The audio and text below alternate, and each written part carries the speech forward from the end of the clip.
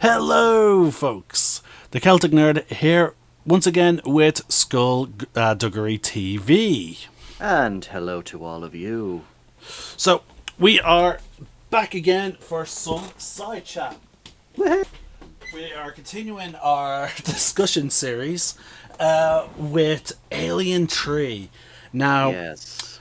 after the situation that was Aliens... 5 fucking hours. Yeah, we discussed it and have settled on some rules. Yeah. So no longer will we attempt to discuss an entire topic in just one video. Now, if it happens in just one video, that is fine. That is fantastic. Yeah. But we are going to put like a hard cap limit on the videos, about 2.5 hours.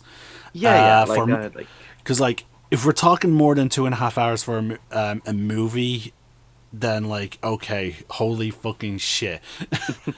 I feel like it's most going to impact us when we are talking shit about... Oh, I forgot to press play on my footage here. Sorry, folks. That's actually a good call. Yeah. There we go. But yeah, so it should limit us, or at least limit the hate that we will have when we get to Star Wars, as well as some of the more questionable entries to the Alien franchise. Yeah, and I don't know how you feel about it, but I'm kind of already there with this movie. Fair enough. Because I have notes. I took notes after watching the film because I wanted to be prepared this time. Fair enough. Funny enough, literally, I have it right here. I was like, okay, I want to give this movie a chance. I haven't watched it in a while. I want to give it a chance. I literally have a note here. Literally, it's let's see how many paragraphs. It's only 1, 2, 3, 4, 5 paragraphs. The moment my opinion of the movie soured before it even starts. Holy shit! Yeah, no. It's not even. We're not even past the opening credits. That's how early. I feel so bad because I didn't do anything like that. I see when it comes to just our side chats, similar to all the reviews I've done in the past. I just wing it. No, I watched it. I watched the thing the day before, and then I watch it again the day of, and now I just go into it. I just start talking. But look at you here being a bit more professional. You come in with notes. Well, I have to this time. But I thought as well because because as we were talking about, we want to try and keep it to a limit, so I took the notes to help us kind of keep on track of where we are in the film, but also it won't interfere with when we veer off into side discussions either, because it will veer off. I know that, but this will just be so it'll help me to remember where we were in terms of the continuity. But also because I have, oh dear God, oh my God, the movie. Literally, the movie. I wasn't even 2 minutes into the movie, and I already had. What the fuck is this? Okay. All right. So. Sorry. Okay. Oh, this is gonna be a fun one. Sorry, I just find it baffling that you have 5 paragraphs just from the opening credits. Well, I say paragraphs. There's it's short lines. There's 1 or 2 sentences. Okay. That's all right. One of them is literally just David Fincher directed. That's it. Okay. So let's get on. Okay. So we're in the opening credits. Yeah. Fair enough. We should point out that unlike Alien and Aliens, this time we aren't doing the extended cut. We couldn't find it, so we both did the theatrical release. It's very important to note that the extended edition of the film is not called the director's cut, it's called the assembly cut. Interesting. Yes, and we'll be getting into that the more we go into this, because famously, David Fincher hates this movie. He absolutely... David Fincher, who's that? He's the director of the film. That's a bad sign. That's a very bad sign. Because, first of all, this was his very first film. He had directed a few advertisements and music videos before this. And so they brought him on to be like the new director, which, because he was very young at the time, a lot of the crew... I don't think the cast had any issues with it, because a lot of them were very supportive, but a lot of the crew, again, similar to James Cameron with Aliens, a lot of the crew kind of felt, I don't want to take orders from this younger person, like, what the fuck? But it also didn't help that... We will get into it, but... basically, this movie, from what I've researched, it was held back by a lot of like studio interference, red tape. It's to the to the point where the script was actively being changed as they were filming, which David Fincher fucking hated. The idea, again, I'll get into more of the ideas as we go on, but we'll just get right into it with the opening, because I will say, I love how this film opens. Yeah, I will say the music was pretty good. Again, it set the tone, and I love how throughout the opening credits we get glimpses. I will say, okay, I know we praised. Okay, in the past we have praised Sigourney Weaver. Yes. And her performance in this. Now, again, I'm not going to say anything about her performance in this. Her performance was quite good. It was actually exceptional. Oh, absolutely. I will say it did rub me the wrong way when, after 20th Century Fox comes up, a Brandywine production, like your typical stuff, it then comes up in big fucking bold letters. Sigourney Weaver. I butchered her first name for some reason there. Oh, that's fine. But like the fucking scope of her name. I didn't notice the size of it. I thought it was like, just really. Yeah, like, dude, take a look at it. It doesn't even say as Ripley. It just says Sigourney Weaver. Oh, I thought you meant like when it means she's co-producing it. Yeah, no, it makes sense. I mean, she is the star, the star of the film. Yeah, so but here's this. It says a 20th Century Fox presents a Brandywine production. Sigourney Weaver. In such big fucking letters. And then Alien cubed. Alien Tree. I'm like, the fuck? Her name is bigger than the fucking movie title card. Well, I mean, again, it kind of makes sense, especially depending on the actors that you get. Like, a good example, Batman and Robin, the Joel Schumacher movie. Arnold Schwarzenegger gets top billing. Like, he is the first name that comes up in the opening titles, despite the fact he's the villain. He's not Batman. George Clooney is Batman. So it's that kind of, it's always that kind of thing of whoever is the bigger name, they will always kind of get the top. Yeah, fair enough when you're comparing actors' names, but we're talking about the title of the movie. Fair enough. Like, oh my god. No, she should not, her name should not be bigger than the fucking movie she's starring in. Well, unless, of course, we downloaded the wrong movie and we were watching Sigourney Weaver starring Alien 3. That was a terrible joke, I'm sorry. But yeah, but anyway, and then like also all the following actors who then follow are smaller titles as well. Yeah, which funny as well, because a lot of them are big names. Like you've got Charles Dance, Paul McGann, fucking god. I will say the fucking what's his name? He plays Dylan in the film. I'm gonna get the cast up. Again, I should have been prepared. I should have got the cast up. See, I'm not all professional. But I will say, going into just Pete Postlethwaite. I forgot. He is in this. Fucking great actor as well. Sadly, he died. Anyway, when it comes to the opening titles, like. I do kind of love how the 20th Century Fox fanfare goes in, because it just transitions right into the soundtrack. Oh yeah, no, it does. Which I love. I remember when I watched the film for the first time, that immediately hooked me. When I watched it, I was like, oh, this is cool. I want them to do this more often. This is really cool. Which Alien Romulus actually did. It was a nice little callback. Yeah, they did it for a couple of movies where they attempted to stylize, the whole the thing with the searchlights. Yeah. They did it a couple of times where they tried to stylize that to the movie. They did for X-Men, I believe. Yeah.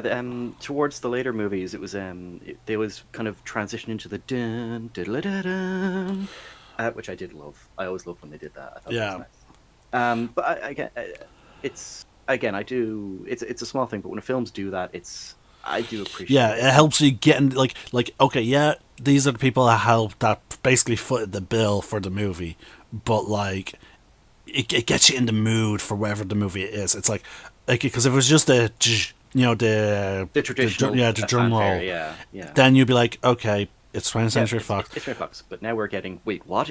What's this? The music is sounding very, very creepy. What's going on? Yeah, or if they did it with the X-Men, it's like, ooh, we're getting like very comic booky, like it sets the tone for what you're just about to watch, and and again, it's great, and the fact that they try and lean into it. But yeah, so as I was saying before I got off track about the whole big top billing, is I like the glimpses of like what's going on, because like I you might remember I mentioned it at the end when we were doing the aliens. I cannot remember why the fuck she crash landed onto the prison world. Yeah. And now I will say it is a bit of a stupid reason. Yes, I'm glad we agree on that, because immediate thing, go on. My notes again. It's just what's it? Sulaco ejection sequence makes no fucking sense. Like that's the idea that the existence of such a thing makes sense. Like, in all fairness. I mean, okay, yeah. I mean, in the event that like it's like a point of no return, but with this, it's kind of like, okay, there's a fire in the cryo chamber. Wake them up so they can put it out. Shit, yeah. Yep. Like, I can understand, like, if it's like, oh, the reactor is about to explode while they're in cryo, eject them. Fine, that is fine. But an electrical fire is something that is very stoppable. Like, in the future, they just gave up on electrical fires. Fuck it, I guess we have to sell the house. Like, yeah, okay, yeah, no, I did not, yeah, it did not occur to me, like, oh my fucking god. And that's not even the first issue. Oh god. Because also, it's not like it would cause an issue then for the rest of the ship, because, like, even fucking submarines have actually no, even like sailing ships have compartmentalization, where like, I mean, actually we saw it a bit in Alien, like the ships are partially segmented. Yeah. So you had the main Nostromo ship, you got the thing they were tugging, and then you've got the Narcissus, the escape shuttle. Yeah, but all of them, okay, with the exception of the escape shuttle, for the most part, like all the ships, like always, like every corridor had a door, and obviously the intent was, like, the logic behind it is, like, if there's a breach or a fire, it's, blocked off from spreading from to the rest of the fucking ship. Yeah. So yeah, and a military ship would certainly have that type of stuff. Oh my god! And also, you're telling me that in the future, a ship that is mostly run on electrical engineering does not have like specialized extinguishers to prevent an electrical fire. God, they must have gone over budget. Because I remember in Metalwork we had different types of fire extinguishers, and one of the first, obviously one of the first lessons we learned is about safety, and we learned about the different types of fires and the types of extinguishers you should use. Now, mind you, we never had the need of it, and we never did anything actually electrical. So the learning of how to put out an electrical fire and a chemical fire was a little, how should I say, pointless. Yeah. But I still remember, like, we had there's a water extinguisher for regular fires, but then we had a foam extinguisher for electrical, because you don't want to use a water extinguisher on electrical fire, because then the electricity is just going to run up the current and, you know, fucking shock the person who's trying to put out the fire. So you're telling me we had that for I don't know how fucking long. The knowledge of how to put out an electrical fire. And in a ship that is that is 100% electrical. In deep space, they don't have a fire extinguisher system that's like, yeah, you know what? Yeah. We instead of shooting out water, which then can cause now, mind you, a sprinkler does not have a continuous torrent of water, so it's not like it could shock itself. But the water will then conduct electricity. There's a reason why I'm saying like the extinguishers could have easily been set up to release, you know, some kind of oxygen depriving gas or something like that. Or even it could have sucked up the gas. So that the fire has no oxygen because they're in cryo fucking pods. They don't need oxygen. Or in the happenstance there might be someone in a chamber that has a fire, foam to suffocate the fire. Exactly. There are two very reasonable options to put out an electrical fire in that cryo area. It's like, what happens if they drop a cigarette? Does the ship just explode? Yeah, is everyone just fucking completely evacuated? And we haven't even gotten to the biggest issue with the opening sequence. Oh god, we will get there. But there is one very interesting I do want to point out, and that is because we did see Sigourney Weaver as the top billing, but we also see her name again as the co-producer of the film. Yeah. And that is one of the reasons why she came back for this. First of all, she was given a pay increase because, you know, she's Sigourney fucking Weaver. Yeah. But which I say that as a good thing, by the way. Oh yeah. No, don't folks, do not get us wrong. She's absolutely an amazing actress. Like, I'm a fan of her. Like, if I see her in it, like, I'm like, ooh, she's. This is gonna be good. This is gonna be good. Yeah, she's gonna do something badass at some point. Yes, exactly. Like even in Avatar, she does something badass towards the end. I was saying that, like, despite my grievances with that movie, she is not one of them. But anyway, so her conditions for coming back, and I found this out. Apparently, these were her conditions for coming back for Aliens, which James Cameron rejected all of them. So apparently, she had 3 conditions, which was no guns, Ripley had to die, and apparently she got to have sex with an alien.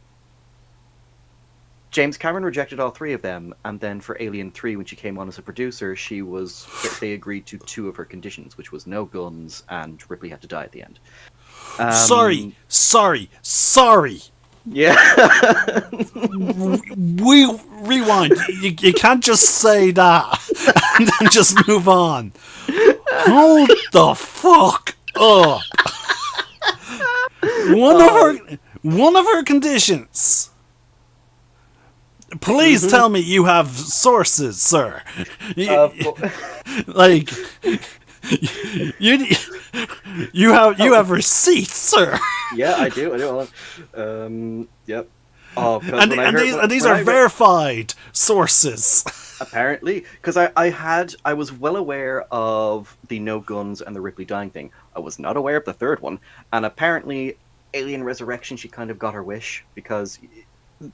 We'll get it. There was that whole the motherly scene. Now, okay. No, I'm talking about, you know, when she falls into that grate full of all the aliens, and then she gets sucked in. I can't remember that scene. Oh, we'll get to it. But hold on. Sigourney Weaver. Send me over Discord. Send me a link over Discord. Alien conditions. Oh my god. Weaver reiterated her unflexible condition for returning for more Alien movies. The actor who, Sigourney Weaver's return conditions explain. Okay, so, how was this released? Who leaked this info? Apparently, she did. What? When? How? Hold on. Who? All I'm missing there is why. Sorry, no. When? All the why, like all the terminologies. When, where, who, and why. Hold on, Sigourney Weaver, Alien, 3 conditions. Yeah. Weaver would only come back on the condition to kill off Ripley. Okay, so that was for Alien 3. Yeah, because there is... Apparently, hold on. Weaver has one condition. Sigourney Weaver's... Shit, yeah, no, because it was right there. So what you say, sir, is you do not have your sources. No, I found them. Like, I genuinely found them. Hold on, dude.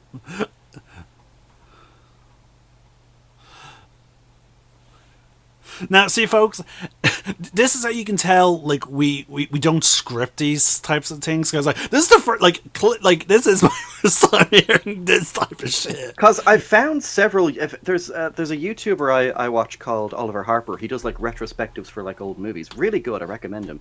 But yeah, when he was talking about Alien 3 and Aliens, like, this came up. Like, I was like, what the fuck?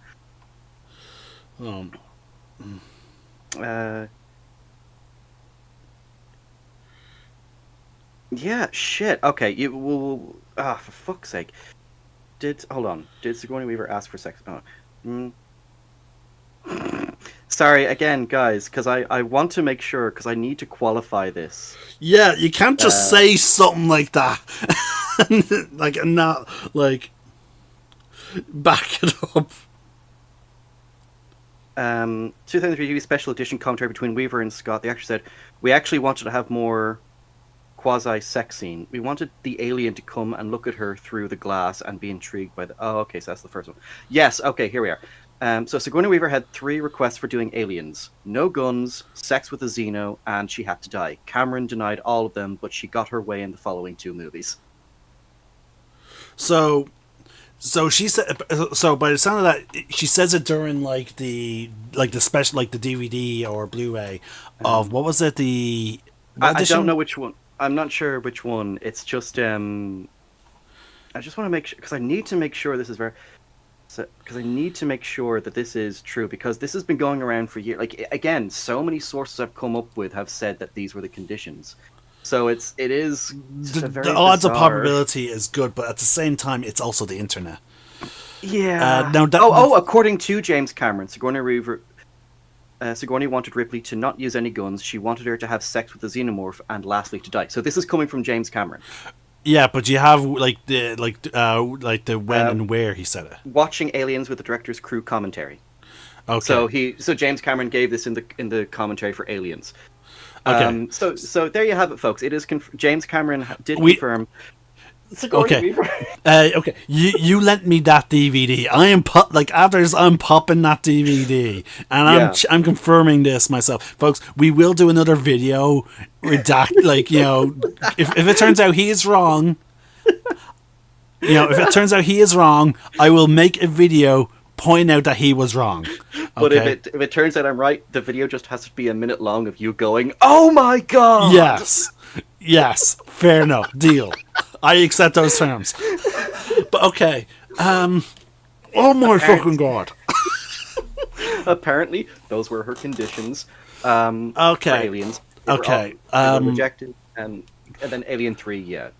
For when she was a producer, she got 2 of her wishes: no guns for the cast, for the characters, and Ripley dies in the end. Okay. Let's move on. Oh my god, that's that. Okay, see now this. He keeps trying to tell me it like these type of factoids, folks. Before we because again we do talk about our stuff beforehand a little bit, and I tell him stop, save it for the video, and this is why. I'm so glad I'm so glad I did stop before I told you, because that response was just beautiful. Like, again, all the questions: where, when, why, to who. all of them. Yeah. Fuck's sake. Oh, wait, isn't there 5? Where, when, who, why? Oh no, it's only 4. Okay, I'm trying to think, because there's the whole like W hate the WH questions. Oh yeah, Yeah, the the where, who, what, when. when, where, and why. Yeah, there's only 4. Okay, I always thought there was 5. Okay. No, Anyway, there's 5. Who, what, when, where, why. so okay, I tried counting them on my hand, but clearly I forgot one. But anyway, moving on. So back to the other troubling scene.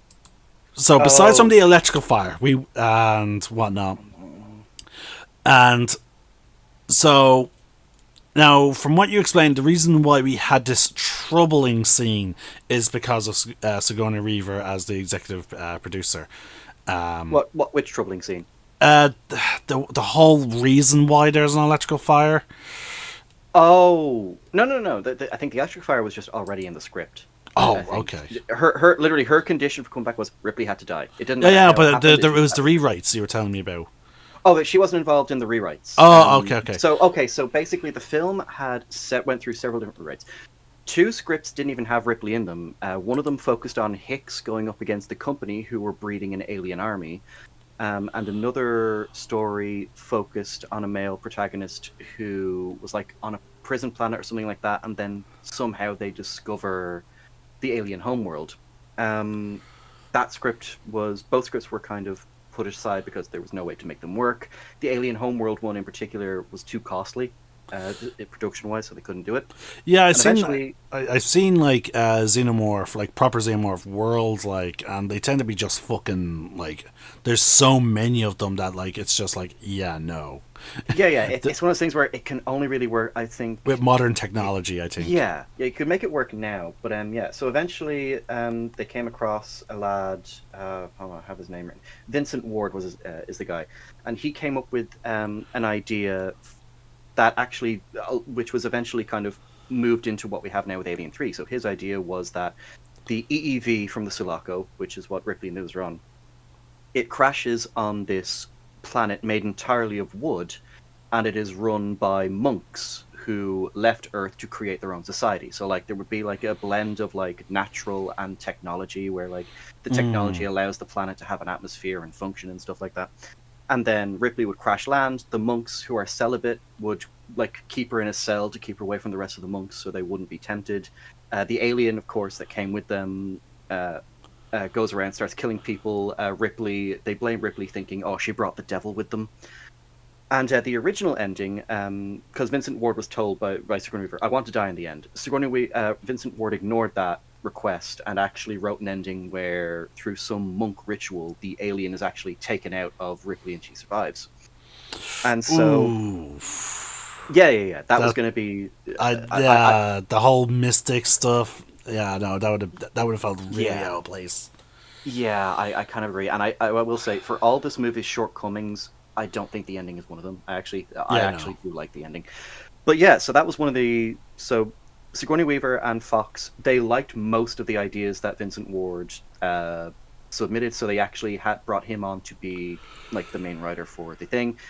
They announced the release date of 1992, which we did get a bit of a hybrid of like what he wanted and what some of the other people came up with. Yeah, basically, because this is where the production hell comes into it, because they announced a 1992 release, which wasn't that far off, and Vincent Ward, he had only gotten like the bare bones of the script ready, so already he had this like insurmountable pressure put onto him, and then from then on, because he thought he would have like creative say over the story, and like he had all these great ideas. Like I did actually like the idea of the monk planet. I thought that was actually kind of a unique twist. But again, Fox kept breathing down his shoulder, like, no, change this, change that. This is too artsy, make it this. And so eventually it did become the prison planet, basically. And then he was fired when he started pushing back, like, no, you're changing too much of my original idea. Like, this isn't really my thing anymore. And yeah, they fired him because how dare you talk back to us, basically. And so that's when they brought in David Fincher, like the new up and coming. And he was excited. Like, David Fincher was a huge fan of the first film, so he was very excited to give his own spin on the franchise. But yeah, like, it was constantly it was development hell for him. Like, I don't. Yeah, because you said earlier, because it was very similar to what happened in Aliens. New director, the crew was not taking them seriously. Well, not just that, but this time it wasn't just the crew. Like for David Fincher, the studio was against him. Like again, I think, as far as I know, he's only really ever spoken about the movie one other time in an interview, and I think that was for The Girl with the Dragon Tattoo. He did an American remake with Daniel Craig in it. It's a good movie, actually. I don't mind it. But yeah, basically, just so much. He doesn't see it as his film. It's Fox's film. Like he was just there. Like basic. It got so bad actually because there were so many rewrites and so many like changes and so much pressure. He actually did drop out towards the end of production. Like I think they had a few last minute things to film and stuff like that. But by that point, he'd thrown in the towel. So that's why the director's cut is called the assembly cut, because like even for the Blu-ray DVD director's cut special editions that we were watching with Aliens, he refused to come back to talk about it. He was like, no, I've washed my hands of it. It's not my film. I'm gonna go and make other better films. And he did. Like he did Fight Club. He did Seven, which Seven is one of my favorite horror films. Actually, if you've not watched it, watch it. It's great. It's a great crime thriller. But yeah, it's just a real crying shame. And we'll get into my thoughts deeper when we reach the end of it. But it's like there's so many good ideas that this film had, and it was just held back by just political bullshit, like from Fox, you know. So okay, so because like one of the like, as I was saying, like one of the things that I really disliked about the opening part of this movie was it's not a bit. It's in broad daylight, so it's not much of a spoiler. No, it's like the very beginning. The whole fucking xenomorph egg. Yeah. Like, oh my god. How? Not just one, but two. Two of them. Yeah. Two. Now, I will say, the assembly cut. This is where I think the assembly cut got it better, because my big issue with the theatrical release of Alien 3 is it doesn't really give us anything new lore-wise beyond the xenomorph. This new version of it that can spit acid and stuff like that, which I do like. I actually do like the new Xeno. It's a really good design. Yeah. I thought this one was not a spare. I thought it was the runner. Well, it does run because remember the guy that gets killed in the fan the first time, like it shoots some kind of acid at him in his face because like there's a scorch mark later on found. Right. I didn't think it spat acid at him. I think it just because like it was molten. It just like it was like part of its thing. Maybe actually, yeah, maybe. I don't know because like it doesn't spit acid at any other point. That's true, actually. It might have just been it's always been an idea they had and then never done with it. And I've always seen it just been referred to as the runner. Yeah, and I will say that again, I do like this design. Like it's fast. It's very, very. It behaves almost like a dog or a wolf or something like that. It is very like primal and animalistic. Yeah. Like the others were already very kind of. Yeah, but there's also like very clear intelligence to them as well. This one truly felt like just a proper hunter, basically. Yeah, I really loved it.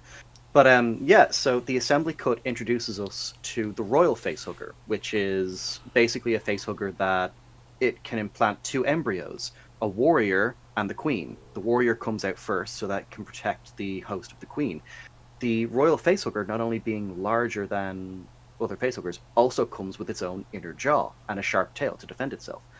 But again, because that idea was scrapped, because again, Fox, like, they didn't use most of Fincher's ideas, which again, when you actually watch the assembly cut, some of his ideas are really good. But so sadly, the theatrical release, we just get two facehuggers for some random reason. Even then, the royal facehugger makes no sense, but at least we get. Hold on though, how the fuck does it end up on the ship though? Again, that's the only thing. Like, it still has that stupid thing. Of how it gets in there, and because it looks like it's in the fucking like the place where they store the cryopods. If it was, if we saw a scene of like it being in the hangar, maybe then they could have excused like, okay, the xenomorph queen took two eggs with her, put them in there. Yeah. If we saw that, fine, but It is very clearly they are in the same room where Ripley, where the cryo chambers are. Again, I know it's not cryo; it's hypersleep. Yeah. Well, they call them cryos. Oh, do they? Okay, so in the film they do. Yeah. Okay, so they are very clearly in the cryo room, underneath the table. Yeah. So again.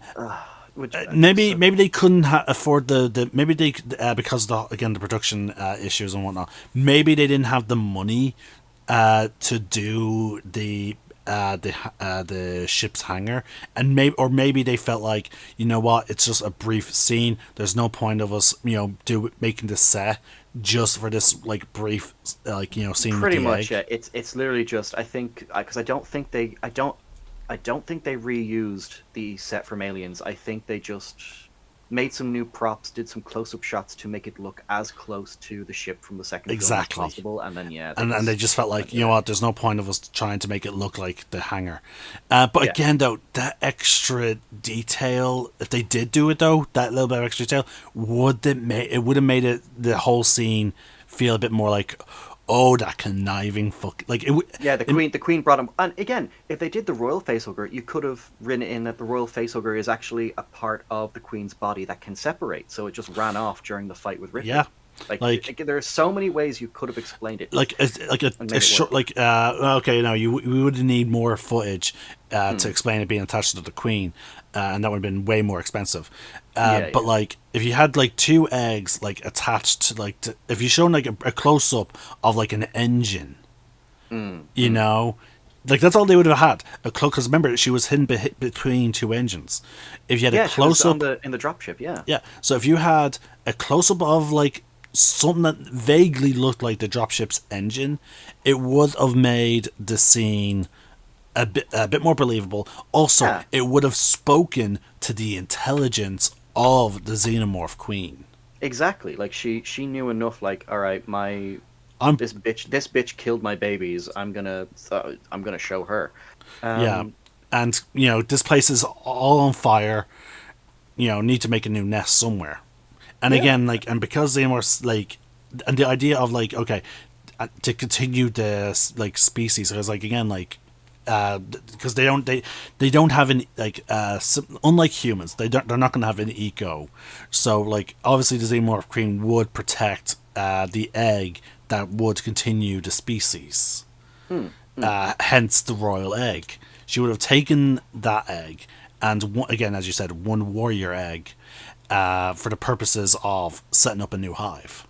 Exactly. There's but no. Instead, because we get a fucking we get the fucking cryo room with the eggs. That just does not make any fucking sense. Yeah. Alright, so again, though, it's weird because it's so many flaws, but the opening title sequence I do enjoy all the same, because despite the fact it gives us that stupid thing with the eggs, they're again showing the disaster as it's happening with the credits, and you've got the haunting music by Elliot Goldenthal.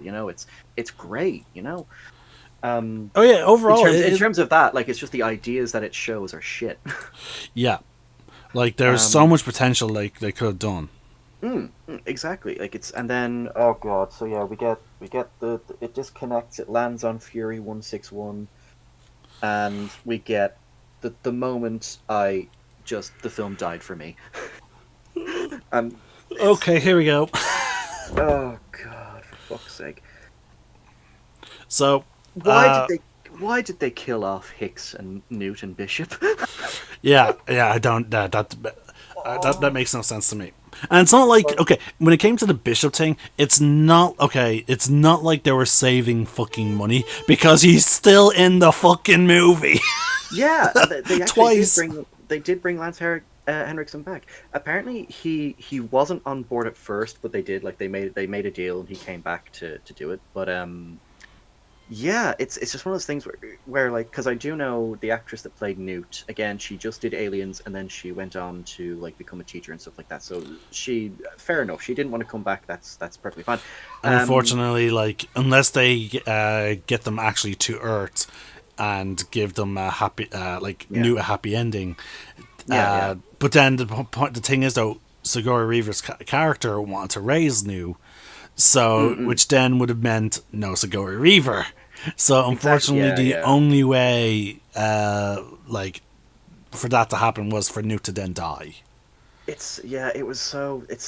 Again, this is why I still think that it just nothing needed to happen after Aliens, because the doing this really does just undermine all that development and all that effort from that second film, Yeah. And I do know Michael Biehn actually was on board with coming back, but he immediately said no when he found out what they were going to do. Like, he didn't want, because his idea of Hicks dying was like same as Ripley, basically going out in a blaze of glory, basically. So to be killed kind of off camera in his sleep, like, didn't go well with him. Not only that, but he found out they used his likeness without his permission for the film, so they had to negotiate for that as well. So yeah, like, again, it's just this. Have him go out. Like, see, that's why they should have just given him what he wanted. To give him to go out in the blaze of glory at the end of Alien 3. Yeah, they could have easily had that. Like, they could have. Like, hell, you could even have him die to the Wantani enforcers. Yeah, they're starting to shoot at Ripley. He gets in front of her, and then he dies, and then she falls down to the thing. So already, like, this film kind of starts off on a bad leg just by doing that, like, killing off, like, because what really got it for me is, like, okay, Hicks died in his sleep. He got crushed. His head's crushed by some metal beam beam thing, from the EEV, which, again, it shows how shoddily the EEVs are made if this is what happens. Also, it's not really that safe. Actually, sorry, that I did not. Oh shit! Fuck. Why is the fucking escape pod, like, because this is clearly a thing meant to be an escape pod? Yeah. Why the fuck? No. It was so bad, and then the one that got me, because as Ripley's taken away by the residents of the planet to be brought into the medical thing, and then we're shown a screen, and it's like, oh yeah, here are the contents of the EEV. One droid who is damaged beyond repair, and it shows the remains of Bishop. Then it shows, oh yeah, Corporal Hicks impaled or decapitated in cryosleep, and it shows the remains of Hicks, which I will say, very gnarly. I will say the effects were very good. And then the one that killed the movie for me. It says, oh, girl approximately 12 years old drowned, and then it cuts to Newt, her cryopod filled with water, and her clearly looking like she was clawing at the glass with a look of pure terror on her face because she drowned, like, awake, basically. And it was one of those things, like, of all the characters, like, why was she the one given the most horrific death? Yeah, like, it was just so fucking, because again, I would have swapped it so that New dies to the rebar. Something quick. Hold on, quick and painless. Okay. But then Hicks drowned, clawing at it, possibly trying to get out to help New. Maybe. Oh, okay. Yeah, that would have been. Yeah, it would be in keeping with his character. He would maybe to have cracks on the glass, like he tried to punch his way out. That would at least be keeping character. But yeah, because what they do with her, and I get it, because they wanted her to be the red herring. They wanted the audience, for a short time to believe that Newt had an embryo inside of her, because Ripley, when she's taken to see the body in the cryo, she notices the burn. On the cryopod, the acid burn, and it's just. No, the whole New scene, like everything involving New is just like, it's gut wrenching. It is. It's like, because again, how this character, like this, because the story of New is such a sad one, because you're just like, and again, it does make watching Aliens a little harder, because you're just like, oh, girl. It has this happy ending. Oh my God, she has a. She survived. She has a new mommy. Ripley has a new daughter. Oh, it's so great. I can't wait to see if they do continue this. What happens next? Alien 3. What the fuck? Yeah, it's like it is severely gut wrenching. God. It's again when I watched the film for the first time, and again even going back and rewatching it, it still just kind of kills my Yeah, mood with the film. it's hard to enjoy like again, like we've always talked about this. It would have been such a cool idea. Now again, we understand that the actress they she didn't want to come back to acting like and all that, like she didn't want to do Alien 3, but you know what they could have easily done, because I think this was fairly common back in the day. They could have just recasted her. Exactly, and even then, if they wanted to as well, I can't remember where I read it, but it was like on a fan page. But someone had submitted the idea that have it be like her cryopod does get damaged, but it just means that she doesn't age as slowly as the others do in the cryosleep. Like that could explain the aging. Yeah, like, there you go. And then they could recast with an older actor. Then that would. There are so many ways that you could have made it work. Unfortunately, 20th Century Fox just don't. And then again, if you want to continue the franchise, then later without Sigourney Weaver, have it be new, carrying the torch, and you can even have her end up joining like the Colonial Marines or something like that. Exactly, and again, that's that was kind of the thing Neil Blomkamp wanted to do with his Alien 5 idea, that which we talked about before in the past, but yeah, it's just a bizarre way to solve the other characters. Like it's just fuck's sake. All right, we'll move on to the prison world. Yes, so we're on the Prison of Fury 161. Yeah. And again, as you said, this is where they kept a lot of the ideas for Vincent Ward's script, where, okay, so it's no longer monks, it's prisoners, and they're still celibate, they're still religious. Yeah. And it was a unique idea, I will say, like, especially with the cat. Like, again, just like with Aliens and Alien, like, the Alien casting 3 choice, has a great cast. yeah, like my god, which I've absolutely, I can't really think of any member of the cast that I disliked. Like they were like okay, there obviously there are some nameless prisoners that don't really have personality. To them, like, and you can tell, like, as per usual, like with the Alien movies, you can pretty much be like, you're gonna die. Yeah. Which, of course, they have that one sequence halfway through, their plan to try and get it, and that was clearly all just there to get rid of, like, the nameless prisoners. Yeah. But, like, still though, like, the ones that do, like, personality are, like, they stand out. They are very interesting. They are. But, and I will say, credit where it's due, and I think this is mostly due to the actors. Like, this is meant to be a prison planet of, like, convicted murderers and rapists and that. And they somehow managed to make, like, Dylan, the leader, who is the leader of the prisoners, like, as he says to Ripley, like, he is a murderer and rapist of women, yet somehow they managed to actually make him likable. Yeah. Which is a weird sentence to say. I know, listeners, it is weird. It is weird. But, like, the clear thing is, he is the one, I think, like, he found religion and he was the one that started the whole thing.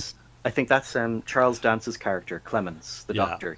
I think he's explaining to Ripley kind of the history of the prison, and that's Dylan was the one that kind of started. So I would take it to mean that Dylan is the one that, he, as you say, he found religion, and he probably tried to look for ways to redeem, like, he's trying to repent from, but he does sins, not, basically. and it's clear, like, and his interactions with Ripley, like, is like, he still, like, he probably there's definitely some self-loading. Yeah, like, you can tell, like, there are parts where he is kind of uncomfortable being around her, and that's, which I do love. Like, it's when the two of them interact for the first time after the funeral scene, which we will get to, because that's a beautiful scene. Oh yeah. Yeah, he's clearly trying to intimidate her, and Ripley's just like, bitch, I've fought things far more terrifying than you. What do you think you have on me? And again, it's an interesting thing that, because again, a lot of these, most of the prisoners, we don't know why they're there. It's just implied murderers, rapists, serial killers, and we don't know who's who. I'm going to just say, with the exception of Dylan, I'm just going to go with the headcanon that the ones that are played by actors I like are just the ones that did murders and now they're repenting. That's it. Yeah. Because like he even again like eventually he does even come to her rescue, like, and it is very clearly implied he beats one of them to fucking death.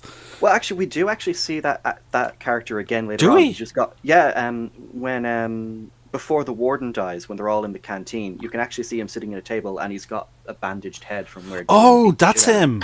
I thought I thought the bandaged head was because of the. I didn't notice he had a bandaged head there. Oh no, that. I thought that was due to the failed plan. Oh, that comes later. Yeah, I know who you're thinking of. He was actually one of the guys that tried to rape Ripley as well. He was the one that Ripley punched. Right. That gets the burns. That's that guy. Okay. I will say as well.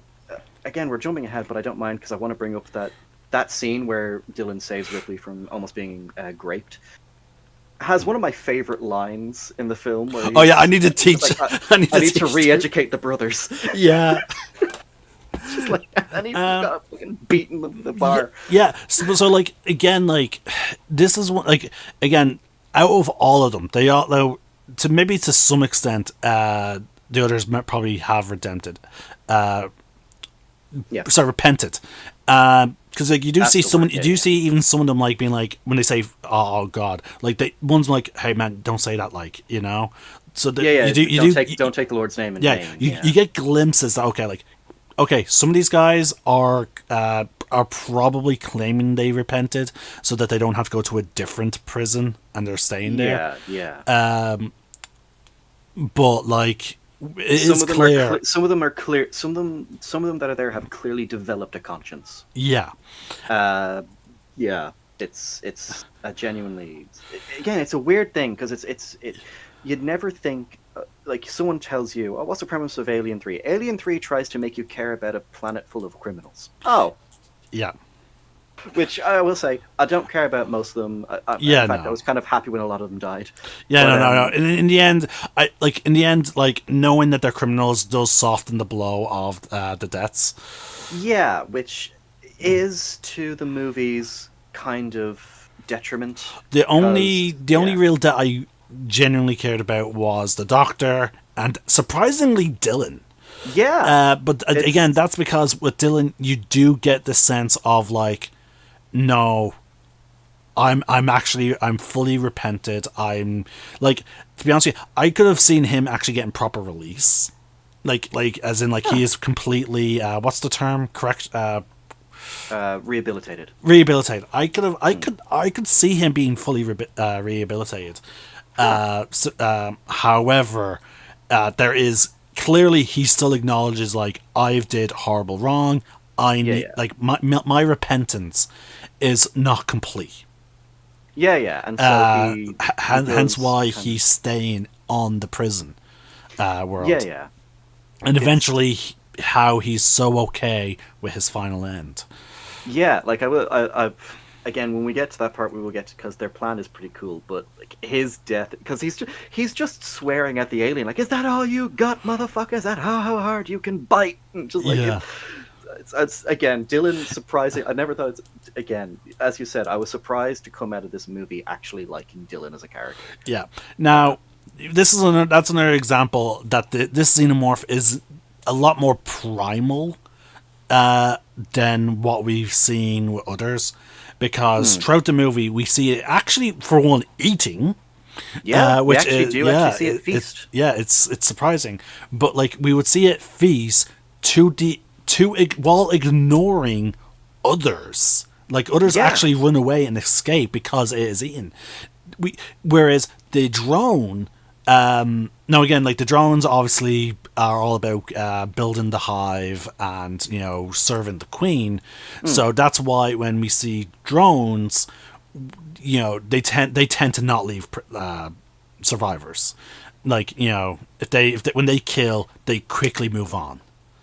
Exactly. Because the drones are out to do a mission, whereas runners, as you said, they're clearly the spawn of warrior eggs or warrior facehuggers. So like their clear intent is to kill and possibly maybe even in some case Actually, no, because like if it's their job is to kill, then why is it stopping the feast? Like, again, I think it's just due to the I fact. think it's Due to the because fact. you know they inherit a lot of the traits Yeah, of their host, and in this yeah. case, it's a dog. Maybe, yeah. So maybe, yeah, because a warrior from a human is very intelligent. We've seen, well, okay, I don't think we see them in the movies, but we do see warriors act in video games, and they do tend to have a very lot of intelligence Yeah, yeah. in Well, terms of how they approach. I would even argue in Alien, You the think that was Xeno a in that. warrior? Oh no, no, no, you're right. Actually, no, because it's got the flat domed head. No, yeah, And you're right. also, it actively attempts to build a nest. That is true. Yeah, with Well, a hive. aliens, I suppose with aliens we see the drones. I would say their intelligence lies more in tactics. Yeah. Because they know, like they assert a situation. Okay, the hallway I has think these it's turrets. Where can we go? Ceiling. okay. Yeah. So I think I think the runner's behavior is purely just down to the fact that it's bestial. Yeah, yeah. It's from a quadruped. It's very much a more primal mentality. Even Ripley herself is like, I have never seen one Yeah. behave or move like this before. Yeah. So I wonder, like, a part of me would have to feel that even though runners are like, I feel like even if you were to have like a drone egg, Mm. a drone facehugger impregnating a quadruped, the resultant runner would probably still be very bestial, and it'll probably still act the very same way. I will say, however, they will probably be a bit squishier because we see that this runner can endure a lot of punishment. From from their final trap to kill it. Oh yeah, yeah, Yeah, yeah. I feel like if that was a drone, it probably would have died. Yeah, because if the aliens can't even survive, like, because I do know again, this is mostly with the video game, so take it with video game logic. Yeah. But like, whenever you're killing a drone with, let's say, a flamethrower, they typically explode Yeah. into an array of acid Yeah, particles. like again, because like again, we see like we even saw the drones being killed en masse in Aliens, and like the thing is that those like, yeah, they were very quick to die, but whereas this thing, again, their final trap, We'll get into it. Yeah. Also, this thing one does not seem to have as much of an issue with fire. Because Yeah. because like others when it came with the fire, they backed off very quickly. This one, because again, it is from a warrior egg, is like, it's backing the way a little bit because again, fire, it's instinctual. All living creatures instinctually have an issue with fire, but it's not backing off as much as we saw with other xenomorphs. Exactly. So, even the queen, like, kind of recoiled at a blowtorch. Yeah. Like it does kind of show us just Like the warriors are like, they are made of sterner stuff. exactly, and it's oh, you should have seen when it comes to the warrior, this one as well, the runner alien, the HR Geek. So this wasn't designed entirely by HR Giger. He came on as a consultant, and he came up with all these great, really interesting designs. Like one of the, because I think Fincher had said he wanted the design to not be as biomechanical, but have a more kind of how did he explain it? It was like feminine or something like that. Basically, it was going to be like because they were going to, I think the idea was to lean into the whole thing of the prisoners are celibate, so the alien would kind of be designed around that kind of thing. Oh yeah, so he wanted to give the alien. So H.R. Giger wanted to give the alien lips, and to kill its victims, it would basically give the prisoner a kiss, and then its inner jaw would reach down and rip out its insides from its mouth. That, which would have been fucking gnarly if they did that. The only thing is I can't see that coming from like a quadruped creature. That would have to come from a humanoid. That level of intelligence, like the idea of like seducing someone Well, like, not just not seducing, more so just like as it's instead of like just having the inner Josh shoot out and crack their skull, it would just give them the kiss of death, basically. but why do the kiss then? Like, why would? Well, I I suppose it grabs hold of them, similar to how it grabbed hold of one person in Alien, and then cracked their skull. Yeah. I think it's the thing of I think because it's H.R. Giger and he always likes to kind of like with his art, he always wanted to have like an uncomfortable sexual aspect to them.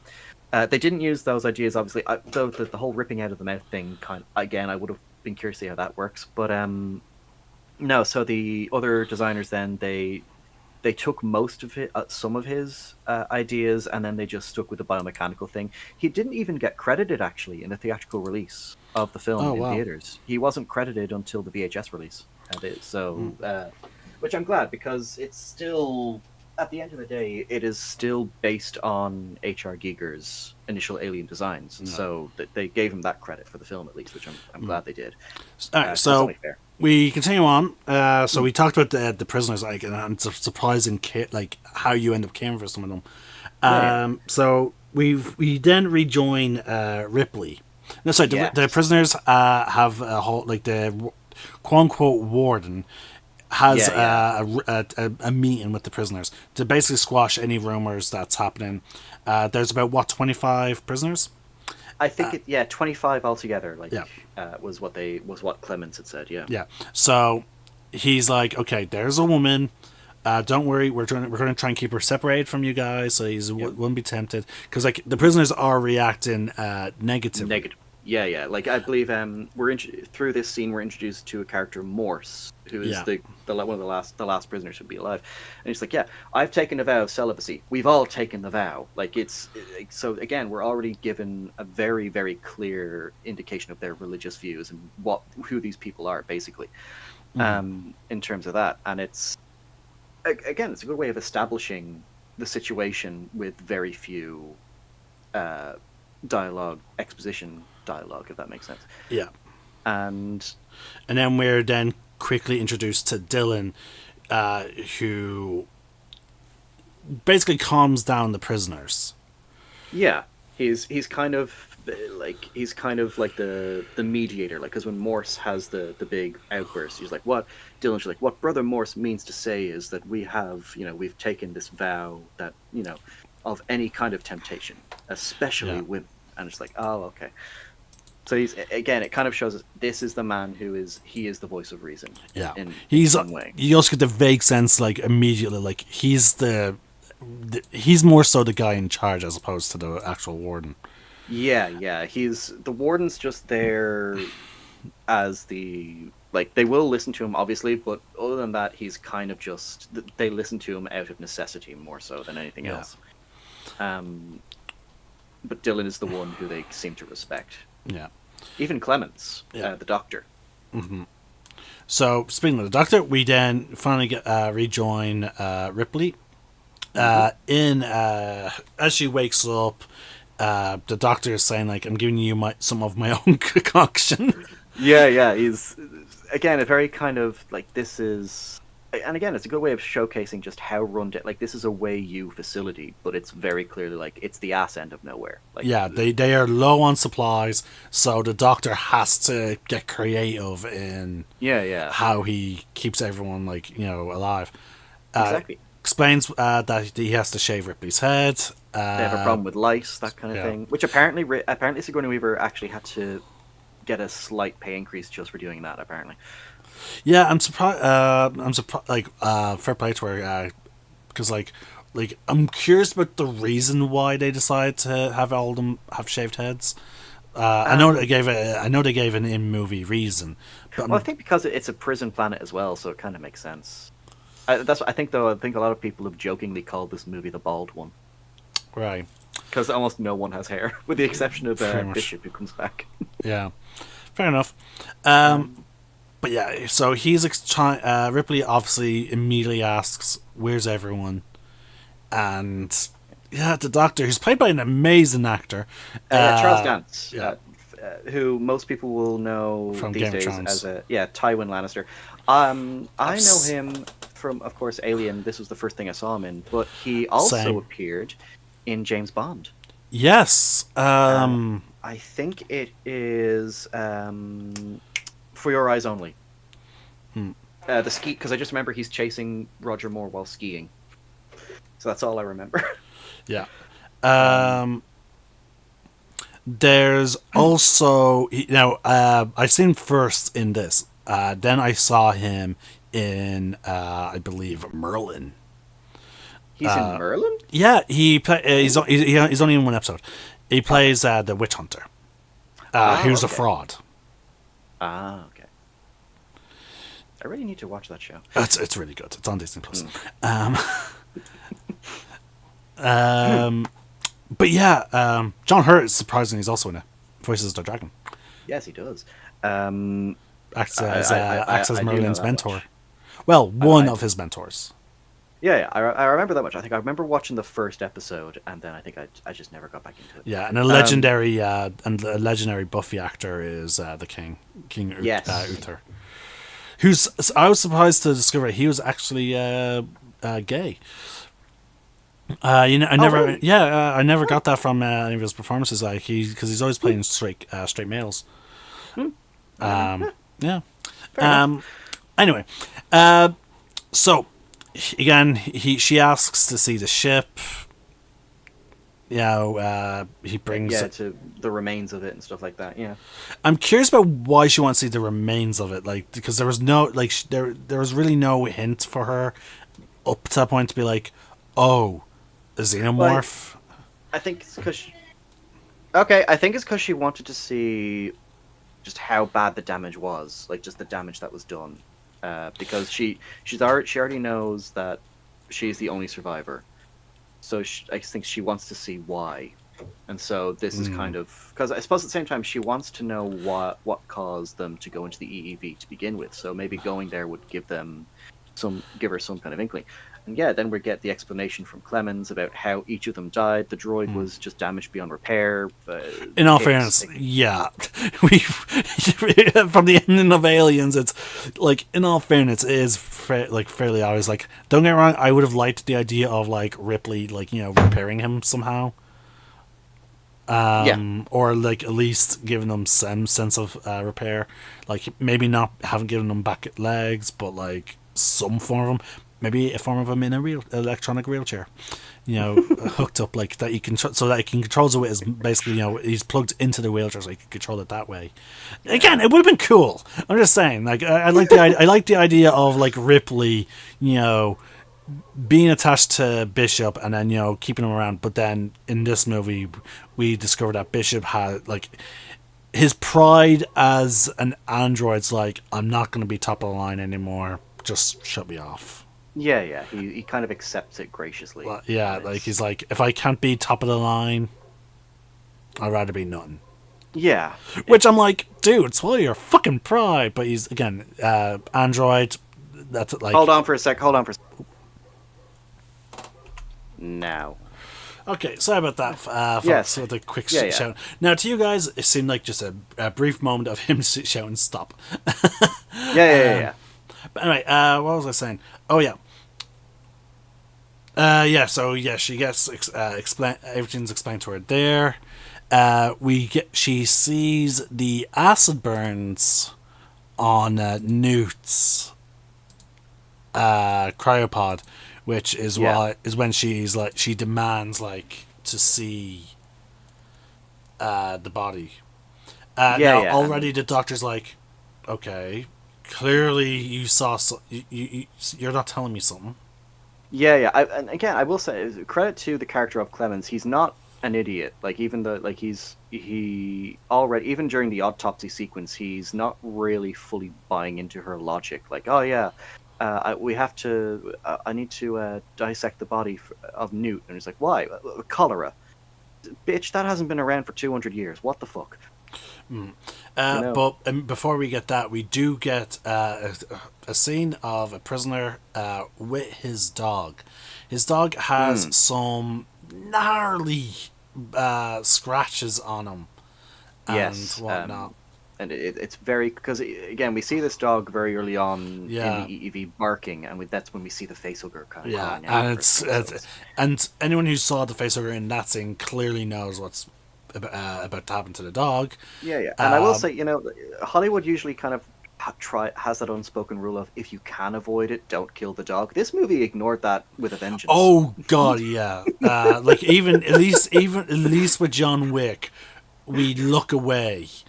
Yeah, it's off screen. No, this to those of you that love dogs, you will not love this movie. Yeah, I mean, I already didn't love it, but like hell, you know me. I watch some pretty gnarly stuff. I tend to be okay with all kinds of gruesome shit, but you know what? I still can't do. Yeah, I still have to skip the John Wick dog scene. Yeah, it's like even me. Like I love that movie, and I will watch. But again, I can't help. Like it just hearing it, I just get teared up. I skip straight to him going back into his house. At the same time, though, it's a great way to get the audience on board with the protagonist. You killed a dog, we can all get behind that. Kill the fuckers. Oh yeah, and again, I sorry, and also just because we're talking about the dogs, and again, this is the appreciation of the actors. The actors' performances of them being like, "You killed his dog." Yeah. Fuck. Yeah, I love how every single actor's performance is so genuine. Like, you done fucked up. Yeah, like this is how you build up your character as being a badass. Just why did you strike my son? Well, he stole John Wick's car and killed his dog. Oh. You know what? We should cover the John Wick movies. I'd love to, especially with Ballerina coming out. Oh yeah, that's the spin-off with the female organization. What's her name? De Armas. I can't remember her first name, but she's a good actor. She's in what's it? No Time to Die. I haven't seen No Time to Die yet. Oh, I need. You know what? I have all them on DVD. I need to binge them. They're worth binging. I need to have a weekend, like a Bond weekend. Wow. Yeah. Oh, they're such good films. All right, so we know what's going to happen to the dog. Unfortunately, now I like to think the dog, like the facehugger, it's completed its mission, but I like to think it did not get to just fucking slip off and die. I like to think that it got fucked up by the dog. Yeah, the dog put up a fight, which is why it's got like the scarring and stuff around its face. Yeah, like good dog was not having it. Yeah, good doggo, but sad doggo. Yeah, but then as you say, then we get to the autopsy scene. From Ripley checking the body, Newt's body, for any signs of like facehugger, is it damage, like or that. Is there any like lumps, in the chest area and stuff like that? Yeah, and then that's where she says to Clemens, "Look, one prisoner clocks her though."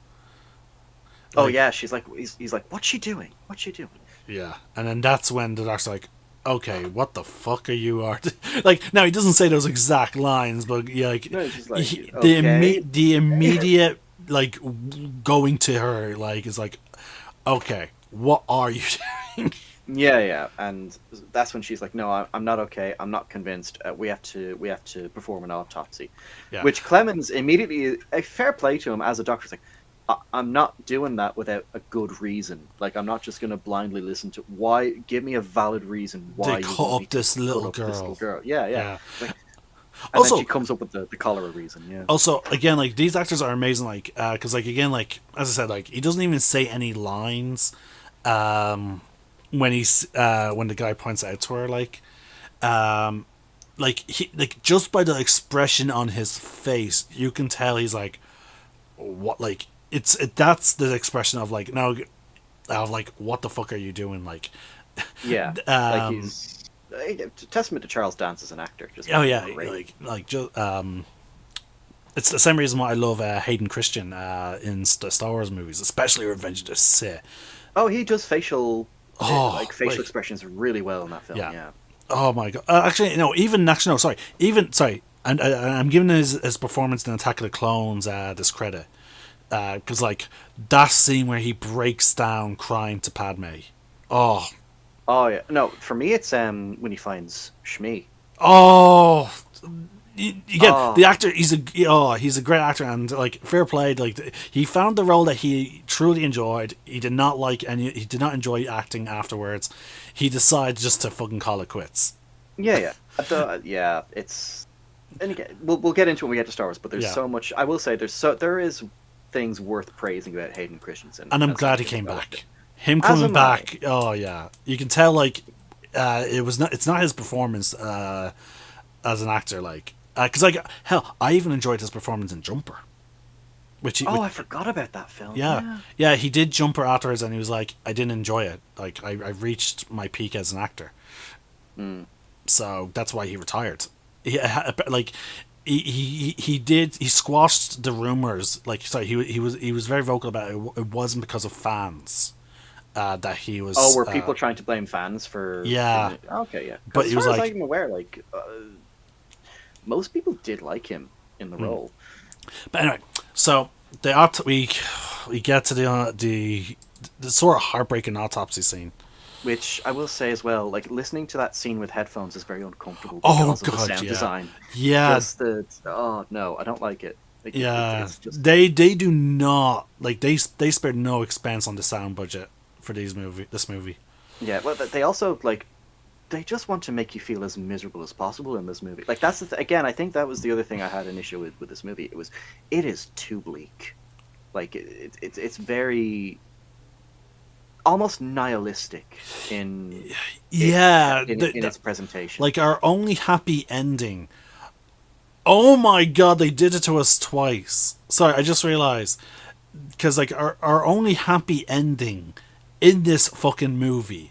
We semi get to. Morse survives, but he's gone to prison because he was sentenced to life imprisonment. So like, actually, you know what? He's being carried off by fucking Weyland Yutani. Yeah, actually no. You know what? He's dead. He's going to be interviewed and then dead. I will actually say we do actually get a short story about what happened to him after Alien 3, actually. He's just sent to another prison. Okay. That's basically it. Okay. A semi-happy ending for him. He lives. Yeah. I mean, the experience does change him, obviously, but yeah, I think he does maybe get parole. I'm not sure, but all I can remember is he just gets sent to another prison. But then, like, for Ripley's character, like, no happy ending. Other than save, I took the bastards out with me. Which unfortunately gets, oh my god, for anyone who's watching the movies nowadays will know. Because again, we're not, like, these are not new movies, so there's no point sugarcoating. Everyone knows that there's another movie. Yeah, the fact that they pulled the fucking rug from under us again. Just like, oh yeah, fuck it. So that's the thing that a lot of films back then, especially like, because if they don't know they're going to be franchises, they're just like, they try and give you happy endings, like. Yeah, they're trying like, oh, we're good. This is going to be the end. Like I know Nightmare on Elm Street did it, where in the third film, which is ironically kind of the only good one in that entire series, which I know is kind of probably going to be a hot take to have because like. The Nightmare on Elm Street films are just goofy as fuck. Yeah. Like, there's the third one though is the one that genuinely had like the most. That's the creative... Dream Warriors one, isn't it? Yeah, where it's a bunch of teenagers trying to go into the dreams to fight them.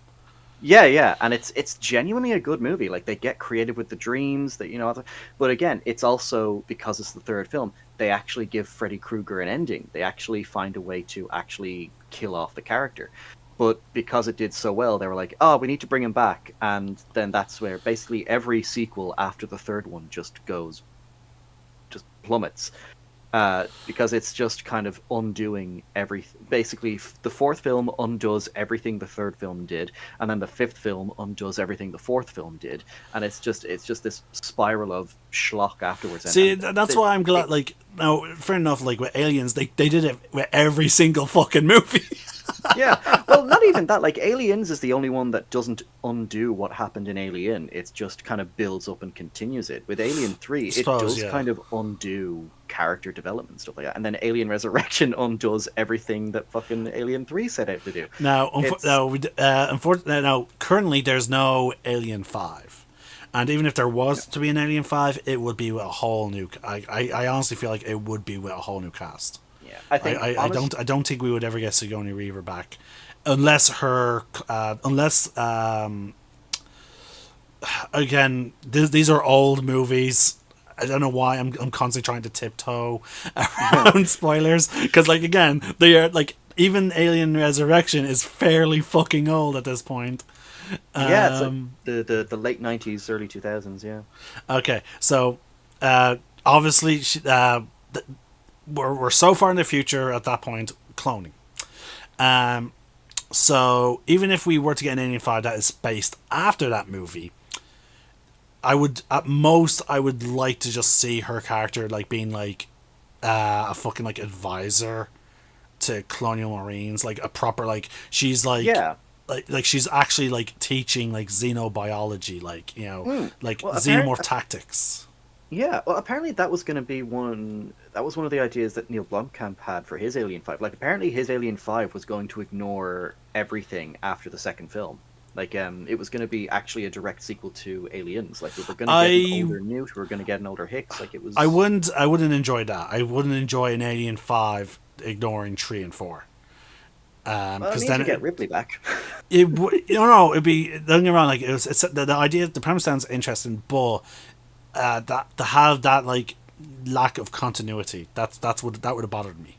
Okay, no, I can understand that. I know, because I know Halloween did the same thing with like that new trilogy where basically it ignored everything after the first film. I would argue they must be then reboots. I would class them as reboots as opposed to continuations. I would say soft reboots, because it picks up the story years later after the first, like, because they bring back Jamie Lee Curtis's character, and everything that happened in the first film did happen to her. It's just everything after the first film, like finding out that Michael Myers is her brother and stuff like that. Like that, none of that is canon now. It's literally just he's just a killer that's obsessed with her. That's about it. And the Halloween trilogy is not good. Right. The new one. The first one's good. The original, but no. Anyway, back to this. In our case, what I could have seen, like, now if we got Alien 5 so very soon after Alien Resurrection, then maybe we could have gotten maybe a cool action movie where the Ripley clone, who is a xenomorph hybrid, is leading. Like she's some badass leader of like some colonial like marine special forces for for hunting xenomorphs. And there's so much that, because again, I will say, I again, just like with Alien 3, I do have grievances with Resurrection. The idea of making Ripley a hybrid isn't one of them. I think that is like the most interesting thing they have done with her character since the second film. Yeah. Now, mind you, unfortunately, the actress has gotten a bit too old now, so I highly doubt we'll see any kind of like, even if we did get an Alien 5, I doubt we would get like the clone Ripley doing some badass like xenomorph fighting. Like I still think like if they did do if they did the Blomkamp one, I could see they could do doing it. Yeah. They could do an animated series or an animated movie focused on the Ripley clone leading some colonial marines. That honestly, I could see that, because I mean already they're kind of animating also, a lot of old, like they're making a term. Here's for her unit, they even have here's a badass name, Bug Hunters, as a tribute back to fucking aliens. Okay, yeah. Okay. There you go. You could call her unit Bug Hunters.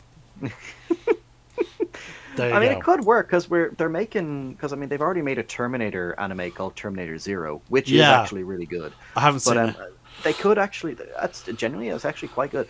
They could do the same thing with Alien. Honestly, I think they should do that. Yeah, and hell, they can even call them the anime Bug Hunters, because it could focus entirely on that squad. Yeah, they could actually do it similar to the Starship Troopers series, where it's because Starship Troopers. Yeah, they did a cartoon series focusing on a unit of things. And not only that, despite the fact it was targeted towards kids, it was frightening. Like it did actually. Yeah, there was a lot of dark scenes, and jump scares. Yeah. It's oh my god, great series. Fucking, I really need to find that. Also, and you know what they could have done? Also, then eventually, like maybe they run into a Yautja You know? Yes, and then link it to the Predators. Yes. And maybe a Yautja fucking joins the team, like, and it could have a cool moment where they develop like a special like translator device for his mask, for his Yeah. or her mask.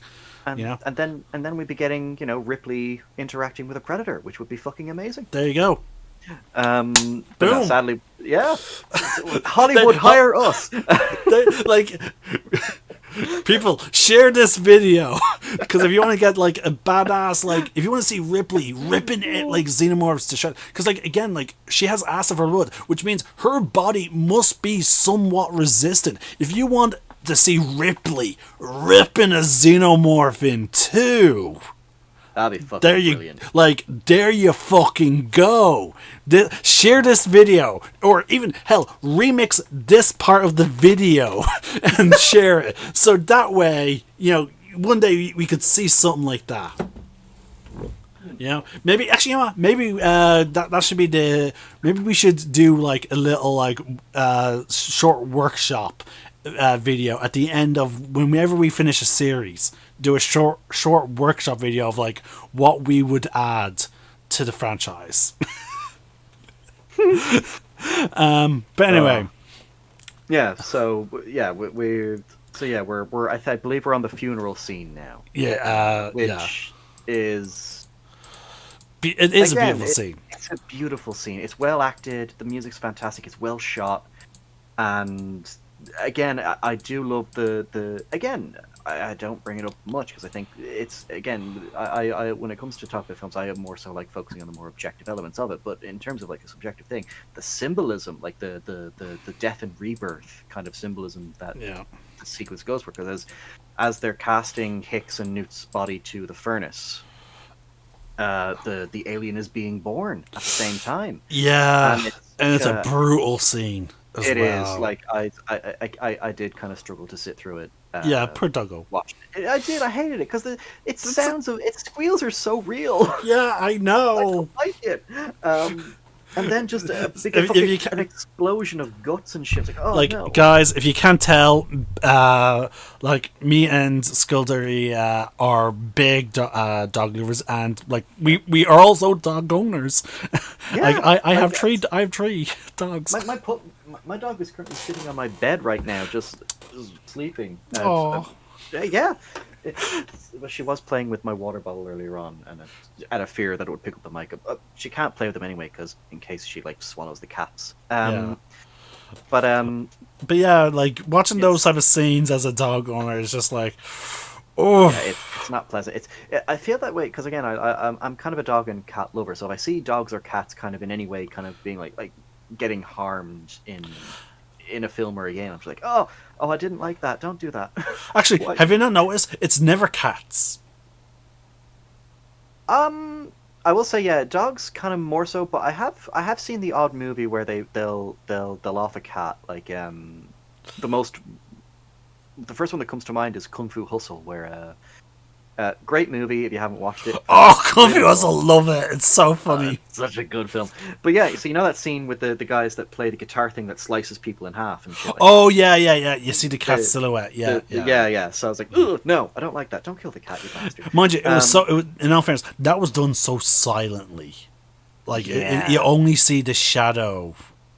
Like it's like an instant death thing. But, no, but with dogs, they really go out. Like it seems that Hollywood goes out of their way to really pull on the heartstrings when it comes to dogs. I think because they know. I think it's because most people are dog people. Like I know there are cat people, but I think like most of the population of Earth would probably go for a dog more than a cat. Yeah, and the whole dog's is man's best friend. Yeah. So I think they are just playing on the numbers game there, but it works because again, watching that scene is difficult. And as we said, what better way to get you motivated to cheer for John Wick to go on a murder spree? And John Wick, yeah. And then again, the best. Same here. Like I, as soon as it came out of the dog, I just wanted to see that fucker die. Yeah.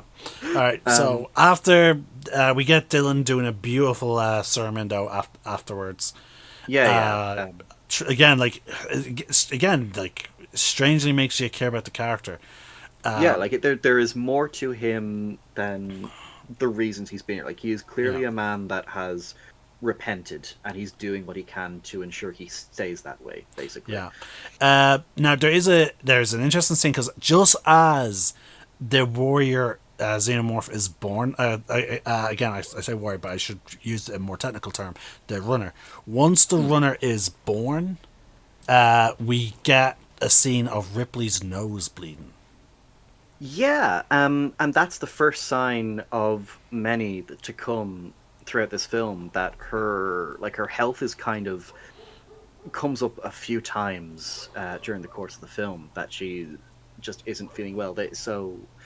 And I do kind of appreciate that at first, like when she's going to get the scan and stuff like that, she thinks it's like a hemorrhage in the brain. Like she thinks like she's got something wrong with her up in the brain, and then no, it turns out she's been impregnated.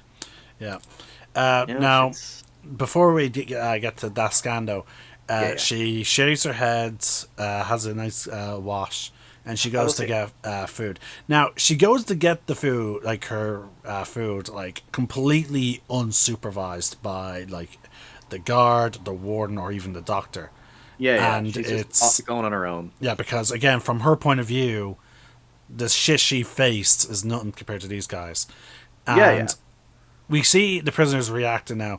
Some of the prisoners are a little nervous. Like there's even one who does a quick blessing. Like he blesses himself. Played by Paul McGann. Yeah, I think his character's called Gullick in the film. He's a weird one. Yeah, he's one of the ones that I would say is trying to actually be proper repent. But yeah, no. Ripley immediately goes to sit with Dylan. Yeah, he's to thank him at first, and then that's when they kind of have the stare. Like he's trying to intimidate. Having rewatched the film, I get the feeling he's saying all of this more so for her sake. Like, I'm telling you right now, you are in danger. Do not sit here. Like, what are you doing right now? And her just basically stepping up and meeting the challenge. Like, oh, I must make you very uncomfortable then. And so they do kind of have this great kind of verbal battle, like of sorts. Yeah. And it's just, again, a testament to the acting of both of them, because they both work off each other really well in that scene, which I love. You can even tell he begrudgingly, he's like, okay, you've earned some of my respect. When he's like, we have enough faith even for you. Yeah, even for those we consider reprehensible, or whatever the line was. But it's just such a really, again, there is a good movie in here trying to get out. At times, and it's again moments like that, and with the cast that really do showcase that. Now, I know we started off this whole video was basically shitting on the movie.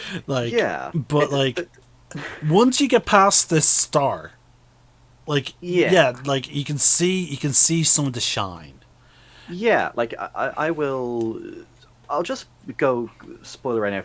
Before we get to the end, I do consider this film a guilty pleasure. It's not a film I would go to often, but if I'm doing an Alien rewatch, completely, I'm doing the franchise, I will come to it and be like, oh yeah, shit, the opening, I have to get through the opening first, and then there's the rest of the film where I'm like, okay, some of this isn't great, but again, there's enough in here that I did still enjoy it. If you can once you get past the opening with the whole fucking egg being in the cryo room. Killing off alien casts. And killing off Hicks and New. Once you get past those scenes, once you get to the funeral, that's when the real shine of the movie does start to come true.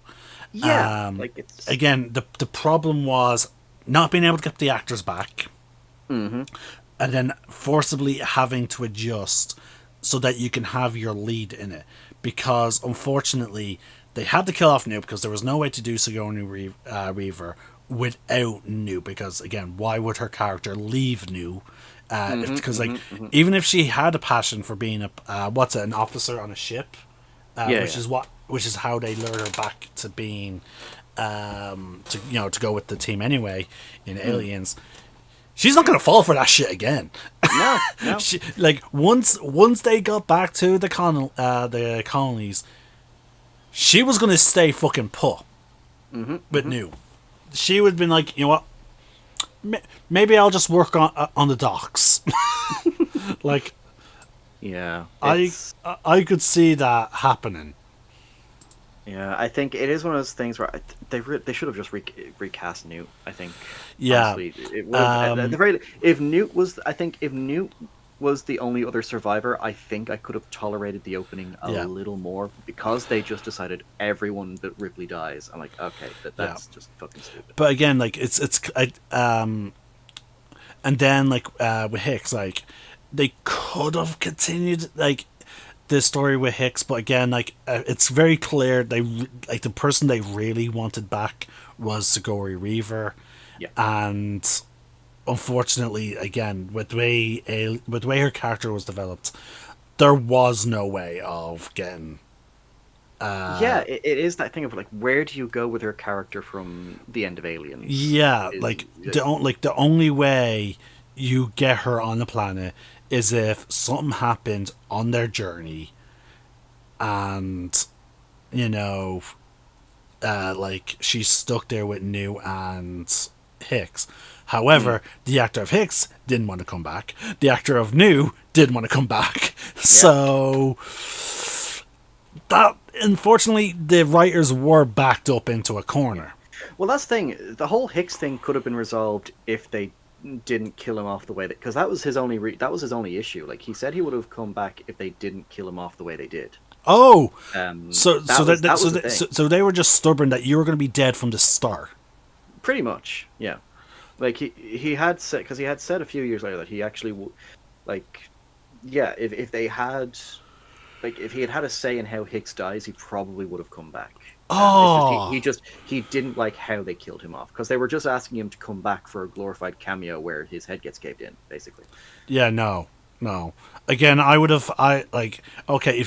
Now again, obviously the actresses, like the young actress' parents, would have had a say in like whether or not like New could come back because again, like parents. Yeah, yeah, she's only a minor. Yeah, Yeah. So we don't know. We don't know the full deals if it was her or if it was her parents.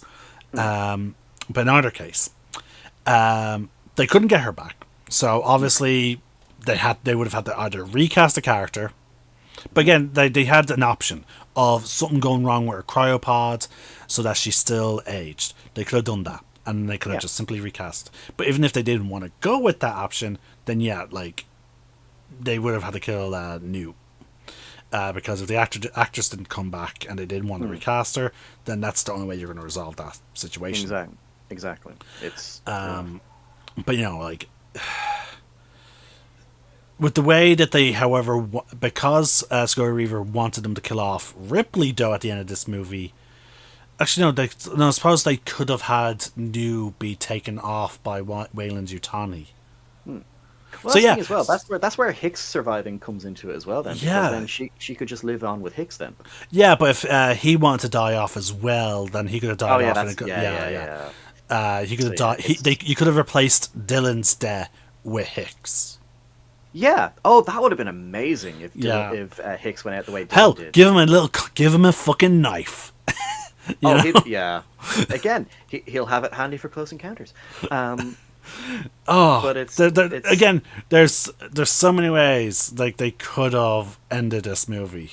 yeah. That So many could- different ways to make it work. That was better than what we got. Yeah. Basically, yeah. In our case, so yeah, we have the verbal battle. We have the verbal battle between Ripley and Dylan. Again, pretty interesting. It kind of it's a nice showcase of not only what he is as a character, but again, just the reaction of all the others of the Yeah. other inmates. Like you can kind of, some of them look uncomfortable, others look almost kind of just curious, And towards her. some are looking hungry at her. Oh yeah, no, some of them are they're giving her looks, and it's clearly, this is clearly a space where Ripley is for once again, like in no matter where she's gone, she's ended up in somewhere where she is just not safe, whether it be from the alien or from in this case humans. Human. We then get the scene after that though, where the doctor is giving her the recap of the history of this place, Yeah. and So like he's answering all her questions, but then like at the end he has some of his own. Yeah, and again, she's kind of avoiding the questions. And I will say, I do like that the explanation for the prison still being active is it's a methane mining kind of facility now. Like, that's why they have the big furnaces. Like, they mine methane from the planet, which allows them to kind of keep the place functioning. So in some way, they are contributing to Society. Yeah, in what and it's the idea that the prisoners wanted to stay, so they're okay. You have custodial ownership, and as long as these three people stay, you're fine.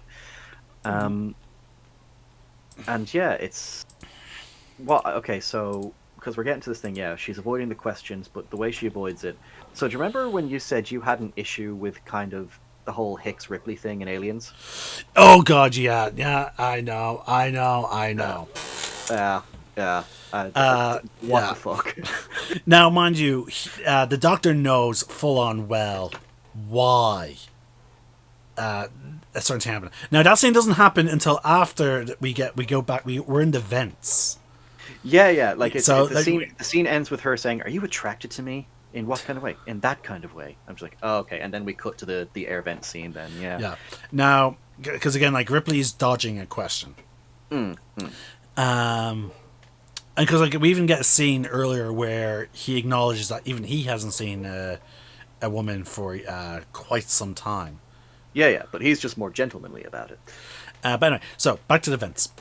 Yes. So in the vents, we see a guy clearly scraping off some kind of like corrosion off of the wall, like rust. And whatnot. It's like just gunk and shit like that. Yeah. I think it's the owner of the dog as well. It is. Yeah.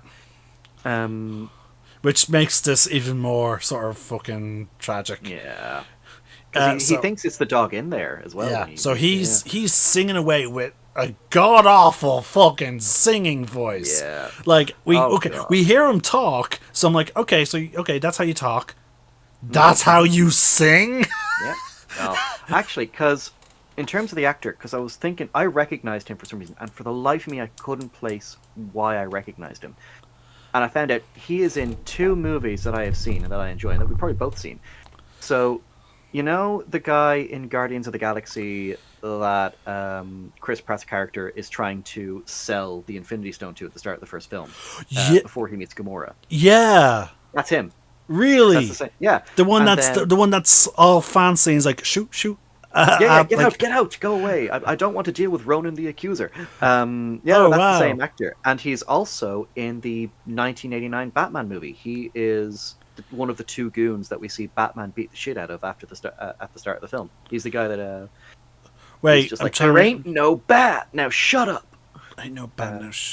Wait, I'm trying to remember, because like, things I don't. The earliest Batman movies I saw was the one with Two-Face. Oh, Batman Forever. Okay, yeah. No, this is the very first. I never seen those. You've never seen the Tim Burton ones? No. Oh no, I seen Tim Burton. I seen one of the Tim Burton ones with Penguin. Oh, Batman Returns. Okay, yeah, that's the second one. So you've not seen the original? Okay. But no, yeah. Also, I want to point out, low key, Batman kills someone in that movie. Oh, he kills a lot of people in the Tim Burton movies. Yeah, wow. Like, there's a clown with a fucking bomb, like a bomb strapped to his chest. Batman kicks the guy, then tosses him, like, over a deep railing, gutter railing, and then boom! While also delivering the most insane smile to the guy. He's just walking. Like again, don't get me wrong, it's a badass Batman scene because he's just walking, like he's on his way to his Batmobile. He's kicking clowns' asses, and then like this clown scene, like he's all hot shit because he's a bomb shot to his chest. He's just like bam, boom, puts the bomb back onto the clown, tosses him over, then boom, and then he just explodes. I will say, at the very least, when it comes to the Tim Burton Batman, he doesn't kill everyone, only the ones that get in his way.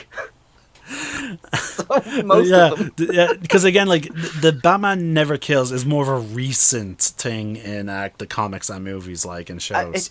It wasn't actually it was like maybe his 4th or 5th issue when he was first introduced. That's when actually the no-kill rule came in. Oh, Tim Burton really? just So, So Tim Burton just didn't decided, care. fuck it. Okay. Yeah. Shit. Now, to be fair, because with Tim Burton, you kind of let it go because his whole thing is dark and gothic. Yeah. So I'm okay with it because the way they do it is actually kind of okay. It's not like a destruction of his character.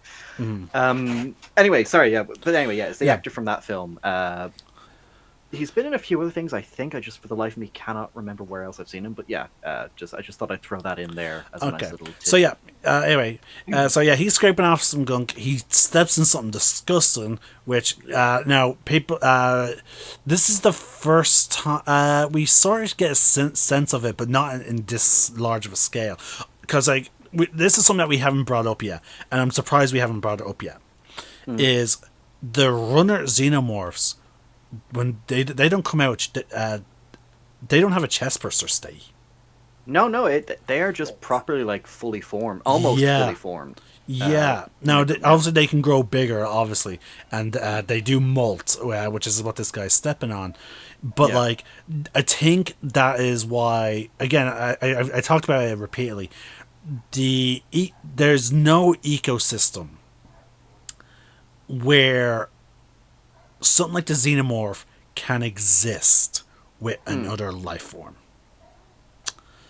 Yeah, because it is pretty, again, as we said, it, no matter where you send it, it is going to be the dominant life form. Yeah, and because of its life cycle, and because of how seemingly innately vicious they are, like they will just completely devastate any ecosystem that they end up in, which is why I have to refuse that they are completely naturally occurring. They were a naturally occurrence of evolution.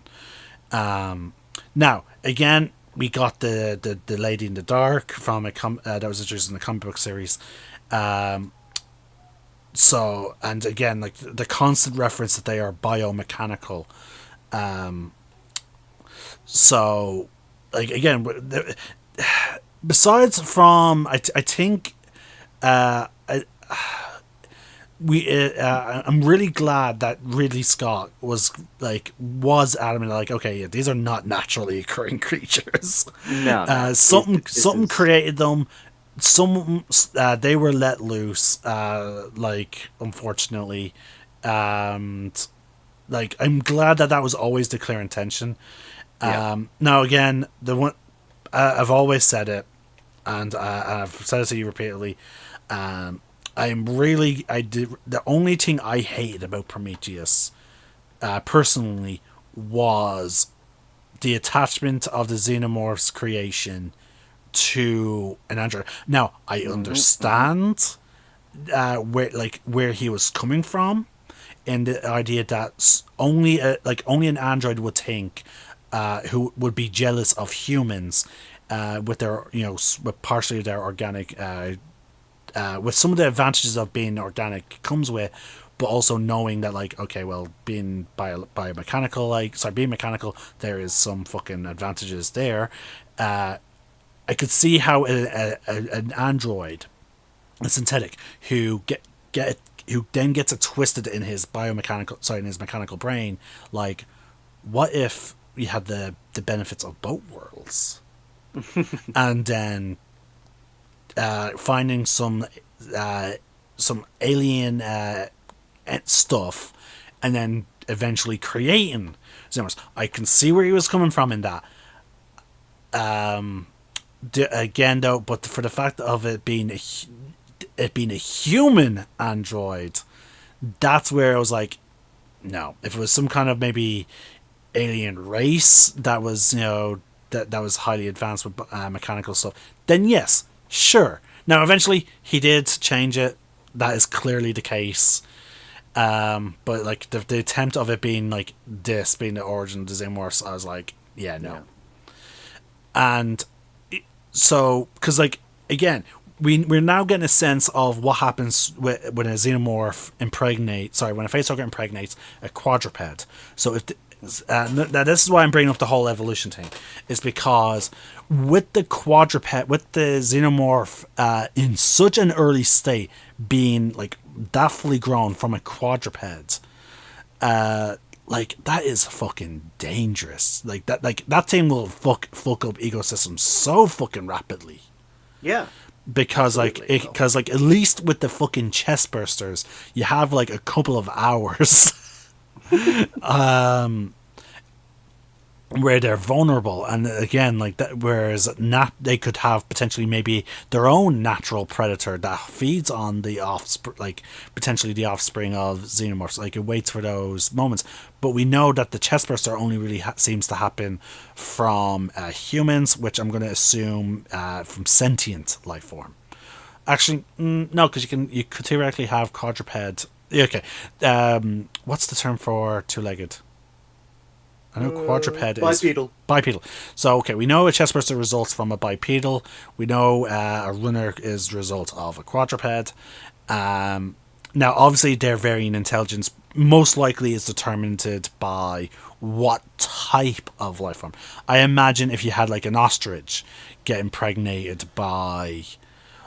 Actually, that's an avian. That's an avian. So I imagine it would be a whole different type of xenomorph. Anything of a.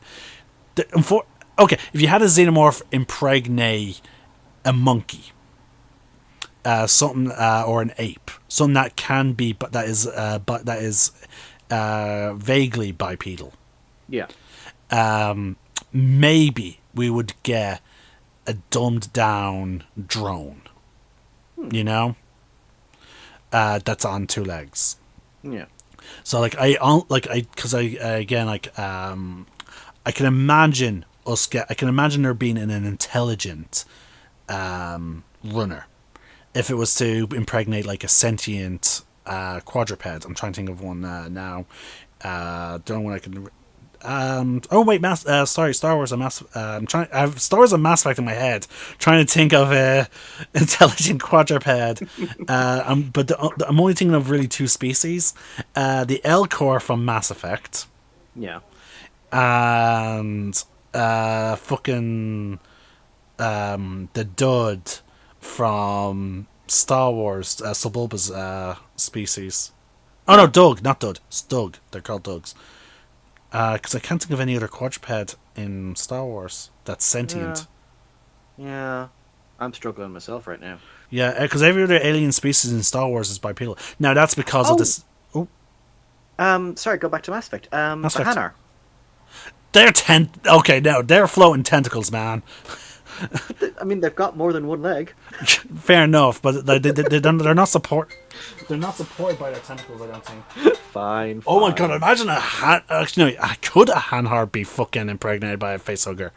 That is actually a very interesting question. Like an elk. Oh god, I can imagine a Elcor face. Like that would be a brew. That's easy as xenomorph brew. Oh yeah, no, that would definitely be the heavy hitter. Yeah. Anyway, moving on. But yeah, so the runner eventually takes out. Now, I have Alien 3 because like I did with the last movie, I decided to actually have the movie muted and playing as we're talking about certain scenes. Yeah. So that way I can actually see like certain things, so I know for a fact. So we're at the bit where he is now going to look into a cray, and I want to see if it. I'm going to try and see if it was like what exactly happened that got the acid in his face. Yeah, that's what I thought it was, because he's kind of screaming in pain. Yeah. Something hits him in the face. Yeah. But I also, if you notice as well, it looks like the runner is like surrounded by some kind of like resin thing that it would put out, like almost all similar to a nest, but almost like another kind of sac thing that it's coming out of. Like it's just finishing its growth process, basically. Yeah. Okay. Yeah. So it definitely was. I think it literally chucked. I think the acid, like it looked like it chucked something. It wasn't so much of a spin, because like its face is covered like in like what you would expect a snake and a reptile to look like when they molt. Yeah. So I think. Because again, I'm hesitant to say it spat the acid because of the fact that because we never see it do anything like that again throughout the movie. But maybe whatever it was doing to make its little nest, because like maybe it was setting up a nest potentially for itself and the queen. Because again, you said it. You said it was confirmed that it was a warrior. It's off the warrior cast. Well, no, I was just saying that was what the royal facehugger was going to be doing. Yeah. Well, so technically, if we're going by the assembly cut, yes, it's. I'm going to go by the assembly cut. Yeah. So the warrior is clearly like getting ready for the queen, because again, it's already been established that the xenomorphs have a hive mind. Already from like this movie and the two other movies, and then we get the comics that like even further fucking exemplify this. Again, they go into it deeper. Yeah, with the Lady in the Dark, which again, I want a movie that I want a proper series, comic book series. I would gladly buy that comic book series that explores that properly, and I would even accept a movie. I want either. I want more. I want the Lady in the Dark. I want more of the Lady in the Dark. We're getting an Alien TV show on Hulu. Maybe that takes place before Alien, so maybe we'll get that. We'll see something. Yeah. But anyway, so the xenomorph, like that warrior, is clearly setting up some kind of nest. Maybe through the resin or whatever. Maybe, yeah. Because we don't even know what that resin actually is and all. Like maybe the resin maybe it does something with its acid. Yeah, I know. What's it called? So remember I brought up in the last video the Alien River of Pain, the audio drama that focuses on LV-426.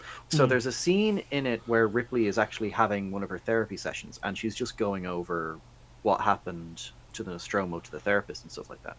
And the therapist questions, well, you said this thing latched onto Kane's face, but he had his helmet on, so how could it have done this if he was surrounded by glass? And she just goes, I don't know. It secreted resin. Maybe it can control the acid it secretes as well. So they're almost in a way, they're almost maybe trying to give some form of explanation without going too much into it. Like, okay, maybe it's this. So from that, I'm going to assume maybe, your theory is kind of on the mark where maybe the resin can have an acidic value to it.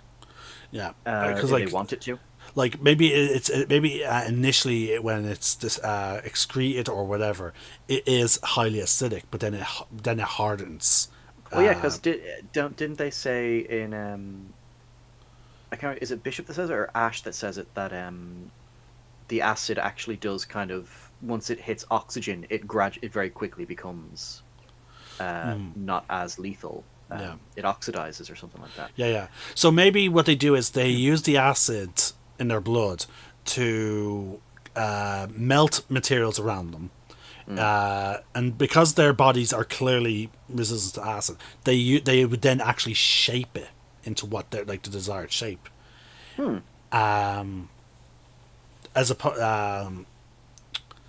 Like maybe that's the thing, the process.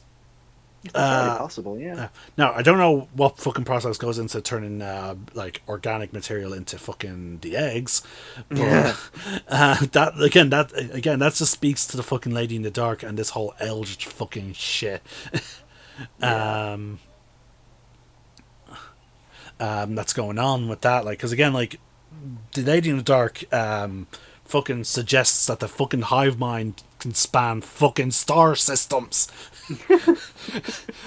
Yeah, it's almost dangerously OP, but given the Lovecraftian nature of the idea as well, I'm kind of willing to accept it. Yeah, like maybe like I feel like she's so far she's like semi like a Cthulhu figure, because again because again this is a guy describing a scene that like a vision he had from a surgery he was getting done to him to remove a chest burster. Yeah. And because there's definitely an exchange of fucking DNA. The Ripley clone proves it. Sorry, the Ripley clones, I should say plural. The xenomorph clone that we get in Resurrection definitely are an example of that. But the fact that the xenomorphs take on properties of obviously their host is also a big example of proving that there is definitely an exchange of DNA. The thing is, we never seen a human survive the process. So this guy was who survived it. Like there was like again, he's describing a vision. He's describing this fucking weird ass entity. I showed a picture of it in the Alien movie. She is creepy as fuck. She fucking is. And just the way, because again, the way the artist, now this isn't a comic book series, so the way the artist drew her is fantastic. She's surrounded by folks. Look up The Lady in the Dark. It's a fantastic picture. She is just this weird, clearly xenomorph connected entity, surrounded by drones, face huggers. This weird snake thing from Prometheus, clearly in some kind of hive nest, because like the cave, whatever, has all the telltale signs that it's a hive. But the way they drew her is, it's like clearly the guy's describing it as if she was looking at him, because we are looking at it from his perspective, she is looking at us. It is the detail on the eyes is what really sells it. So yeah. Either way, xenomorphs fucking dangerous. From the runners being fully grown, like there's just again. It's why my interest in the Alien franchise is all about the lore. But my own mother mistakes it for a huge interest in horror movies. I remember you saying, yeah. She came home from Vegas with a fucking Jason versus Freddy t-shirt, and I'm like, I have only ever saw fucking Nightmare on Elm Street. Never saw any movie involving Jason. Don't really watch that many horror movies except for Alien. Oh God. But anyway, so that guy is quickly killed by most likely the resin. And he kind of rolls all the way into the big giant fan. Which is great because it continues the mystery and from the perspective of the prisoners and everyone at the prison. Because the warden and Andrews, I think is the name of the warden, and then his second in command, I think he has a name, but the prisoners call him 85 because of his IQ. His IQ, which I fucking love the reveal of that. It's just so good. But he's, and again, actually, despite the fact he's not the smartest of the group, still a good character. Like he still had a pretty decent conscience to him. Like he was actually. Oh yeah, he was very much wanting to try and help out, but unfortunately, though, his selfish desire to get home to his wife and kid, which you can't really fault him. Yeah, no, it is kind of a good conflict with the character. Like, he gets it, this is dangerous, he understands Ripley's position, but he's like, no, I have my own interests to think about. I'm sorry. And he truly believes Weyland-Yutani will, look out for them. Yeah, like, he's fully, like, a company man. He's like, no, they have our backs, they will always have our backs, they wouldn't just let us die. Even after Ripley explains towards the end of the film, look, the first time they heard about this thing, it was crew expendable, then it was Marines. They're not going to give a shit about a bunch of lifers that found God at the ass end of space, which is my favorite line. One of my favorite lines that she delivers. But because of him falling into the fan, his body's all chopped up. Yeah, and so they think it's an accident. Yeah. Which we then get to the scene now you were bringing up earlier. It turns out Ripley slept with the doctor. Yeah, Clemens. And this is, to be fair, this is where she sees the barcode. Better ways for you to show that he was a prisoner. But yeah, it's the thing of like, so at least with the Hicks Ripley thing, there were some interactions between the two of them, and then they didn't really take it beyond. Something might happen, something might not happen. We'll never know. It was literally just. I'm going to defend it. Okay. I can't wait to hear this. Again, because he even the doctor brings it up.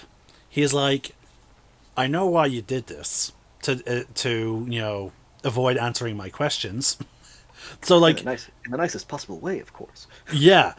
So like again, him given his situation, he's not going to refuse. Like, in his position, like, okay, yeah, he wants answers. Yeah, he knows. Okay, you're just trying to seduce me, so yeah, you don't have to answer my question.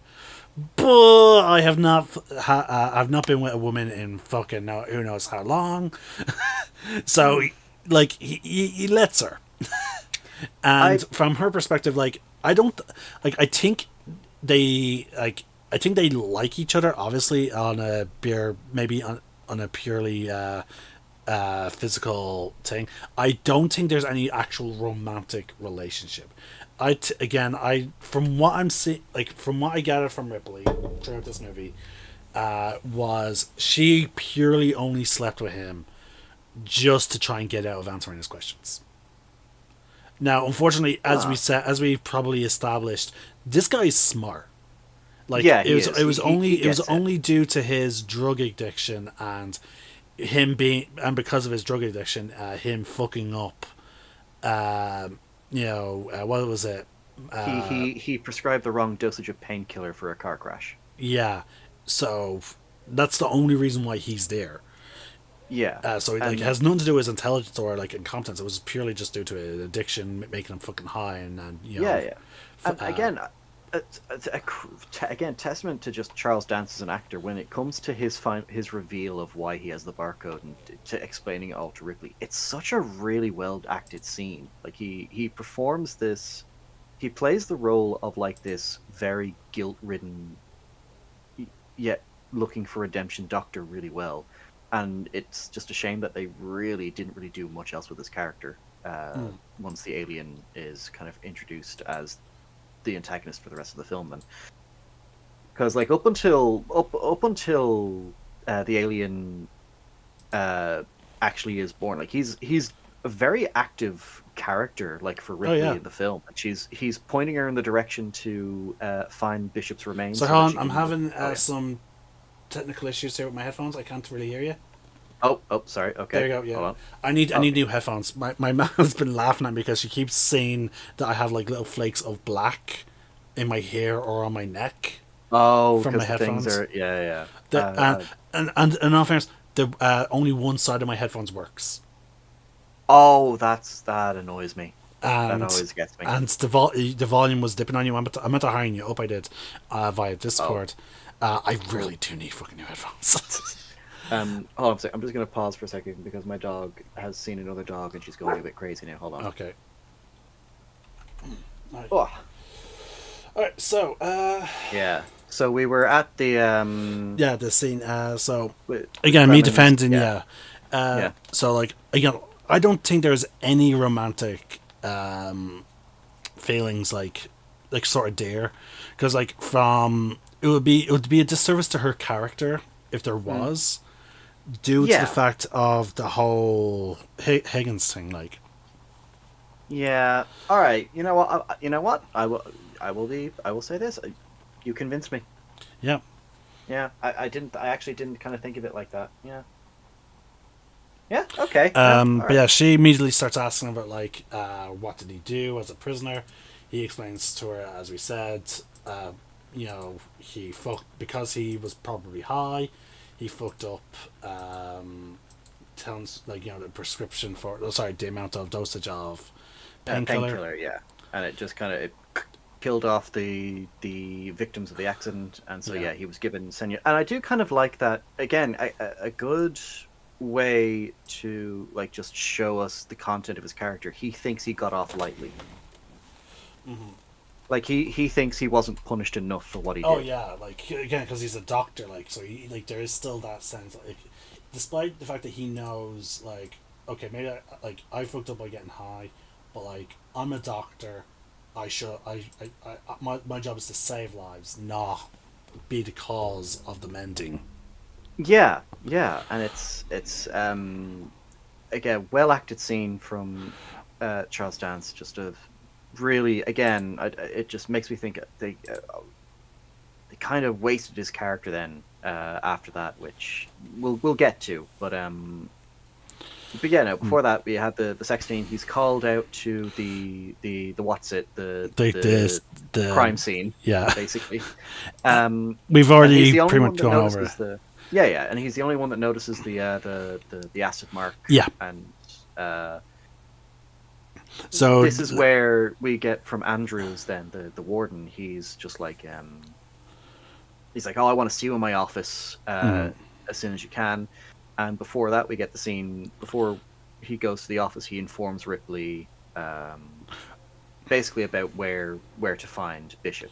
Basically, yeah, because Ripley has taken the flight recorder from the EEV, so now she needs a computer to basically play it. So. But he's also pretty much like, okay, I want fucking answers. Yeah. So she's like, all right, if you want to help me, if you want answers, help me find a way to get access to this flight recorder. So it's like, okay, Bishop will help. If you want your android, he'll be in this area. I can't go with you, so just remember that. And then he goes off to talk to the warden. Then. Because he says he's already in a lot of hot water because of I think just because his general interactions with her. Yeah, he's already like not on good terms. I already got the feeling he wasn't on good terms with the warden.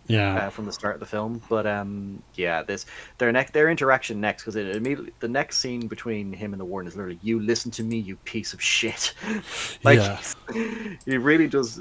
But this is where we get the information from the warden that the company has specified particularly that they want Ripley protected at all costs. Like she is high value. She is to which suggests that they have made contact with the ship, and because we saw in the opening credits that the ship did scan, and there was even a scan of Ripley's face with a facehugger on it.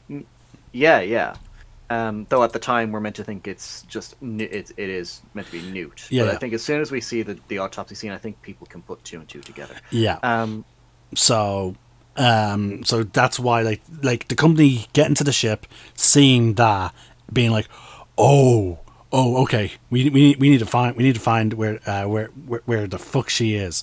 Then they get a report from the prison where like, oh yeah, we have a Lieutenant Ripley here, and they're like, oh, keep her fucking there.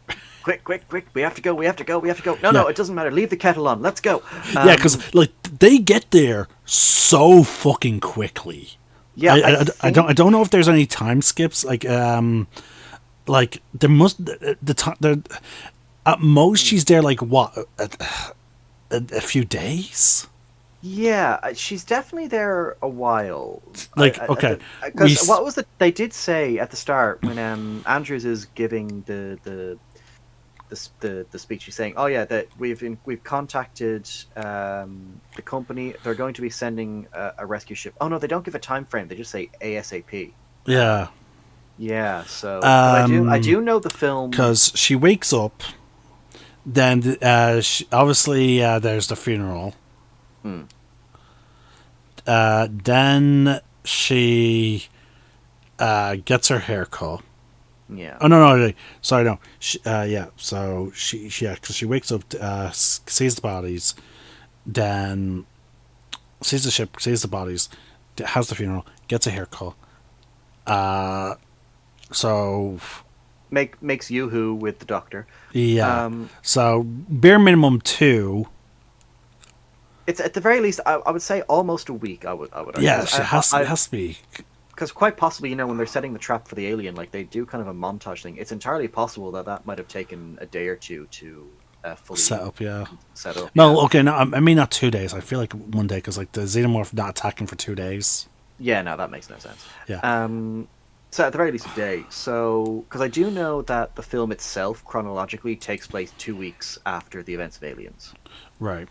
So they've only been flying on the Sulaco for 2 weeks before the EEV crashes on. And we know how long. How long did it take them to get to? Oh, it takes them 2 weeks to get to. Hold on, it takes them generally 2 weeks to get to. That planet, because remember, like when Ripley asked, like, how long do we have to survive for?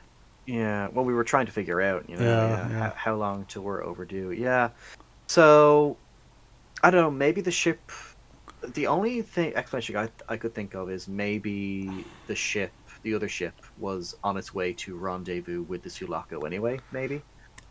Oh, actually, now that I think about it, um, so because I just Because like remembered, it's definitely okay, clear that definitely clear that the warden sends the I communications to the company straight away.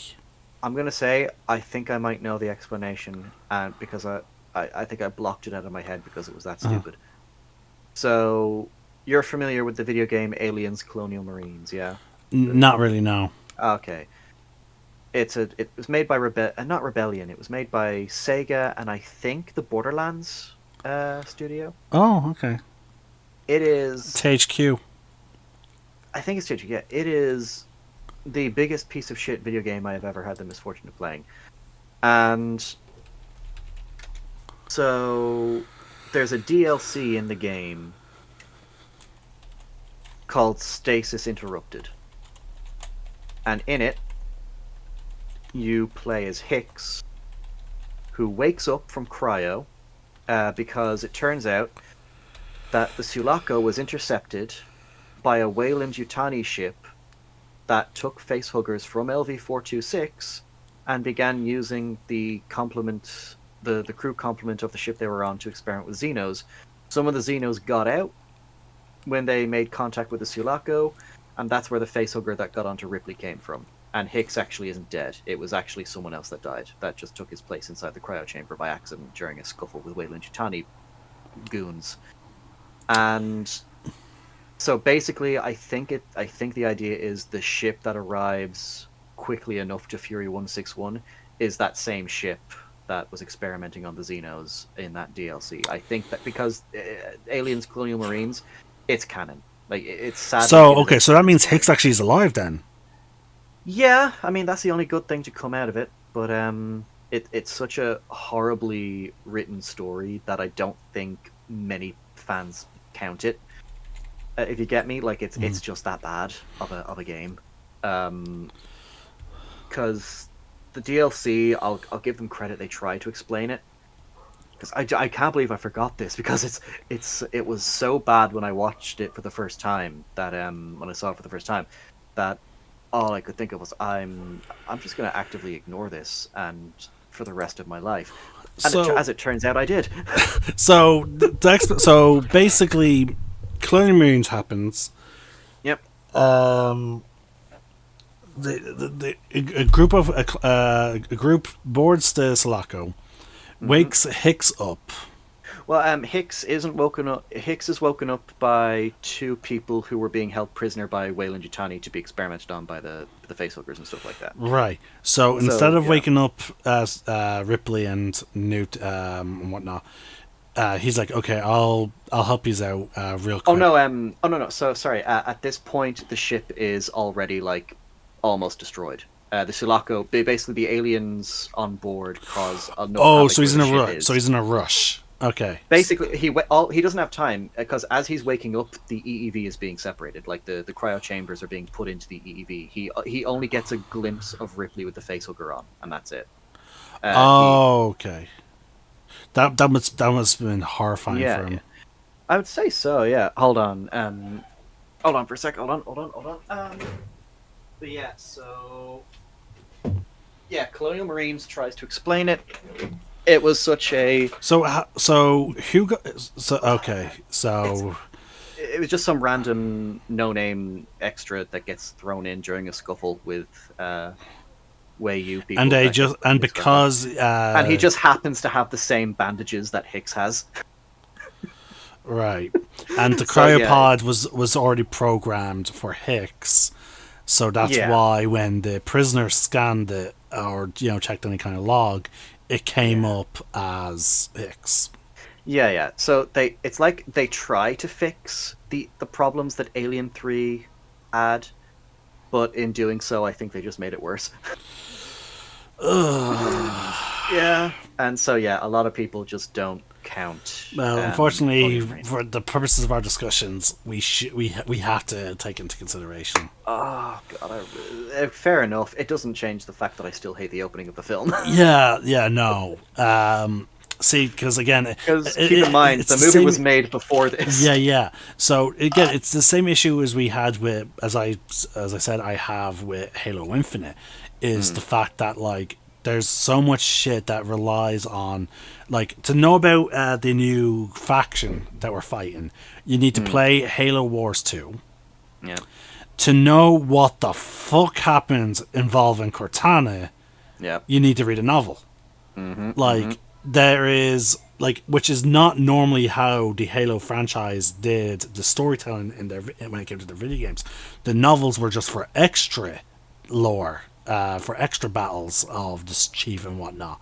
It was never meant to fill in the gaps between the video games. Exactly. And unfortunately,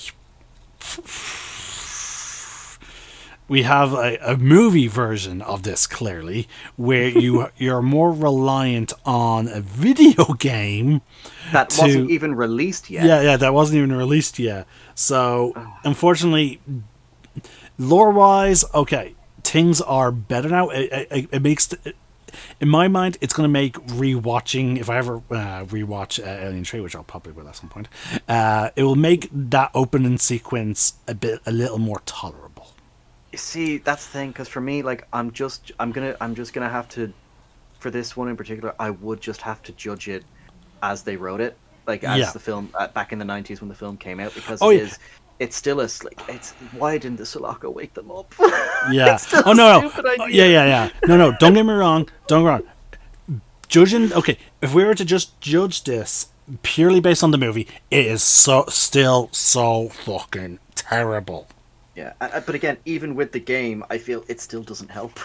Oh yeah, it's clearly shoehorned in.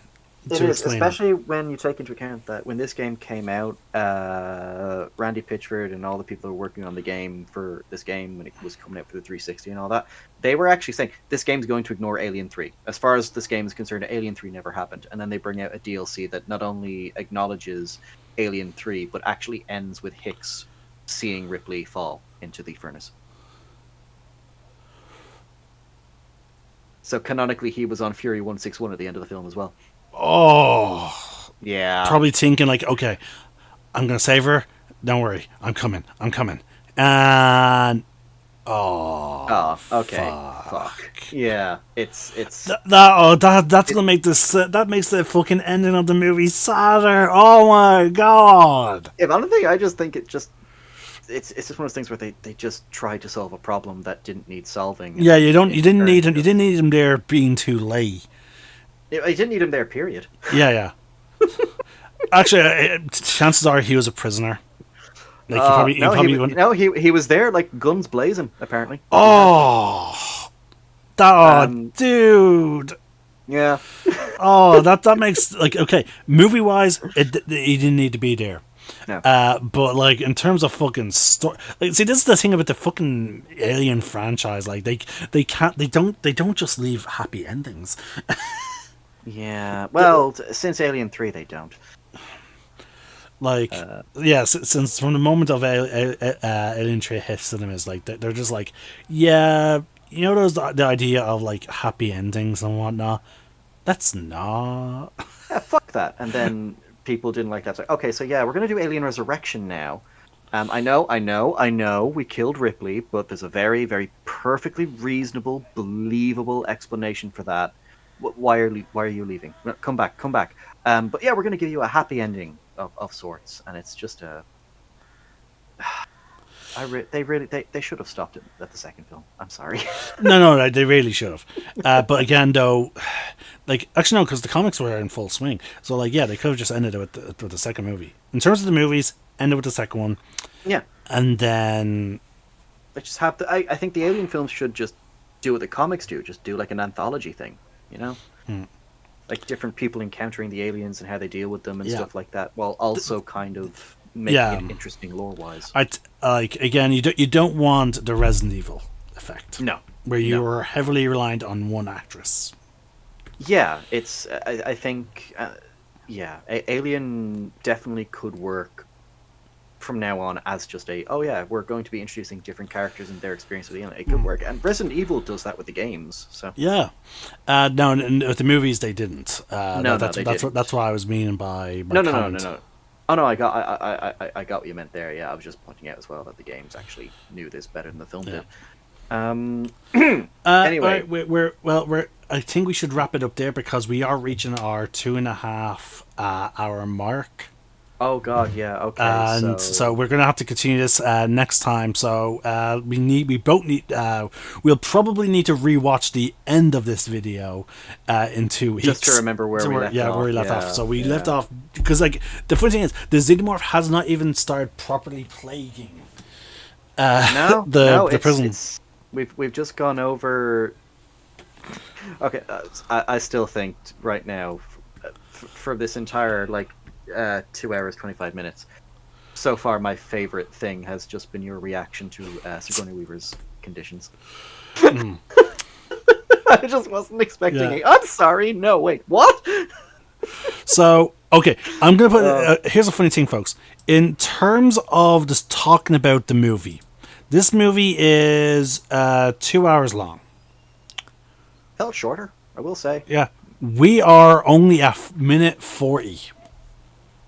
Yeah, though again, because I will say we are kind of going through it faster than we did. With yeah. I will say. Yeah. We're keeping it on track for the most part with a few little things added in. But yeah, no, I honestly feel like we did a good job. We were focused on certain scenes. We did lose 20 minutes, however, due to the whole Sigourney Weaver conditions thing. But hey, I make no apologies. Like, oh my God. Just wow. Yeah. All right. Yeah. Anyway, folks, I've been the Celtic Nerd. I've been SkullDuggery. One name, one sky. Hello, folks. The Celtic Nerd here, bringing you another nerdy video. I'm once again joined by SkullDuggeryTV. Greetings. This is SideChat, as you can probably tell by our footage of Alien Fireteam Elite. Yes. Oh, actually, that reminds me. I need to press play on this thing. Hold on. Where is it? There it is. Hopefully Is it going? Yes, the mouse is moving, so that means it's going. Okay, cool. So, we are gonna... unfortunately, we are not moving on to the next Alien movie because to avoid another Aliens, we decided to limit ourselves to 2.5 hours per side chat. Yeah. It is good that we implemented this rule early on because once we get to Star Wars... Yeah.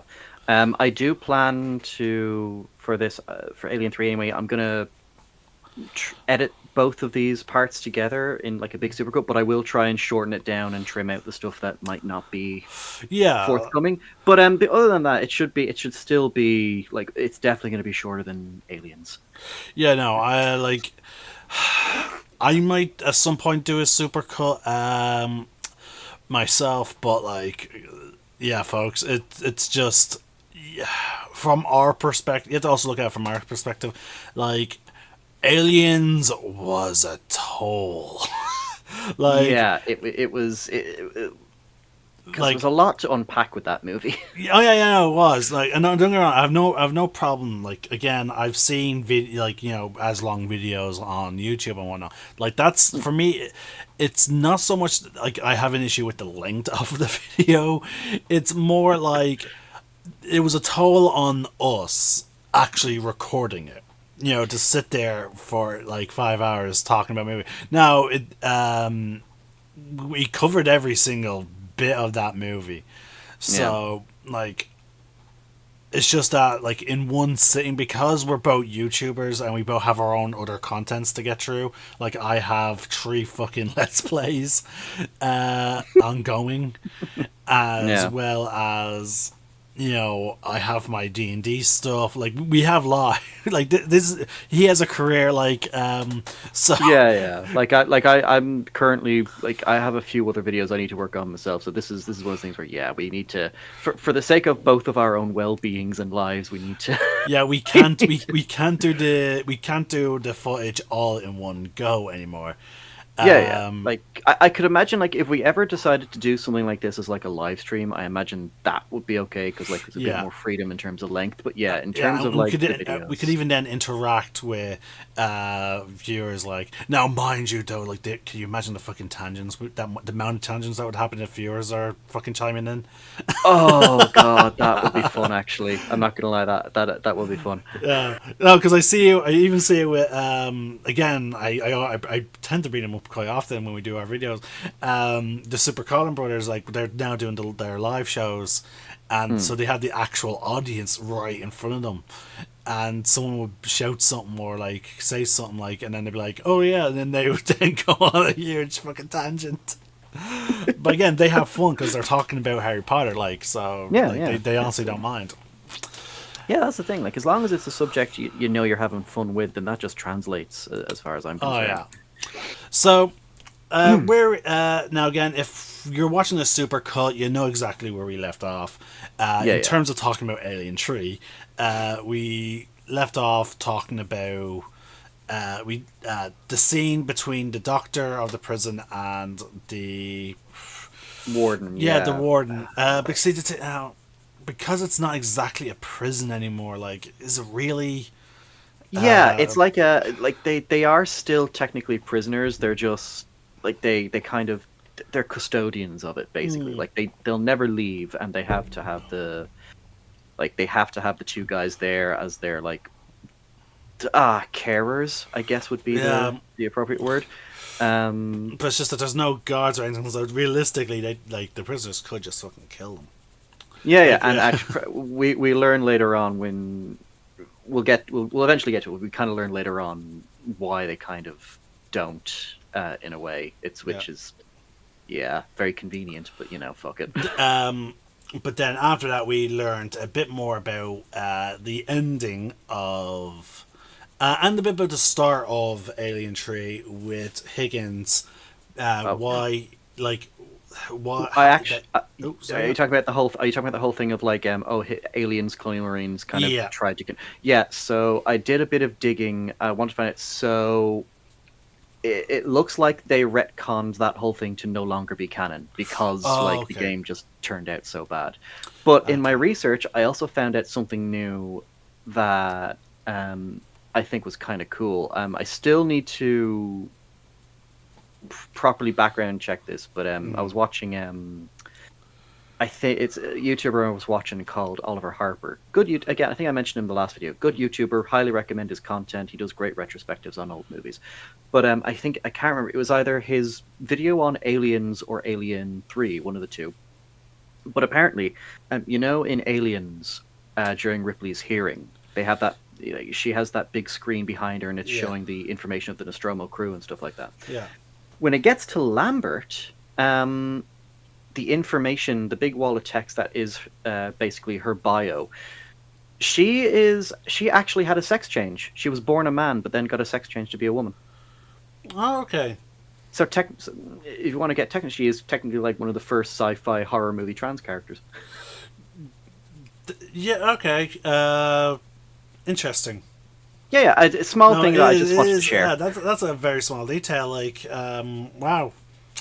Yeah. No, it is a cool detail. Like, Yeah. I just wanted to share it because when I find out new information about these kind of things, like Aliens or any other kind of films I like, it's like, oh god, I need to share this now, even if it's not. I wish I'd known this during Aliens because it would have made more sense to bring it up there, but I only found it out when I was going over Alien 3 stuff. So, oi, but yeah.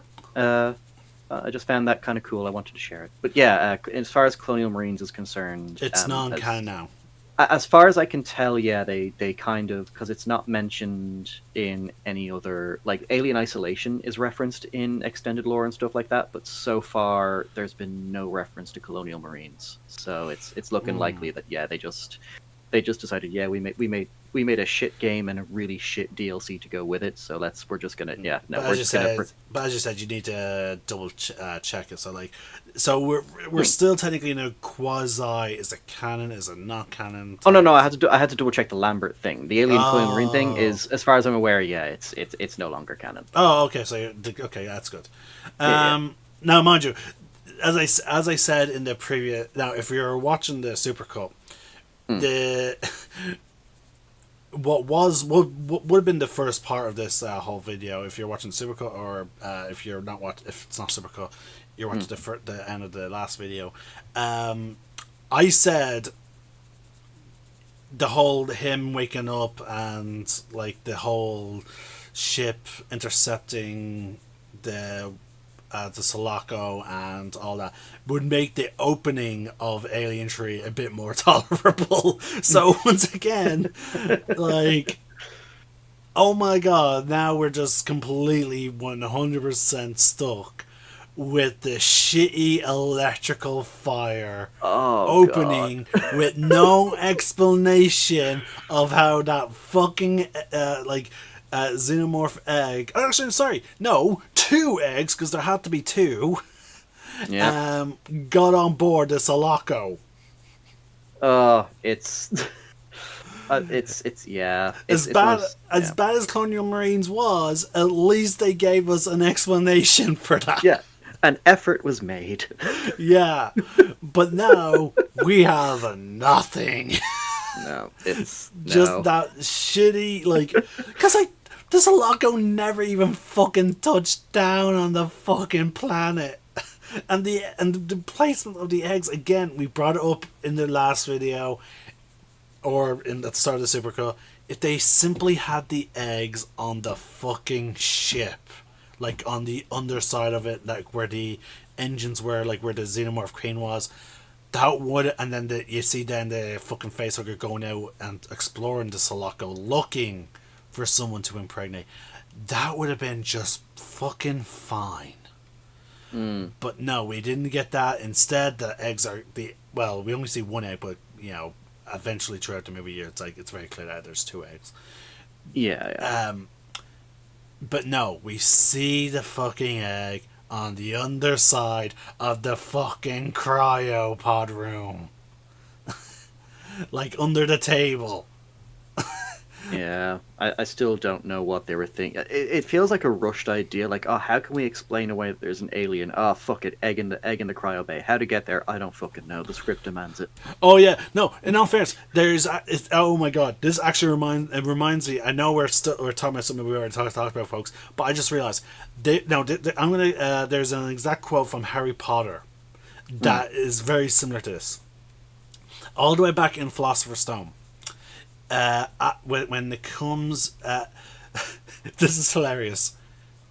There's literally a bit where, because again, keep in mind, folks, the Harry Potter books are told from a third-person perspective, so we're not hearing Harry's thoughts or anything like that. It's as if someone's telling Harry's story. Yeah, but it brings up Harry and Hermione did not know how they managed to get Norbert all the way up to the tallest astronomy tower. They just completely skip the idea, like the sequence. And we know for a fact that teachers and Filch and Mrs. Norris patrol those halls. And yeah, it's like JK was like, oh, I'm about to write myself into a corner here. How are they going to carry a big crate with a noisy fire-breathing dragon? Like up. Wait, this is the first book, isn't it? Yeah, it's the first book. Now again, you could argue this is only the start of her writing thing. Like, no, I was just gonna say, if this happened like not long after they'd learnt Wingardium Leviosa, just there you go. That's an explanation. Yeah, but the fact is, like, the narrator acknowledges that they did not know how they managed to do it. Like, and that's the crazy part. And here's the other thing: we know for a fact that Malfoy is at the tipping off like McGonagall, yeah. No, he tipped off Filch. It's McGonagall in the movie. It's actually yeah. it's Filch is the one that catches them. Right. Okay. Yeah. Oh wait, no, you're right. Because no, wait, I'm trying to remember now. Because Neville gets caught because it's believed that he snuck out to try and warn Harry and Hermione, and Harry's like they can't say nothing because it'll get Hagrid in trouble.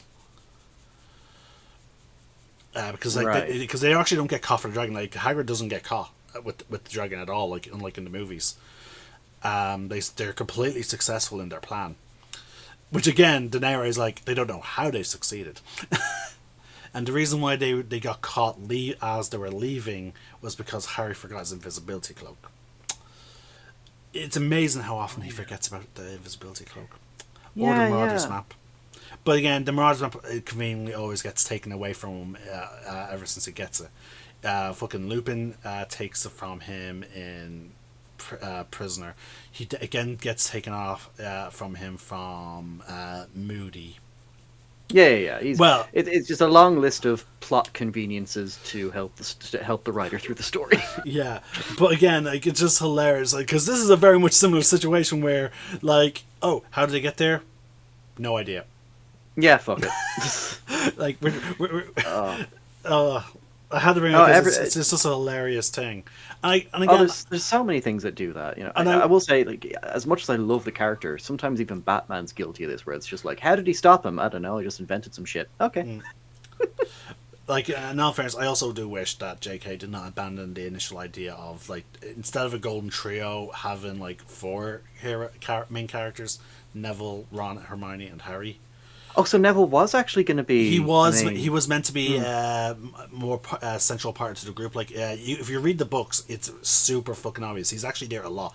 And again, it was him and Hermione and Harry and Draco that went into the Forbidden Forest, not Ron. Ron's first trip into the Forbidden Forest doesn't happen until the second book.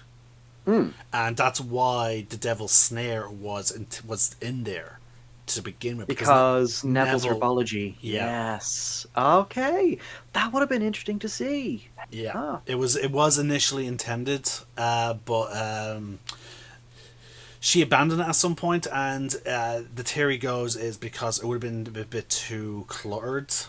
Which is why eventually the group does eventually include Neville eventually, but not until Order of the Phoenix. But at that point, it also includes 2 others. It includes you have the Golden Trio, and then you have the Silver Trio.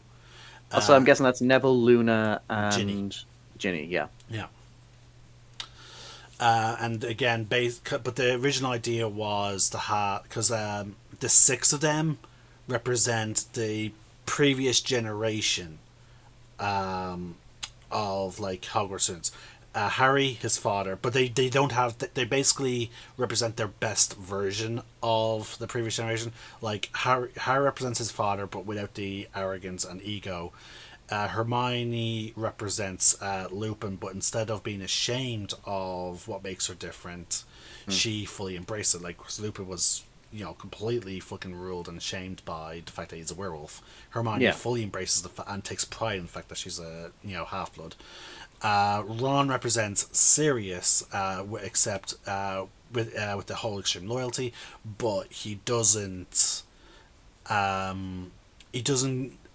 He's not blindly loyal, like Sirius was, where he lets the other guy get away with pretty much anything. Yeah. Then you had Luna represents Snape, where Snape was ruled by how others viewed him. And would, hold a fucking grudge like no one would ever fucking believe, to the point where he bullies fucking children. Luna just doesn't give 2 fucks.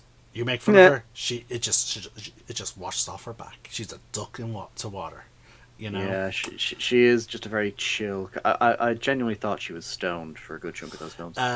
Ginny represents Harry's mother, but there's not really any flaw to Harry's mom. Mind you, we know fuck all about her. Like, we know a bit more about James because of flashbacks and whatnot. Yeah. Lily's just kind of the one Harry used as a human shield. Yeah. Mind you, you won't do that with fucking Ginny in the book version of Ginny. Book version of Ginny is a fucking badass. Yeah. And the romance is so much better.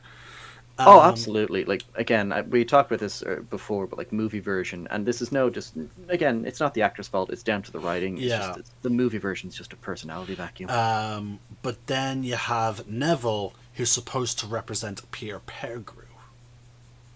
But whereas, because he's the cowardly, untalented friend, but whereas Peter, he never overcame his cowardice. He never. He kind of remains just a little worm. Whereas Neville, eventually, he ends up standing up to Voldemort and actually fucking drawing the sword of Gryffindor. He becomes a true Gryffindor. Despite his cowardly beginnings. Yeah. But basically the original idea was Harry, Ron, and Hermione and Neville were basically supposed to be like the next generation of Marauders. Also, Harry, Hermione, and Ron each represent... There's also a popular theory that each of them also represents a different house, but they're all in Gryffindor. Harry, Slytherin, because Harry is quite cunning. Hermione, Ravenclaw, and Ron, Hufflepuff. But then you have obviously so basically the three of them together being in Gryffindor is literally all three houses united. Kind of cool. Yeah, it's one of the reasons why the Supercut brothers are now doing this whole What If series. What if Harry was in Slytherin? It's fantastic. I'm currently listening to their What If Ron was in Hufflepuff. I really cannot wait until they do What If Hermione is in Ravenclaw. That'd be so fantastic. Anyway. Yes, the pre-ramble is over. Yeah. The preamble. Dear God. Is preamble? Wow, fucking 20 minutes. Oh, shit. Okay. Hey, again, like, every podcast has an intro. It doesn't matter. Oh, yeah. Again, you should be thankful ours is 20 minutes. Like, there's a podcast I listen to, I think I mentioned it before, called EFAP. And their openings are, like, sometimes that, like, because they'll have, like a 4 or 5 to 10 hour podcast, and like the opening will just be an hour long, and typically they're just talking about these games that we played were great and shit like that. So it's 20 minutes is fine. I don't want to end up having to do a third part of Alien 3. But mind you, it would be a bit ironic considering it's Alien 3. Yeah. But anyway, so I just spent like fucking 15-20 minutes promoting a fucking other YouTube channel. How could you? Anyway, so the next scene that happens on Alien 3 is we get some prisoners. I can't really recall what their whole purpose is in this tunnel. I think they're just there to light candles. Like, I think because it looks like there's no power in that area. Oh, so yeah. Candles, like, is a pathway kind of thing. Yeah. Because they reference the size of this like prison often, and so to avoid people getting lost, they light the candles as basically like, oh yeah, this is how you get from this point to this point. Exactly. They're having like, just some conversations. Like one says shit and the guy contradicts them. We've already talked about this. Yeah. I think one of them is like God damn it or something like that. It's like, don't curse. And then the other guy says, what fuck, this is shit. And then once again, Paul McGann's character, who I think is called Gullick in I think he's credited as. Yeah, he goes, no swearing, and the other guy goes, shut up, it ain't against God. So again, they're kind of, it's one of those things where they just reminder guys, these are criminals, but they're religious criminals. Yeah, like it is very clear that they are genuinely trying to repent. Like it's the movie does, like I will say, the movie does do a fairly decent job at trying to make like these group of criminals like a bit more redeemable. Yeah, not all of them. Obviously, the ones that tried to, do that to Ripley, I was kind of hoping they would die first. Oh, yeah. No, I totally agree. Yeah. But these three definitely seem genuinely repentant, because like they're even trying to follow the don't take the Lord, like the commandments, don't take the Lord's name in vain. Like, so fair fucking play to them. Like, not many people even in this time do that. No. Sure, I don't even know the commandments. I'm pretty sure I've broken all of them, except for murder. But okay, bad joke aside. But an interesting thing about Paul McGann's character, Gullick, in the extended edition of the film, the what do they call it again? It's not the director's cut, the assembly cut. It's been a while since I've watched it, but his character actually had a much more prominent role in the original story than what we get in theatrical release. Like, basically after this scene, so basically, as you can tell in an Alien movie, it's three guys in a deep dark fucking hallway thing. The alien comes, kills two of them. Paul McGann's character gets like sprayed with the blood of one of his friends. And what I will say is just a genuinely eerie kind of scene, because like he gets sprayed with the blood, and then he's kind of looking at it with this.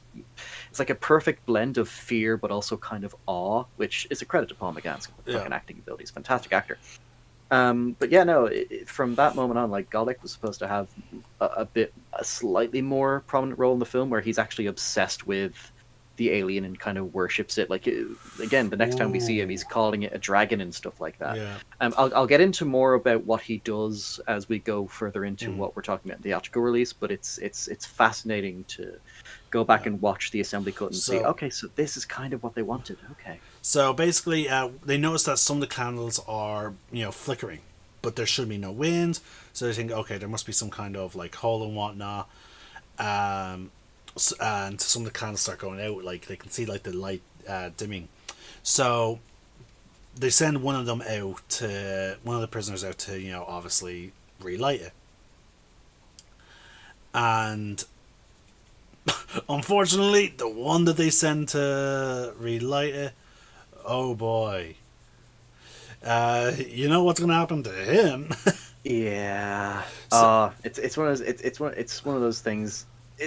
Where the Alien movies did eventually, it's a horror trope that it's sad to see that Alien did eventually fall into, where you're just like, oh, I wonder how you're gonna die.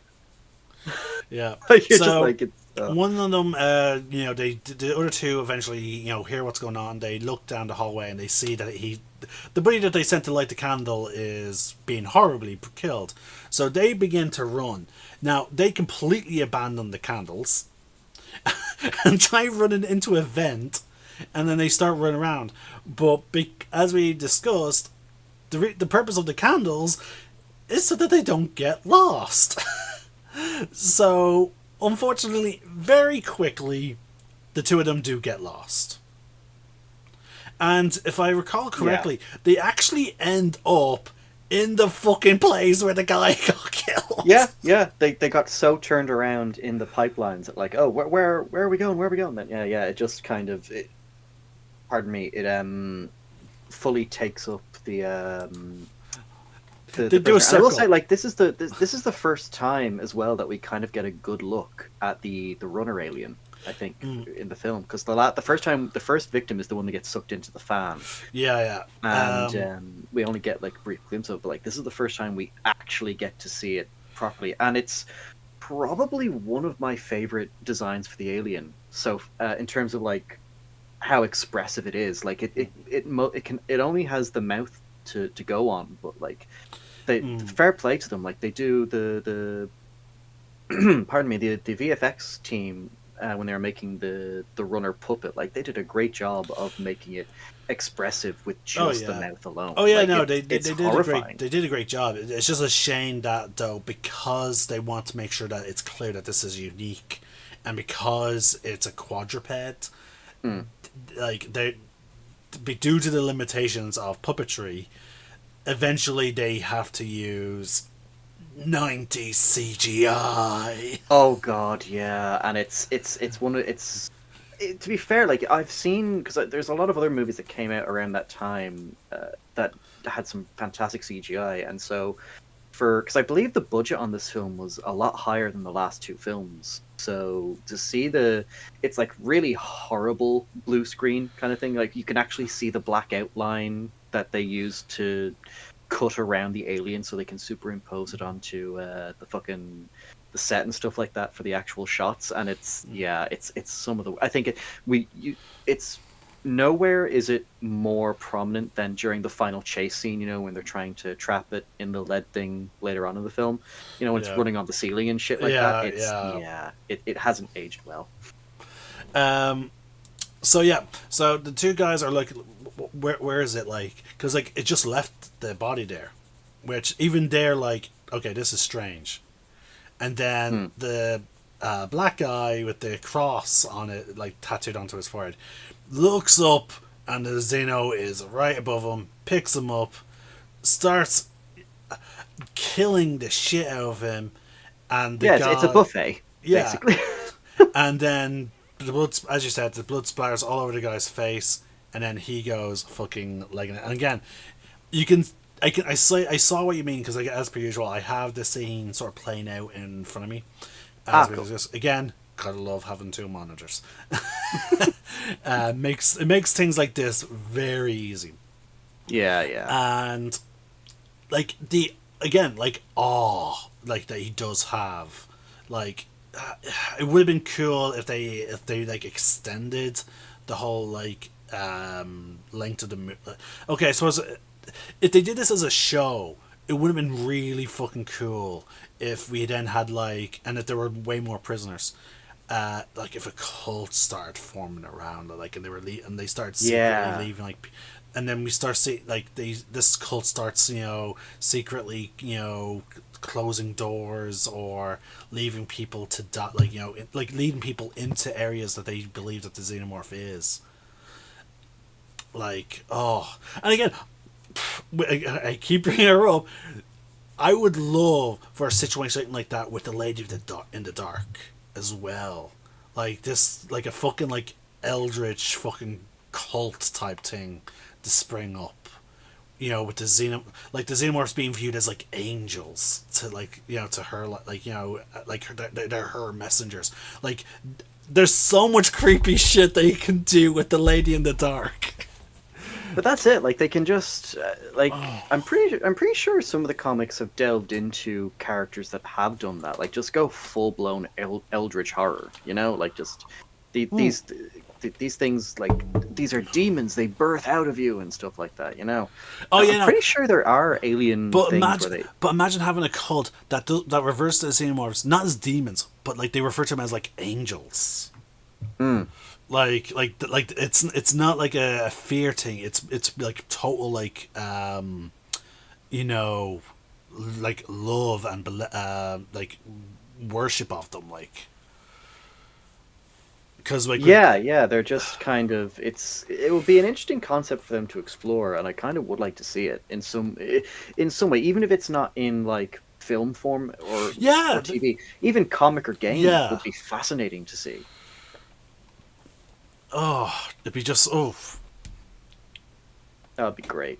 But so I think so Golic and them, they get fucking axed off by the Xenos. And then we cut back then. We're back then with Ripley as she's reactivating Bishop. You're absolutely right. And I will say, like, for this scene especially, 'cause, again, props to the VFX people. Pardon me. The puppetry for Bishop is really good in this. Like, it's one of those times where you forget it's an animatronic. And again, Lance Henriksen is always it's always great to hear his voice as the character. And again, if people, Mass Effect fans will recognize that this is Admiral Hackett, by the way. I think I brought it up in Aliens, but I'll just bring it up here again. Yeah, Lance Henriksen is Admiral Hackett. Oh, you didn't? Okay. Oh, I didn't? I thought I had. Yeah. No. Yeah, so next time you guys are playing, Mass Effect, just think of, an emotionally inept android that, holds onto a little girl to not be sucked out into space, and he's legless. Oh no, I always liked Admiral Hackett. He's a good character. Oh yeah. But yeah, folks. Dear God. So this was like when I first saw Alien Street, I was really hoping that this would be the moment where it would have been explained how the egg got onto the in the cryo room. Oh, I never thought that would be how they could do it. Fuck. But nope. Nope. He's just like, there wasn't it was with us all the way. Like, Yeah. Yeah, there's just like, he replays the alert. She gets a little bit of information. He's like, yeah, no, the alien was with us all the way, and the company knows everything. And is that all the information we're getting? Yes. You're not going to tell us how the alien got on board. I'm sorry, Bishop's no longer available. To talk to me later on. Press beep. Also, like, he basically asks her to kill him, like, because as an android, he has a semblance of pride, and it's he can be rebuilt, but he'll never be top of the line again. Yeah, and he would rather be nothing, if not top of the line. So basically, it's Vegeta if Vegeta was an android. And it also kind of, because again, like I think we were talking about it before, like one of my problems with the film is it can get a bit too nihilistic, and I think Bishop's attitude towards being shut down, it kind of adds to that. Like he's like, I'd rather be nothing. Fuck life. I'd rather just be nothing. I'm like, oh, that's lovely. Thanks. Yeah. The only friend Ripley has left. Also, there's one slight problem with that. The whole I won't be top of the line anymore. Bullshit. There's such a thing. There's a term that PC gamers will be very much aware of, and it's called upgrades. You take it the faulty part and you put in like. But that's the thing as well, though, because we kind of, I suppose, we don't really know fully how the Wayland androids work. Maybe they can be upgraded, maybe they can. Well, though, then again, yeah, because then in Alien Romulus, it's kind of like you've got the Andy robot who he just replaces his chip, and then And then there's also this other thing. You could easily just download his fucking profile and memory and upload it into a spanking new model. Yeah, it's kind of a weird. It really just felt like, well, we already killed Hicks and Newt. We may as well just kill Bishop now as well. It kind of felt a bit okay. Right. I mean, it was great to have, again, to bring Lance Henriksen back, to have the great puppetry do its work. It was nice, but it's a bittersweet scene, but it's kind of like, why did you need it though? Why did you do this?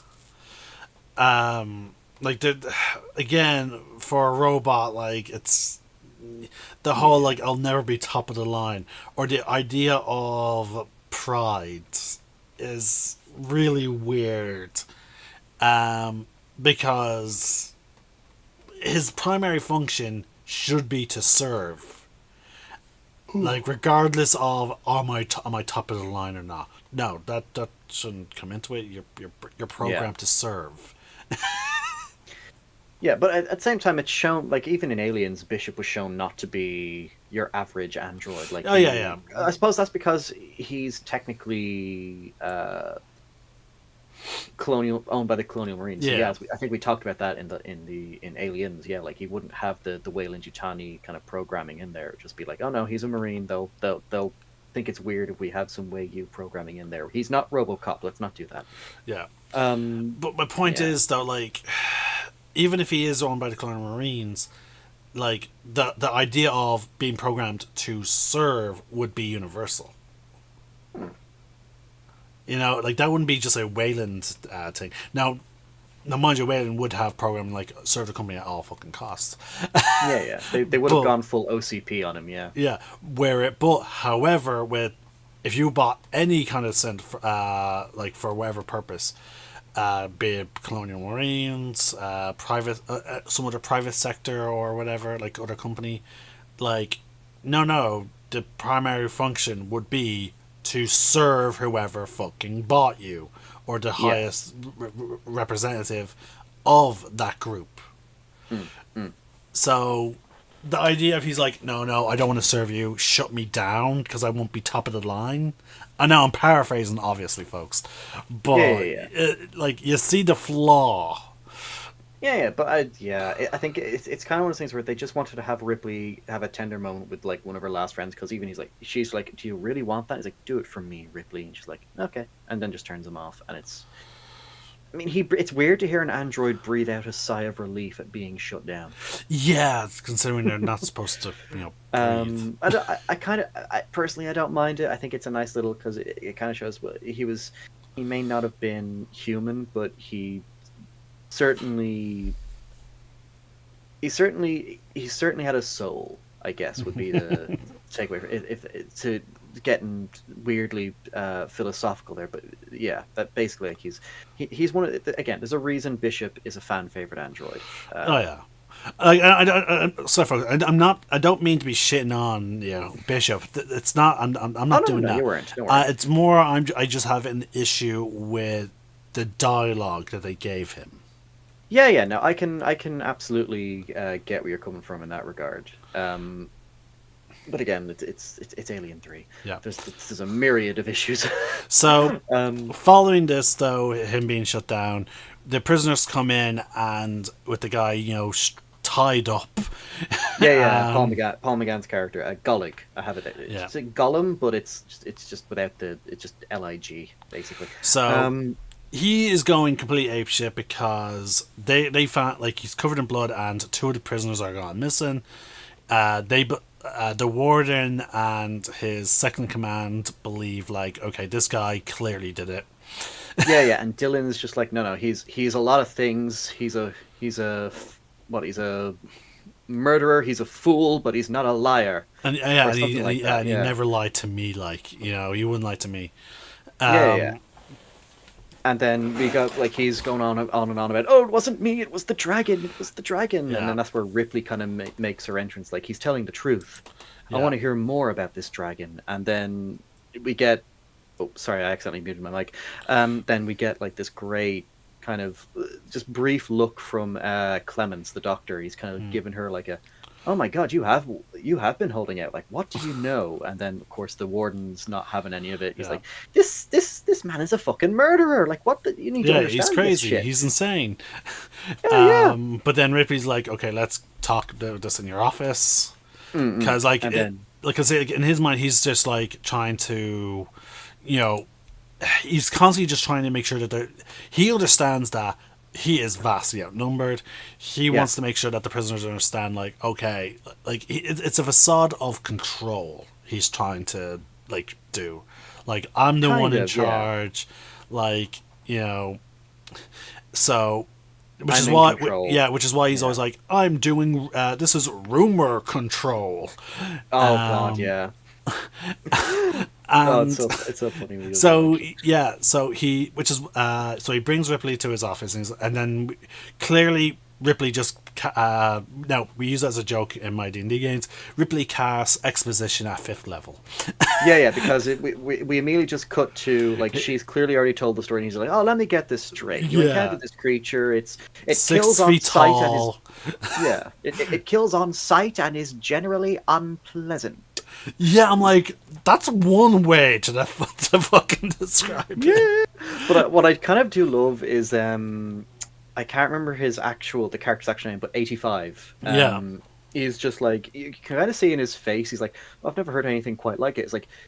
It's like almost part of him kind of thinks that it might be true, but another part is just like, that this is the most freakiest shit I've ever heard. I hope it isn't true. Oh yeah, and Ripley's just deadpan's like, yep, that's about sums it up. Yeah, like, I love that she's completely she's unfazed by the disbelief. Like, even she says, like, he says to her, like, and I suppose you expect me to believe all of this at your word. No, I don't expect you to believe anything. Yeah, because she went through it, like, from her point of view, she went through this, 3 weeks ago? Because from her perspective, because again, the cryo sleep, because she was oh wait, no, it was 2 weeks. She spent in cryo on the Sulaco, yeah. No, apparently it was 2 weeks. Yeah, she did her. She woke up.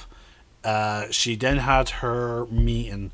Then 2 weeks went by. Time skip because fucking that's when your man sends the fucking family, or he needs to request someone to go check out the coordinates that Ripley gave. Yeah. So 2 weeks, because remember, it takes like 2 weeks to send a fucking message. And the answer is always don't ask. I love that. I love that interaction between them so much. It would have taken about 2 weeks for that. Then she goes into cryosleep after she's asked to, like, look, something went wrong. Actually, no, it would have been a bit long because the time it would take for them to miss their communications. So 4 weeks. We'll say about a month. So because keep in mind she's been working on the Gateway Station on Earth. So during this whole stuff. Yeah, so about a month because 2 weeks to send that communication out, given the order to investigate this area. Then let's say 2 weeks for him to be like, okay, they should be sending me a report. They're not sending me a report. Shit. She then presumably they leave that day after they recruit her. No, because they're at night, so 1 day. So yeah, so a month and a day. Like we'll only count weeks. So she leaves, goes into cryo with the Marines, wakes up. A couple of hours later, they're touching down on the planet. That's when shit hits the fan, and I believe they're only really there for 1 day. The events, because like 24 to 48 hours, yeah. Because we only really see Ripley sleep once, and you're right, because the Xenos attacked one night, the turrets keep them back, they flee back, and then it's the second night when they come back again, and they're in the ceilings this time. Yeah. So there's some kind of, I'd say maybe like a day and a half, roughly. Yeah. So either way, so Ripley, literally, give or take a couple of days, a month ago, had a whole room filled with people, and no one believed her. Yeah. So this is kind of, I will say it's great acting on Sigourney Weaver's part, because this is just Ripley fed up now. Like she's gone through this. I just went through this already, a month ago. Yeah.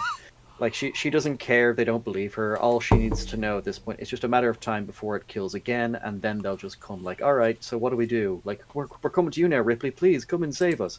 And I do like, and then of course we get the explanation then, because she's the warden asks her, well, what would you have us do? And she goes on like, well, okay, like, well, what do we have? What weapons do we have? And he's like, we have silverware, axes and stuff like that, and again, this was going back to, because this was one of Sigourney Weaver's conditions for the film, like no guns, because she was very anti-gun at this point. So it was like, yeah, no guns, and so okay, we'll give you that. So that's why they have no guns in the prison. Oh yeah, which begs the question, like, okay, you're doing a movie where clearly by the end of the movie the creature has to be killed, but you don't want us to use guns against it. Yeah, I mean, I will say it does allow the writer to come up with a creative way for them to kill you. Again, in the first Alien film, it was blowing it out the airlock. In the second film, nukes and then a big power loader, which I fucking loved. Yeah. I will say this film was kind of creative. I will say though, I don't hate the fact that they didn't have any guns, because, like, for one, it adds a lot of fucking tension. Because, indeed. Like, wait. Like the closest thing we have to weapons is axes and silver. Sorry, closest thing to weapons is axes and silverware. And I think they bring up like shivs as well, like because it's prisoners, so they're gonna have like makeshift weapons. And that's the thing I love, like, because it brings the question. Wait, this is because Ripley does bring it up, and this is what I was going to mention earlier on as to why they don't have weapons. And it's just like Ripley's like, this is a maximum security prison, and you have no weapons of any kind. And fucking the warden's just like, we're on the honor system. So basically, we're going to trust these prisoners that are like murderers, rapists, thieves. Also, that will not kill us. There is also no way for them off the planet. That is true. They're kind of stuck until a supply ship comes. Like, I think they said like it's every few months that the supply ship comes. Yeah. They never gave a specific time frame. But the thing is, I get the impression that sorry, something must land, because your man, even as we said, 85 is like, I'm supposed to be gone the next I'm supposed to be like gone the next shipment. Like, so the very next shipment he was supposed to be leaving prison.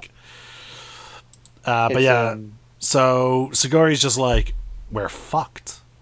No, you're fucked. I love how he delivers that line. It's just such again, it's just again, there's some nice little snippets of fun stuff. Like again, Dylan, that fantastic line, "I have to re-educate some of the brothers." Yeah. After he saves Ripley, it's just there's some good lines in this movie Oh that are yeah, delivered really but I well. love the horror that's like that Sigourney Weaver delivers when she just realized, like, we have no weapons. Oh my Yeah. fucking god, we have no weapons because unfortunately the weapons that okay, axes are weapons, but unfortunately there's a little thing called acid blood. Yeah, like even Ripley knows like that's not going to help us in any way, shape, or Like, form. unless you can get a killing blow on it with the first swing, And even then, there's no guarantee. your weapon's going to be destroyed.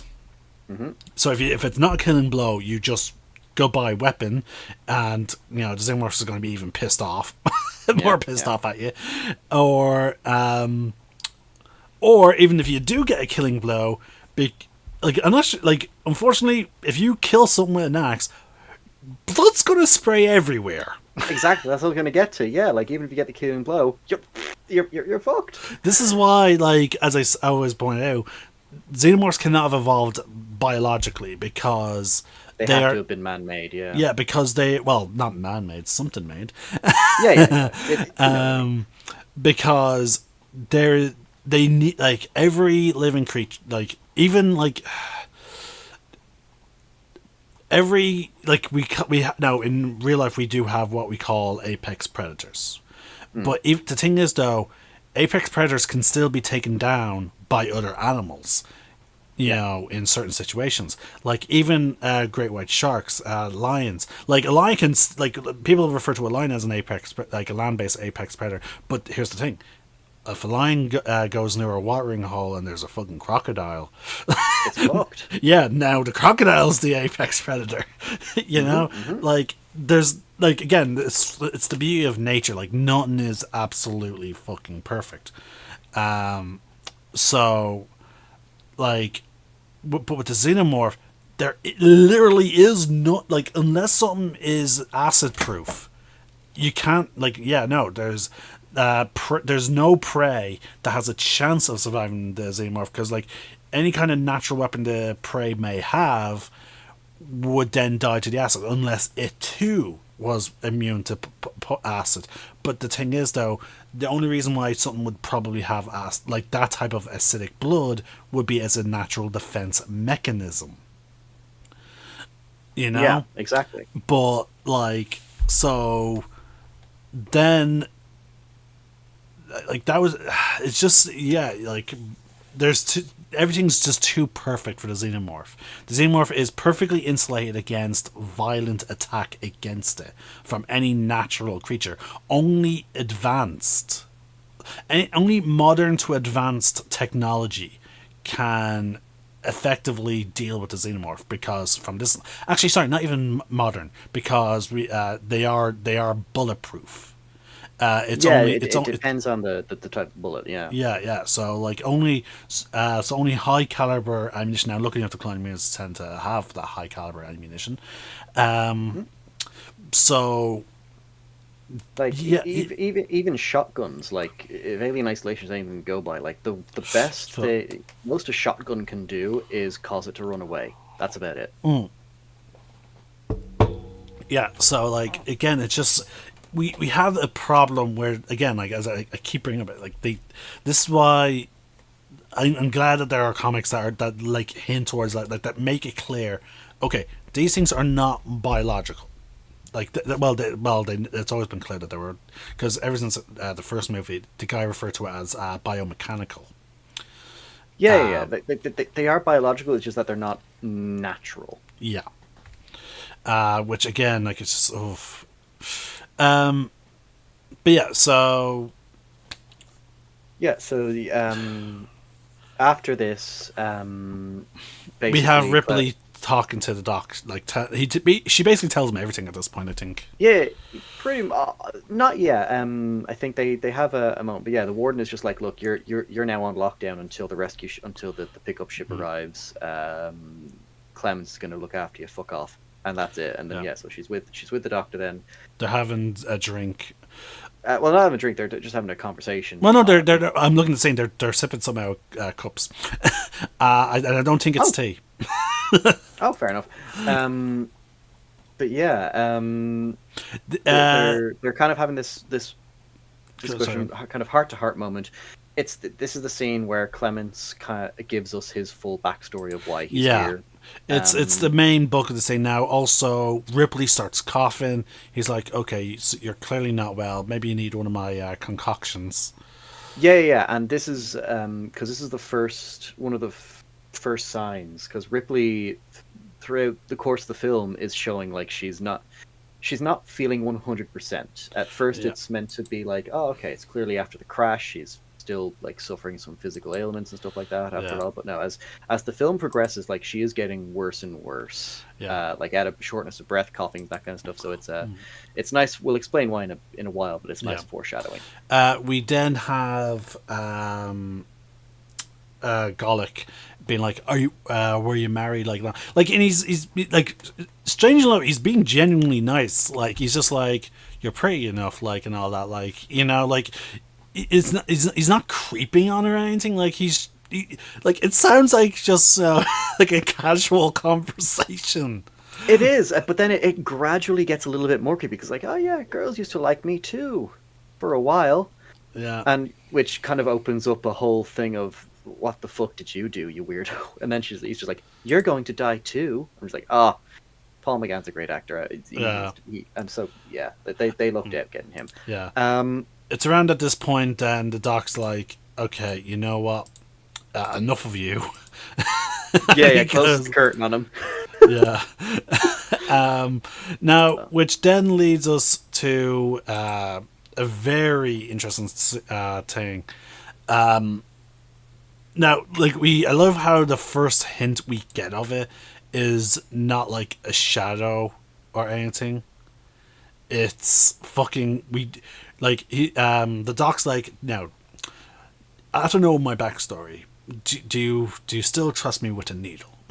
And Ripley just looks at him, holds out her arm. Yeah, and I do kind of like how they frame it. It's almost kind of like I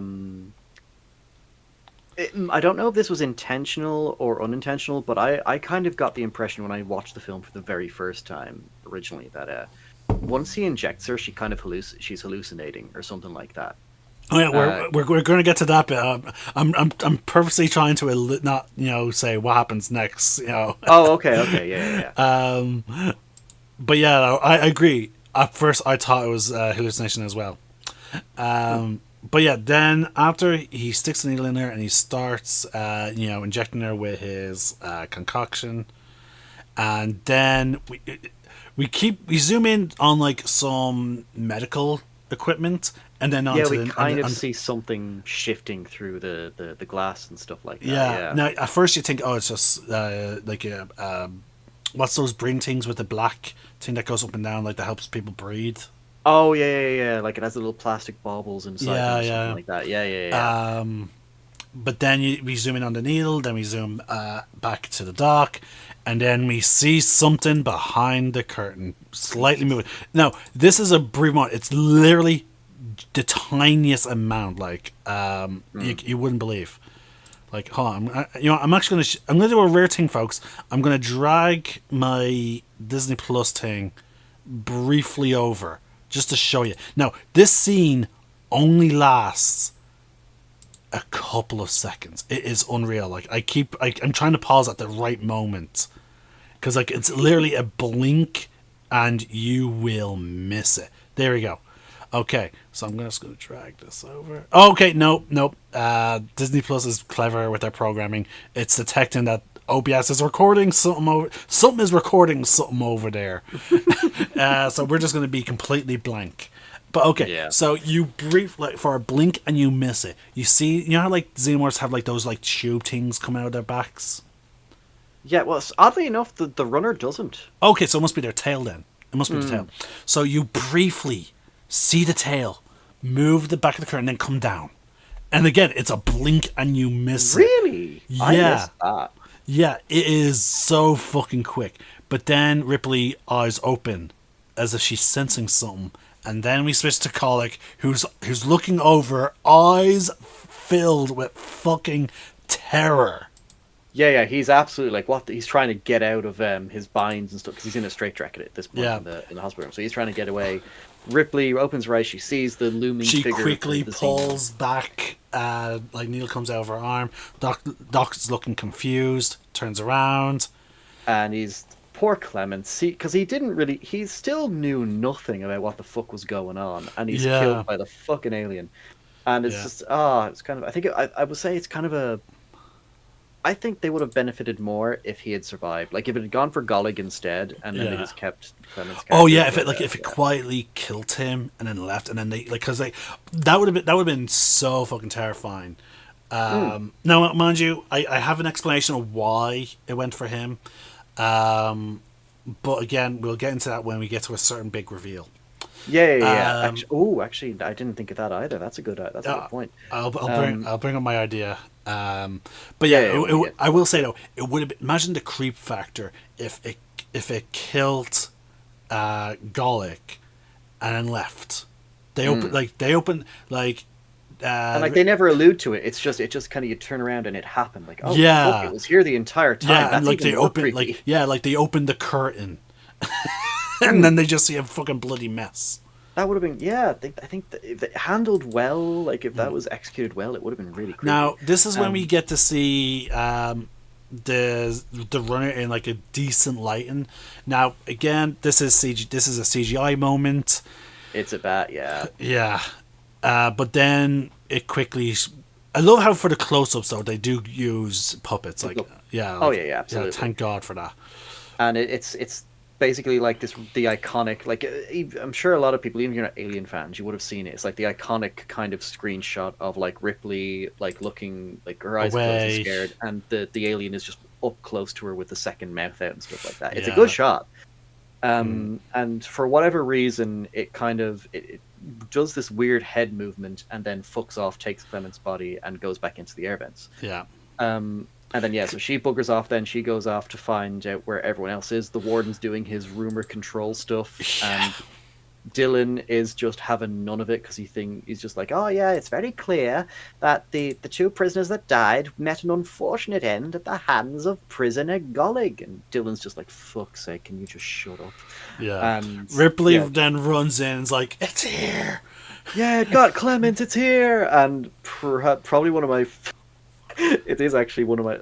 It's an hilarious scene because like the warden's just like, oh god, 85, just get her out of here and I'll deal with it later. And then as the camera's panning towards him, just the runner's hands grab him and just drag him up.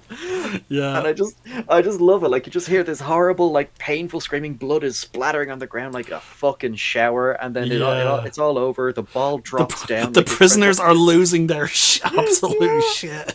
But I just love it. Like once one even grabs like your man who. Like one of them, the one that spoke up at first to like we all took the vow. He's there with a fucking cheer, like fuck.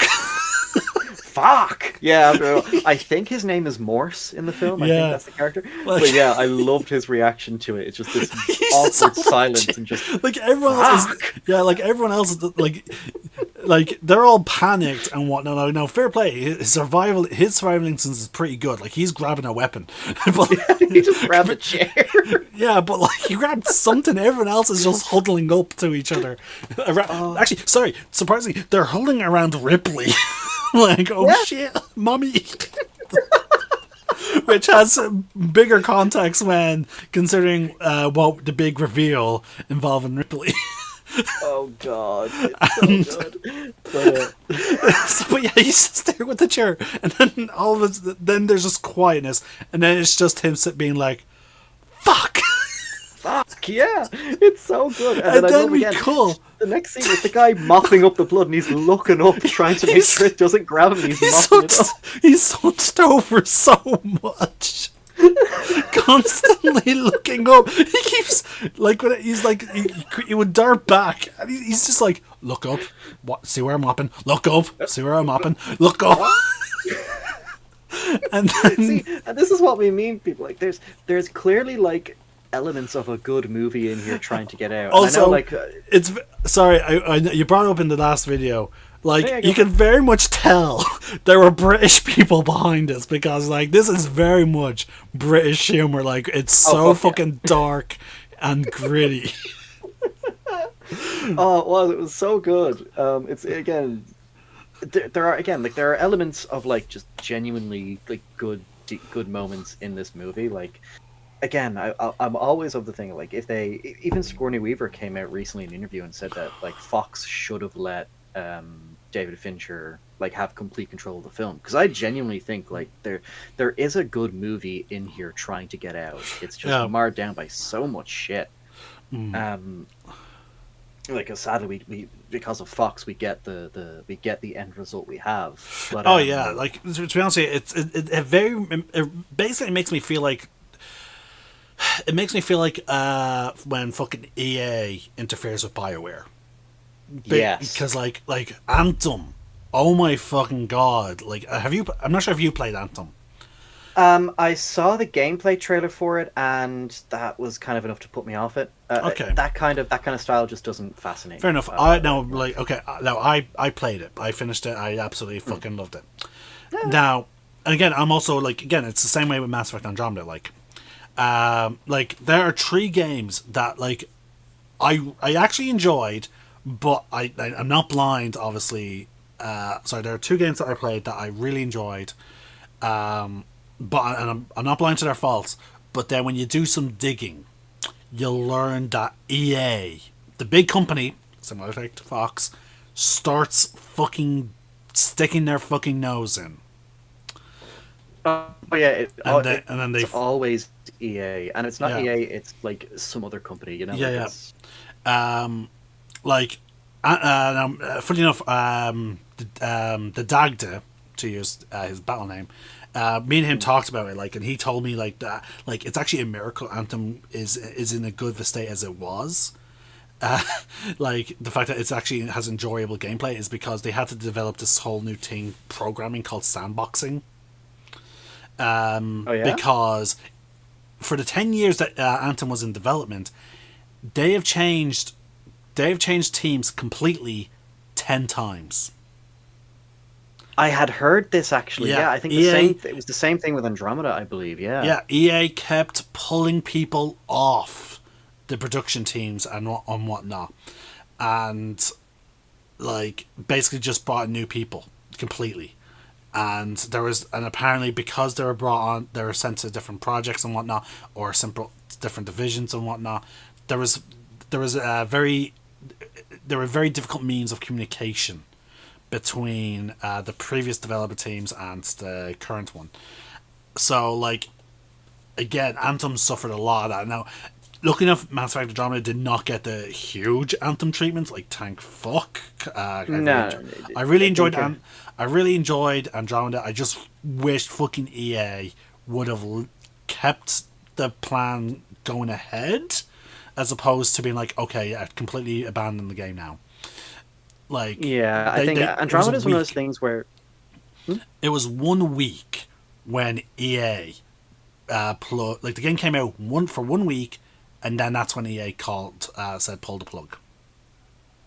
yeah, because it was like for that 1 week was kind of all it took for Andromeda, like for people to be like this is kind of like the weaker of the games, But in and all that's the thing, fairness, like though, look at Cyberpunk 20. Look at Cyberpunk. Like, no, that game did eventually. Now I will say, if I'm gonna between Andromeda and Cyberpunk, I would say Andromeda had the better release. oh yeah, it did. Because Cyberpunk was just Oh broken. god, Like, yeah. no, I didn't get like I think like because I saw like the older consoles like the Xbox One, the PS4, like those versions were fucking broken, man. Yeah. Like it wasn't even like Yeah. I didn't get. I think pre-ordered the closest it. I got to a. Say well, no, I didn't. I did get it day one though, which I really shouldn't have. But I think the only game breaking bug I got was it's like during one of the flashback levels you're playing as Johnny Silverhand and you're attacking Arasaka Tower. You're like on a helicopter and it's like a turret scene. You're shooting people as they come out of a door. So I think the only kind of game breaking bug I got in there was basically the enemy stopped spawning. So I was like for 5 minutes just stuck in a helicopter as it looped around the top of the tower. So I actually had to revert to like a save that was like 30 minutes prior. So that was fun. Wow. I didn't mind that. Like that was annoying, but you know, I'd rather revert 30 minutes than a full like hour and a half, Now, which Andromeda had me do. Now, see, this is why, like, again, like, Cyberpunk, I will always point to Cyberpunk as a great example of why, yeah, if there are problems in the game, like, don't just abandon it. Because they're like, because again, the story of I really enjoyed the story of Andromeda. I enjoyed the companions. I enjoyed like the banter between them, like in the vehicle, like which I was like, why wasn't there banter in the vehicle of Mass Effect 1? The amount of times that we spend in the the Mako, like, the Mako, yeah. Why can we not have banter in that as well? Now, Yes. we got the elevator scenes. Don't get me wrong, the elevator was still good. Yeah. But my point is, like, there was a lot of positives about Andromeda, like besides from the bugs. But the thing is, the bugs could have been fucking fixed. You know? True. That was the thing, though, because I do remember they did do a patch that tried to fix the facial animations, but didn't work entirely. As far as I'm aware, I think, at least from what I've seen on the Steam reviews for the game anyway, I think most of the bugs are gone, from what I can tell now. They did eventually did fix some of it. But no. Unfortunately, EA is too money grubby. Yeah, but that's the thing as well, because I do know for Andromeda, it wasn't even the same team that worked on the trilogy. It was an entirely different. I think it was it wasn't BioWare Vancouver. I think it was just a different studio altogether. But like the person that got to do the facial animations, apparently she didn't even have a year of experience, something like that. Like her basically the experience that she had wasn't as long as that of, say, other people, and when you see the facial animations in the game, it fucking shows. But when it comes to Andromeda, though, I think my only thing would be is like I love the combat. Like I found the combat was amazing in that game, and I hope it extends to Mass Effect 4. The graphics were actually pretty decent for the planets. The soundtrack's great. Some of the dialogue is fine. But yeah, I think some of the story elements I just didn't really click well with me. Fair enough. I enjoyed the story elements. I enjoyed like the whole fresh explorers type vibe, like frontiers type thing. Now again though. Oh no, yeah, the frontier angle was great. Again though, like the main point, folks, is like this is the problem with like certain companies, like big companies like Fox and EA. They fucking care about is their bottom fucking line. Now, sorry, coincidentally, you kind of. Sorry, hello. No, I was gonna say you kind of roboted there on me for a second. Sorry, but my main point is, folks, like now, coincidentally, the two big games that had so much potential that had from BioWare that had like both of them were from BioWare, both of them had huge fucking interference from EA, coincidentally, and not gonna lie, from what I'm hearing, we are getting the same shit as apparently what happened the same shit happened in Dragon Age 2. Because like it will all be in my Dragon Age Let's Play. I will be bringing up in the credits about like how Dragon Age 2 was going to be quite different. But then EA got interfered. Yeah, they did the same with Mass Effect 2, I believe. And then the same thing also, I believe, from what I'm hearing, the same thing happened with Veilguard. That doesn't surprise me. So, which again, I'm just like, EA, here's my message to EA and to big companies like Fox. If you have a good IP, and the IP is being... leave it in the fucking hands of the people who created it for you. Yeah, like, none of this whole, like, designed by committee kind of thing. Like, it's...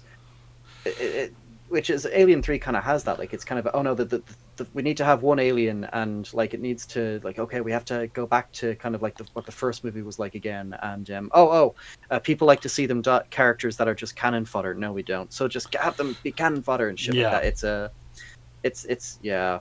And I feel I don't blame David Fincher at all for not wanting to acknowledge this movie or anything. Yeah, because like again, I as I said in the last episode, like the script was continuously changing as they were filming. Like, so he was getting new scenes and stuff like that when they were already trying to do something like coherent with what they had. So the fact he left towards the end of production, I don't blame him. Like, I absolutely would have probably done this. I would have just left with very early on without looking back. Just like, fuck it, I don't care if this is my first movie experience. This is just too much. Goodbye.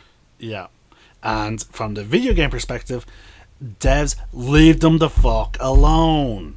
Sorry. Big companies, leave the devs a fucking alone. Yeah, like, because that's the thing. Like Mass Effect 2, we brought it up just there, but like Mass Effect 2 was going to be a lot more RPG-esque like the first game was, but EA were the ones that pushed for the more action kind. I will say I'm glad for the upgrade of the combat action for Bionic. The fact that you can play the game without shooting a single bullet. The combat is great, but like, because I remember the original idea, and if you look into the game's code, like, there is actually dialogue that proves this. You were going to be able to recruit characters at any point in the game. Like, you know how, like, you don't get to recruit Tali or the others until after Horizon?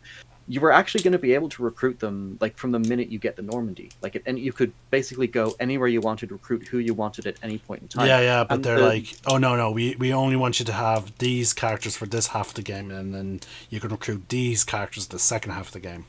Exactly, yeah. And I think they had another plan for the Reaper IFF as well. Because that's kind of a random thing where you go into a shuttle and then you fuck off for a bit, the collectors attack, and then the shuttle comes back. So what was going to happen was you actually were going to use the shuttle for like a brief segment of the game to select your characters and stuff like that for the next mission. And then as you're leaving for the mission, you get a call from Joker saying, oh, the collectors attacked, and then it would play a flashback. And then that's what would be kind of the thing going on. So there was some EA and those dev companies, I don't know what it is. It's like they have a thing in their head like, the fans want this. Let's fuck up everything and not give them Also, if you do have a game that has mostly just graphical issues or bugs, don't fucking abandon it after 1 week of bad reviews. Yeah, pull a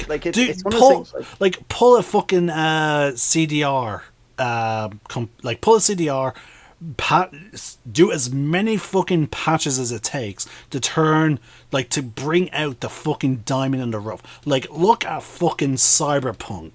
Yeah, like I will say, like, that game is like the best example of having a glow up. Like, it is now, like, having gone back and played it, it is actually a good game. Like, it's more in line with what they originally wanted it to be than what it was at release. Yeah, you know? It is actually a really good example.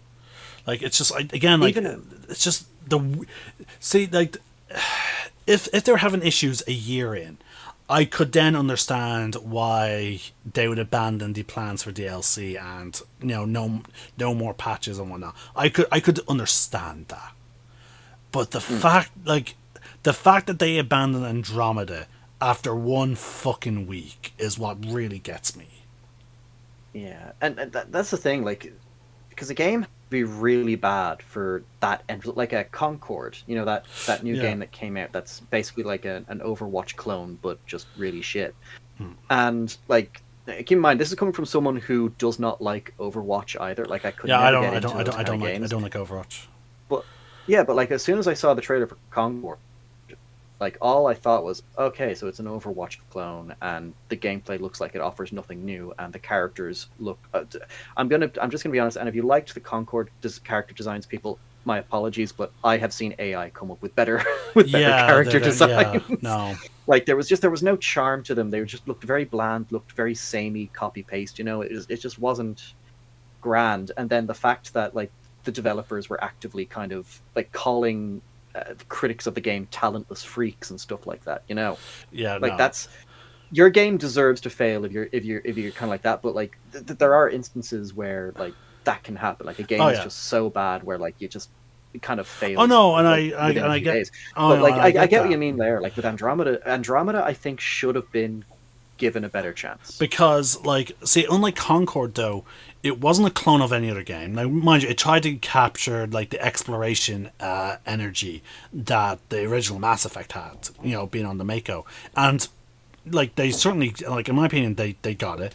The combat was fun.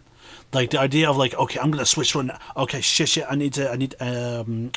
something's gone wrong. I lost my tank. Okay, I need to switch to a tank myself. You know, like the fact that you could switch roles on the fly, like, oh my god. Oh yeah, like the combat in Andromeda is probably some of the best the Mass Effect series has Like, had. yeah, and then there's also like again they added because the whole jetpack systems are like now we are adding vertical dimensions now, like Yeah, and I actually will say I do love the detail that if you choose to be a biotic rather than using a jetpack, you actually lift yourself with yeah, biotics. yeah, It's a nice little detail it that they is. didn't have to do, but I'm glad they did. Then again we have like okay, we're gonna pay homage to Liara with having you another Asari companion.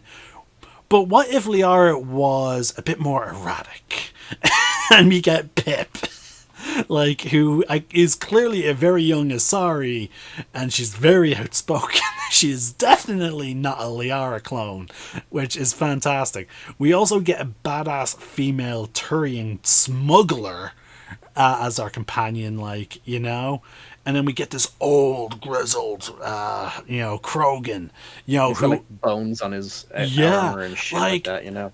Andromeda had so much fucking charm to it.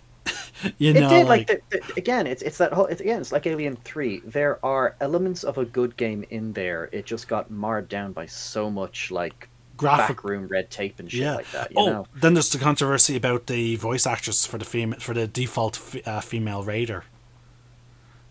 Oh, what was this? Okay, basically Writer? the male preset. The male preset looks exactly like the voice actor. Oh yeah, no, they smushed her face and stuff like that Yeah. for the female one. Yes, Yeah, I remember that. And I was just she like, she sued them. honestly, I'm not. I kind of don't blame her Because she's like, hold on. So now again, it's because EA has this whole thing. They're trying to like. Their PR came out and was like, we're trying to desexualize female characters in games because, unfortunately, in video games, female characters. Now it is a thing. I will acknowledge it is a big thing in video games where female characters are overly sexualized. But again, this always fucking comics. but that's Pretty the much thing in as all well. media. Like it's kind of like it's kind of an for games. I've always found that the sexualization is kind of it is equal terms. Like again, look at games like Tekken, Street Fighter, Yeah, it fucking is. The Witcher, Geralt in the bathtub. Like literally, I Yeah. saw a fucking article talking about how, what was it? Why Geralt's bath bod makes us hot and bothered. I was like, okay, Oh yeah. fair enough. And again, it's one of the reasons why like I defend fucking anime is because like no, in anime is always fucking like the fan service is fucking Equal, Yeah. Like, Like, there's anime for everyone, like basically. look It's, at you know? look at Zoro and Luffy's fucking outfits. They always have their fucking abs fucking shown. Zoro's actually mostly topless for a bit of the time. I'm Then pretty sure I've seen clips of a few episodes where Luffy is just completely butt ass naked. no, shirtless mostly. There is one episode where he is naked and he's surrounded by women.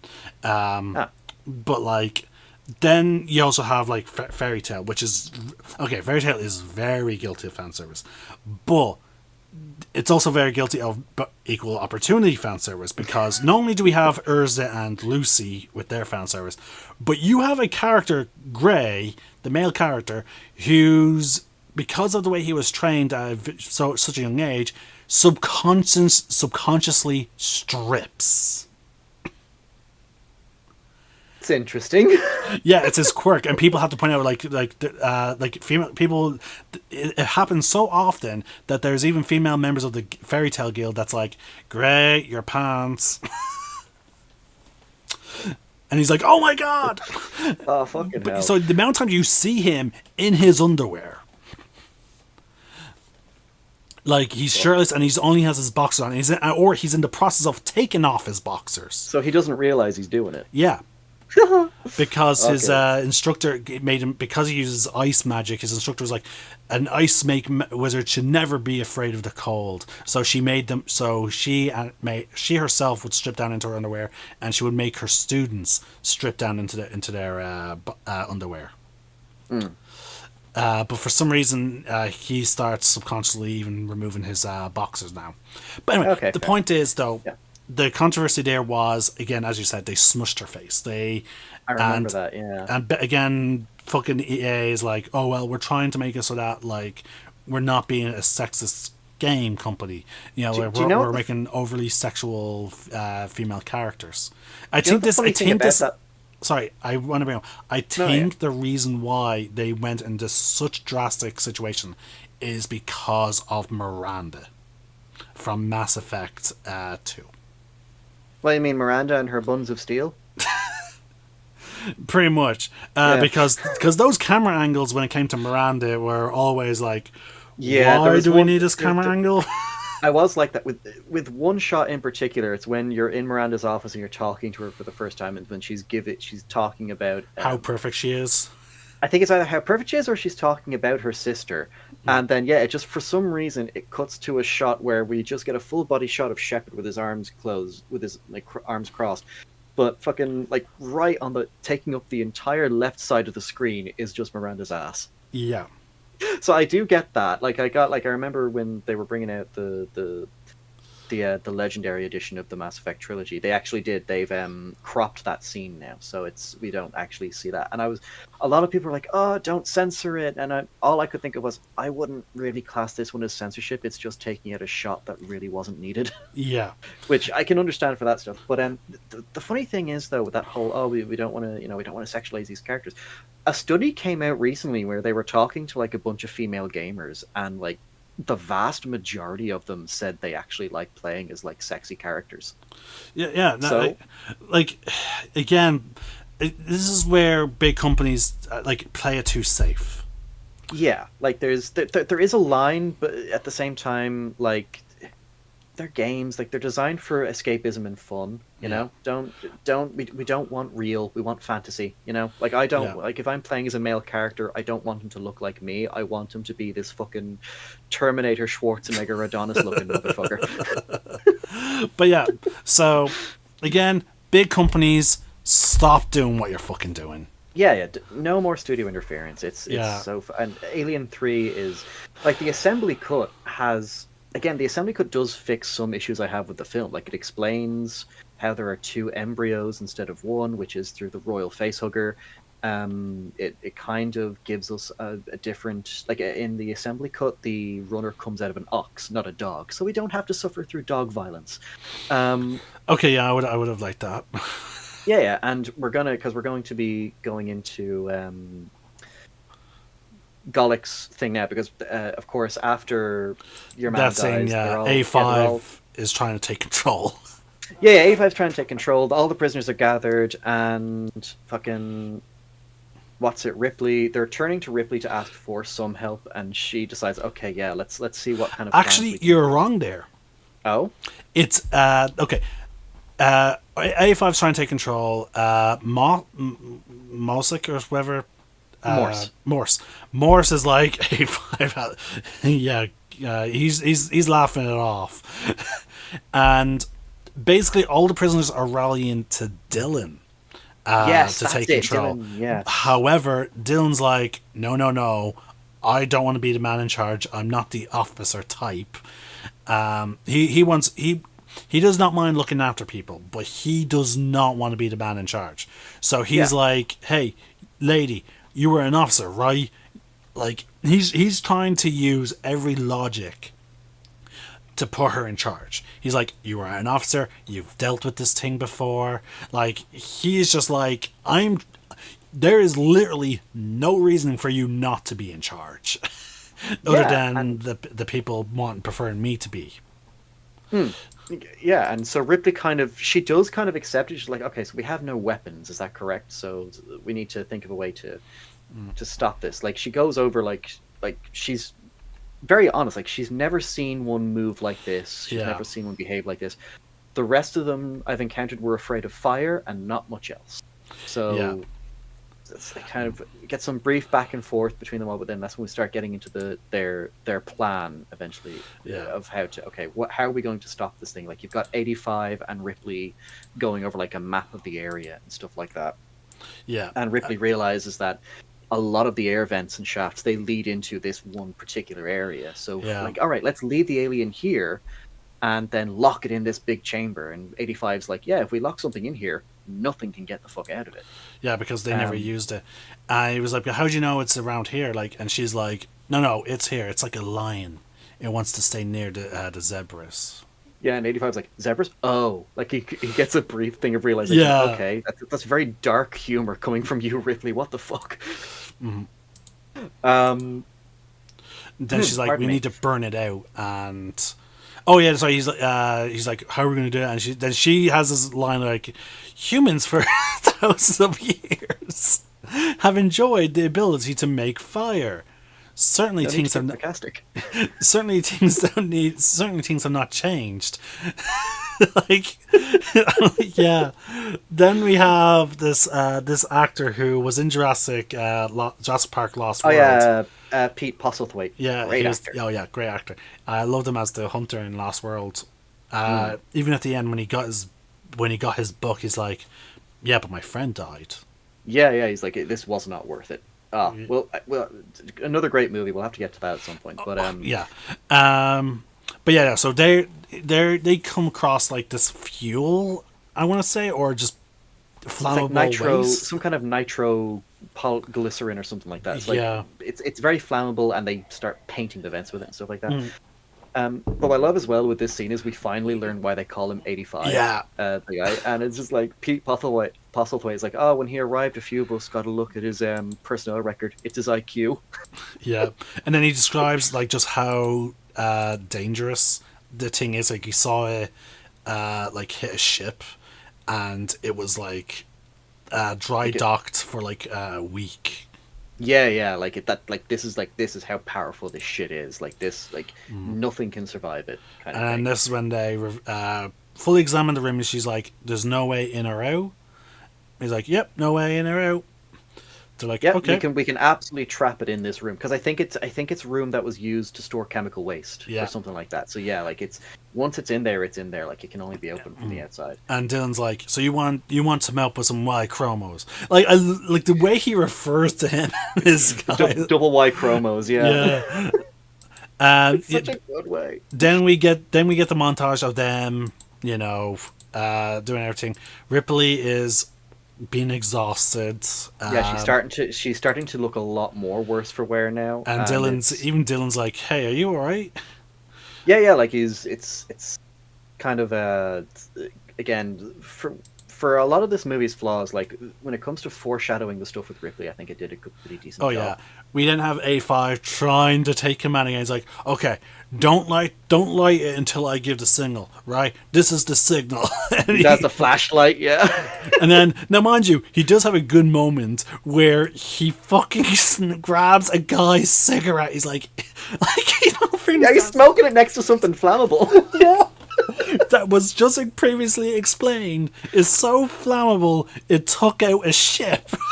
Oh my god, it's the little moments like that kind again put the movie in guilty pleasure territory. Again, I feel like this is the British filming showing like the British actors and whatnot shine through, because like I only really see this type of like comedy, like this dark comedy in British stuff. Like now again, that and Irish stuff. Yeah, because like Mrs. Brown's Boys, Father Ted, Fools and Horses, like IT Crowd, like the level of shit comedian that they tend to get away with. When it comes to like what type of comedy are we going to shove in to these moments, or what type of topics are we gonna make light of, that American shows just don't hit. Yeah, it's it's kind of it was funny to see with this one actually, because there are some genuinely funny moments in the film. And 85 being a source of a good few of them actually. And I know before someone comments like, "Oh, but actually it's an American film," I'm going to stop you there. It was filmed, I believe it was filmed in the UK with a vast majority of English actors. Like British actors. Like excluding Sigourney Weaver and Lance Henriksen, I think the vast majority of the cast are British. Yeah, which I get. Oh, James Bonds are also a good fucking example of like British stuff coming through. Like, oh god, yeah, like the Roger Moore era is like just the best. Even Pierce Brosnan. Yeah, like that, like ad lib of the tie fixing his tie when he goes under the bridge on the the speedboat. Oh yeah, he ad-libbed that. Like he's chasing after this terrorist that attacked MI6. Oh shit, there's a bridge. Oh, this thing can dive. Press. Dives under. Fixed time. And they even play a tune. There's even a little playful tune. Like it cuts from the action chase music to play a playful tune as he fixes his tie. now I have to go back and rewatch them now. It was The World's Not Enough. Yeah.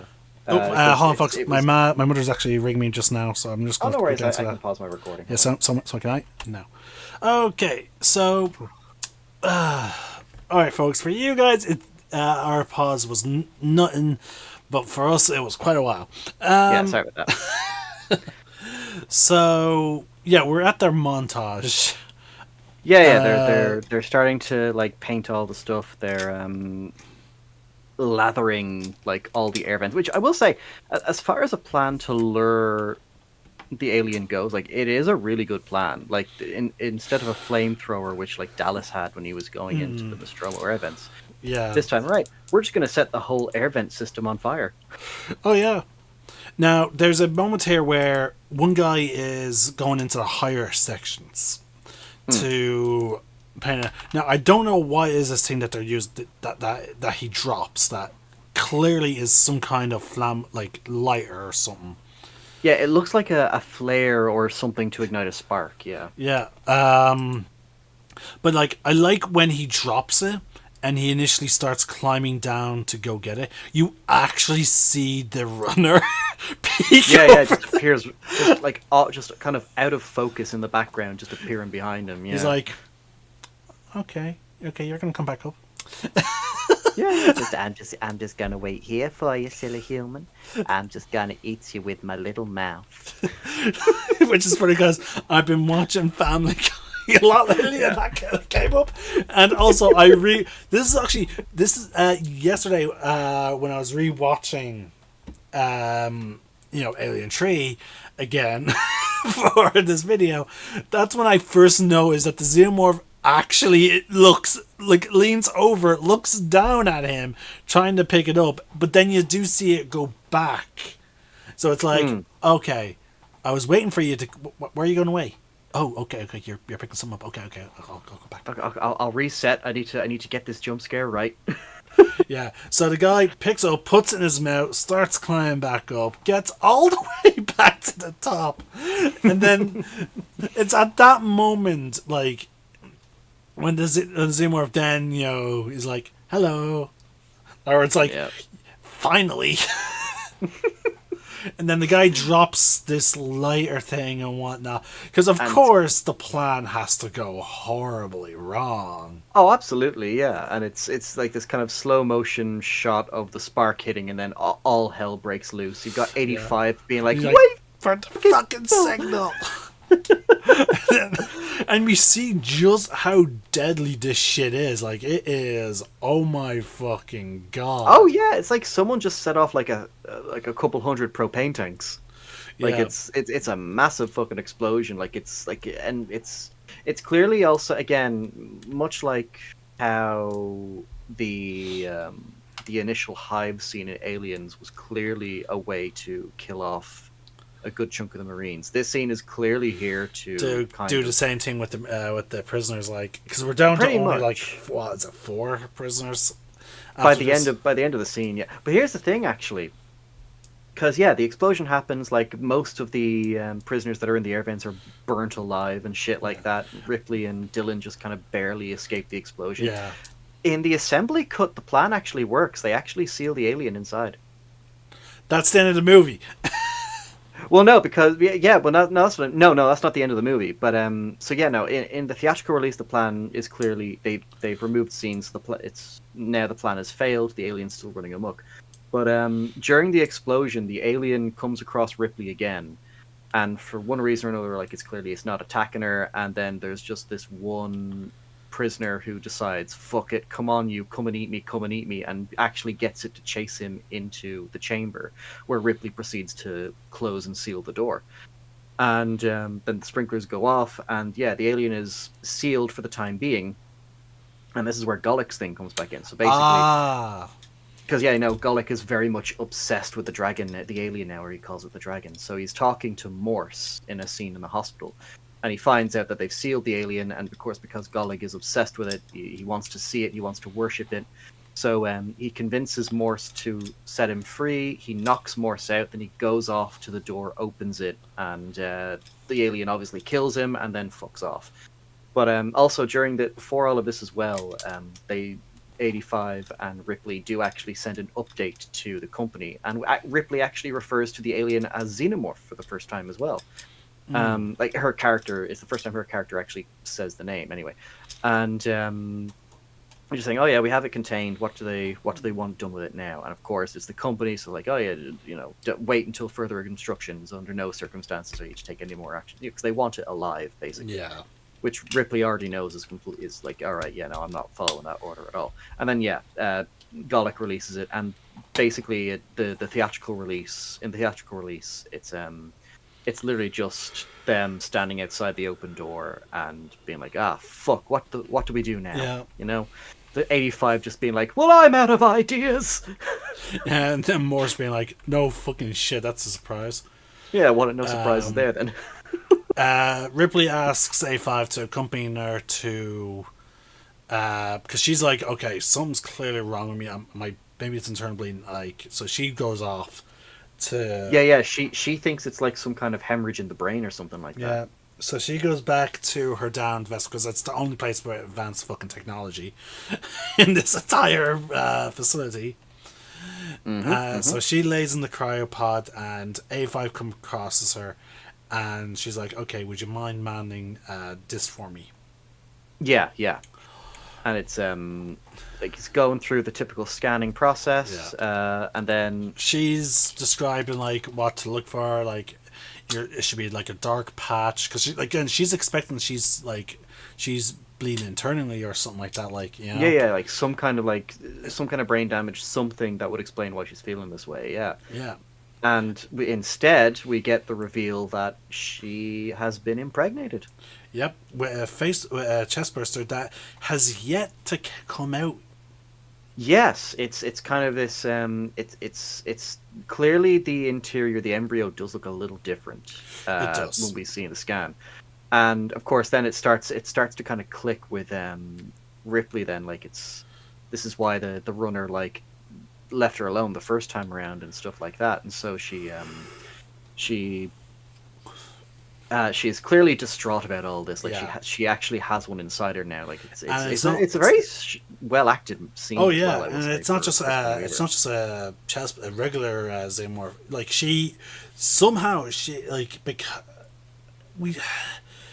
the only thing she can really, I guess it's due to. Oh, I forgot to press play on the video. I think she comes to the only conclusion of why it wouldn't kill her is that it must be a queen. Yeah. That she's carrying. And of course she's right. Like, she is carrying the Queen Xeno. Because I remember one of the criticisms for this film was, like, again, it's bringing up the inconsistency of how long it takes for a chest burster to gestate and stuff like that and eventually emerge. I can actually forgive them for having it be, because it's a queen. Like, the queen is clearly a bigger Xeno. and It stuff would like that. take So it longer. would take longer to form and stuff like that. So I'm actually okay with that that kind of explanation. Um, There are, to my recollection, there are other explanations, like, because the Xenos have numerous ways to build a hive. hmm, A drone or warrior can become a queen if there's no queen nearby.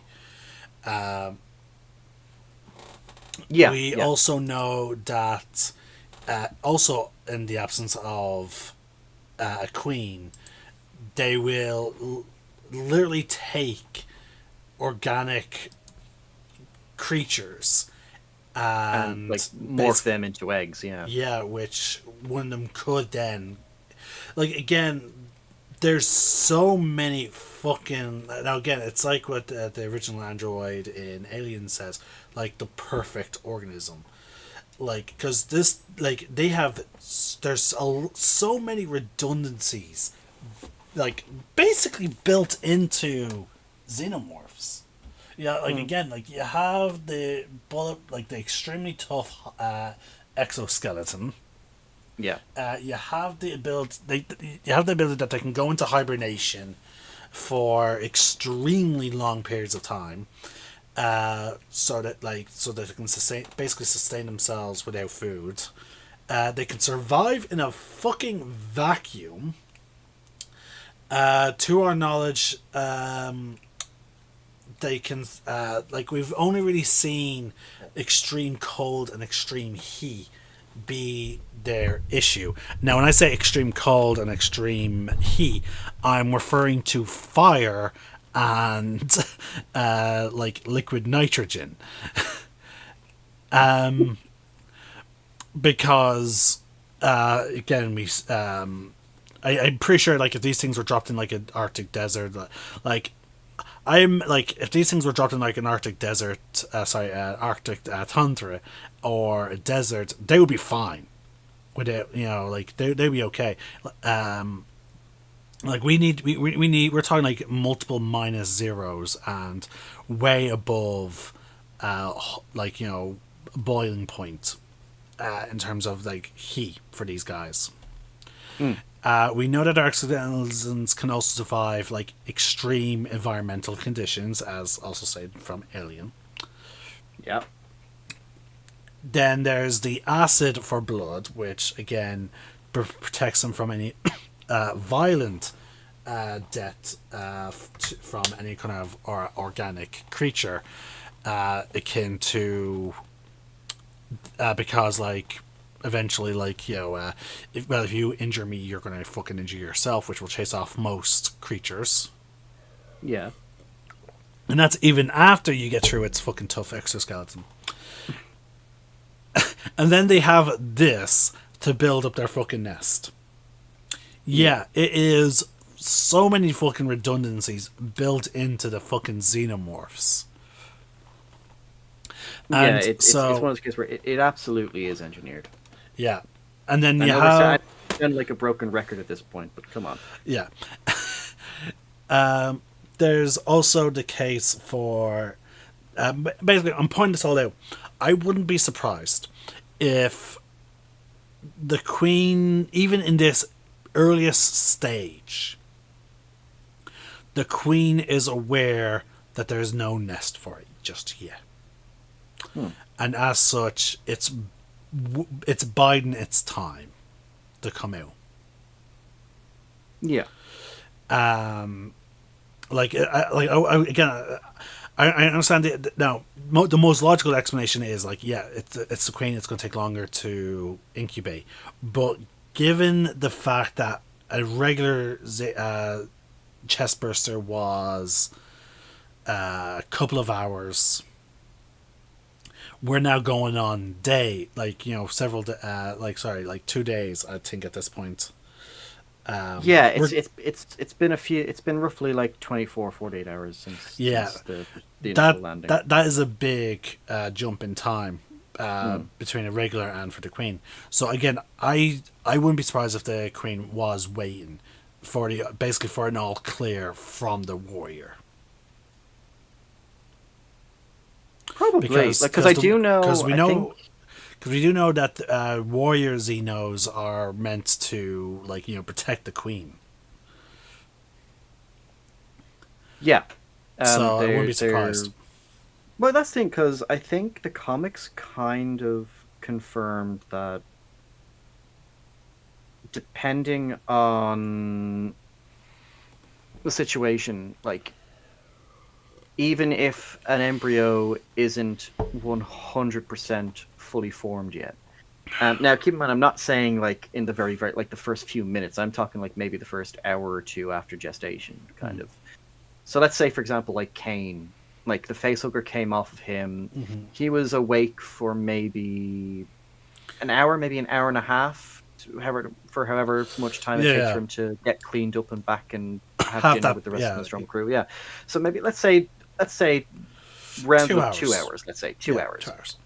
and like so by that point then that's when he's having the dinner, that's when the chestburster comes out and stuff like that. So let's say it arguably takes roughly 2 hours normally, between 1 2 hours normally, for an embryo to fully be ready to emerge, sorry.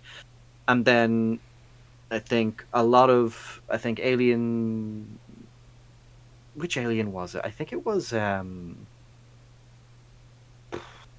might have been actually Resurrection, maybe. No. Anyway, the entire point is like for a lot of Alien products after that, they would start to be a little bit inconsistent with how long it takes for like an embryo to actually emerge as well. Alien versus Predator. That's what I was thinking of. In Alien versus Predator, the film, in the chamber with all the scientists where the facehuggers come out for the first time, Yeah. you've got the security officer with the handgun, and she gets kind of face hugged, and then when she wakes up a few minutes later, when she wakes up sometime later, like the chestburster is already ready to come out and just emerges, despite the fact we've been shown that like there is a kind of a grace period where the host is actually awake and able to move around and stuff like that before it finally emerges.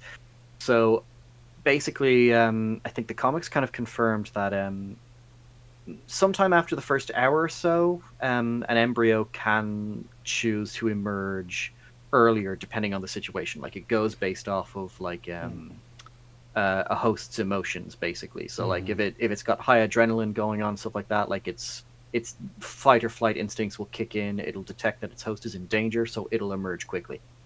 Like it'll just pop out really quick and just be ready to go and stuff like that. Yeah. So it's they're trying to explain like the in-lore reasons for why like some embryos take longer or shorter times than others. But the point is that they do have some level of control. Yeah. There's definitely a level of consciousness Yeah. to the whole thing. Yeah. And again, like, it goes to the fact that, like, again, like we said, like you said, the comics, like there is the hive mind situation, and there is an exchange of info going back and forth between the host and the embryo. Now, the host is probably not aware of it. There's been no case of a host surviving, which is why that one particular colonial marine is so horrified by the visions he has. Yeah. Like he's the only one who ever survived having an embryo extracted from him. Yeah. Like I think it could be extended lore. It could have been actually mentioned in some film like that. But I think when they tried to remove, no, sorry, I'm getting Alien and Stargate mixed up. Sorry. Okay. I'll explain something. I'll explain when we get to Stargate. But yeah. Anyway, so we then get to a scene where 85. We brought up before where 85 is like we actually learn a bit about that he has a wife and a kid, and because he made contact with the company, which means the company is very close if they're able to communicate that efficiently. Because again, another thing we need to keep in mind, folks, is like the Sulaco was was on its way back To Earth, yeah. So therefore, like they are closer. They don't have to wait the full 2 weeks. That was the problem in Aliens. So clearly they're close enough, and so he's there trying to he's communicating to them like, hey, this is what's going on. Ripley's like, no, we need to tell them that something's gone wrong on this place. We can't let them land. He's like, fuck that. They're going to come with guns. Maybe they can even help you. And Ripley's just like, they're not gonna. Yeah, like she already knows this song and dance. They are going to want to make sure they have, they want their embryo. They want the alien. They want the queen. They will kill us for seeing it, but they will not kill it. Yeah. And he's just adamant, like, again, like I said, as I said in the previous Alien 3 video, or at the start, if we do a supercut, he has fully drank the company Kool-Aid. Yeah. Yeah, he's fully on board with the whole. No, like, they are going to help. I'm not going to tell them to fuck off. I have my own life to worry about. So fuck you. So then Ripley's like walks out and he's like, "Where are you going?" She's like, "I'm gonna see how intelligent this thing is." Yeah, and like she's very clearly adamant, like, "I'm gonna try and kill it, or I'm gonna try and get it to kill me." Yeah, and it's such a good scene as well, where she's wandering the lower levels of. At this point, she is the fucking expert on the Xenos. At this point, like she knows more about them than anyone else. We do get a timeline for them arriving at this point. Sorry, 2 hours. Yes, because by this point, because as she's leaving, 85 sees the screen. And, also, he turned it off. Yes, he did. Oh, yeah. Okay, continuity error there. Fuck. Yeah. 0 out of 10. 0 out of 10. And then it's like, she must be quarantined at all costs. Waiting acknowledgement. Waiting acknowledgement. Waiting acknowledgement. I'm like, wow. Yeah, they're still going. Desperate. It still goes, and then it fades to black, and you see the ship arriving. It's close to the planet, like it's very close. Yeah, you can see the planet like eclipsing the sun. Great shot, actually. Yeah. But Ripley's going down to as she calls it, the basement. The whole thing is a basement. Yeah, 85's response. Yeah, and I do like. It's kind of a nice scene because it shows at this point she doesn't care. Like, she's not afraid anymore. Like, it doesn't have the same hold on her as it used to. And she's like, "Come on, I'm practically part of the family now." Which is I love that line from her. It's such a good line from Ripley. Well, considering what you told me, like some of her conditions, it sounds like she wants to be part of the family. Oh fuck yeah! Oh, I can't believe that was one of the things she wanted. That's still. I still think, though, it will never be as funny as, finding out that this was the first time you had ever heard that was those conditions. That was just glorious to witness your reaction to that. But yeah, she's kind of done at this point. Yeah, it's just Ripley it doesn't faze her anymore. Like, she even when she thinks she sees it, she's like, "You've been a part of my life for so long. I can't remember anything else. So I need you to do something for me. Just do what you do." And then she tries to attack it, and then it's a pipe. With a bunch of insects coming out of it. Yeah, which is just fucking nasty. And then it turns out it's on the ceiling above her, and the scene kind of cuts away then once it drops down, and we cut to Dylan going into his. I'm assuming it's his cell, which is now like his room, and he's like. Does it just cut to that, or does it not leave? Hold on. I went forward too much. Okay, so there we go. It's in the ceiling again. Once again, camouflaged with pipes and wiring. It's just convenient that they always find. Yeah, it drops down and then it cuts, and then she runs back to Dylan like while he's. Oh no, she was waiting for. Yeah, she's in Dylan's cell already waiting for him, and she's just like, "Look, it won't kill me. I have one inside me. It's a queen. If the company wanted, if it gets back to Earth, there's going to be no stopping them. There's going to be like millions of them on Earth. Like, we can't let it get out. I need you to kill me." And Dylan's like, I funny enough, he does not miss a beat. He's like, "Sure." Yeah, he's like, "Okay, let's do this." And then you can see like it again a really great, well acted scene from the two actors themselves, like. Because she's just like, "Look, no speeches, no sermons, just get it over with." And like she's like fully ready to die because like she doesn't want these aliens getting out. They are her enemy, like. Yeah, and I do appreciate that Dylan on his part does look a little bit conflicted. Like he's willing to do it, but he also looks like he's got second thoughts, and then he Yeah, does well, like he doesn't. he sees, yeah, he's because like I feel like a part of it is also due to the fact that like he's seen the carnage that like just one was Is able doing, to do. yeah. Yeah, so he's like, okay, shit, you have one that can make more. Okay, yeah, Yeah, no. yeah, fucking hell. And I do love it. Like he swings the axe and he doesn't hit her. Like he doesn't kill Yeah. her. He's Much like, to her shock. oh yeah, but he's like, no, I will kill you, but first Yeah, yeah. we We need kill. to. It won't hurt you, so we can use that to our advantage. She's not having it. She's just like, you have to kill me. And he's had enough of her bullshit. Where he's like, look, you've given up, I haven't. So get with the program or fuck off, basically. And then as you say, like she says, all right, they make the deal, right? We waste this thing, then you kill me, and he's like, you got it, quick, easy, and painless. I'm like, I love Dylan's actor. He's Oh yeah, he has some of the best lines in the film. he does. But again, again, it's just the fact that he's the one that proposes like when it's dead, that's when I'll kill you, like because like he's just like we need every person we can fucking get. Yeah, like he fully understands the situation. Yeah, like it's really good.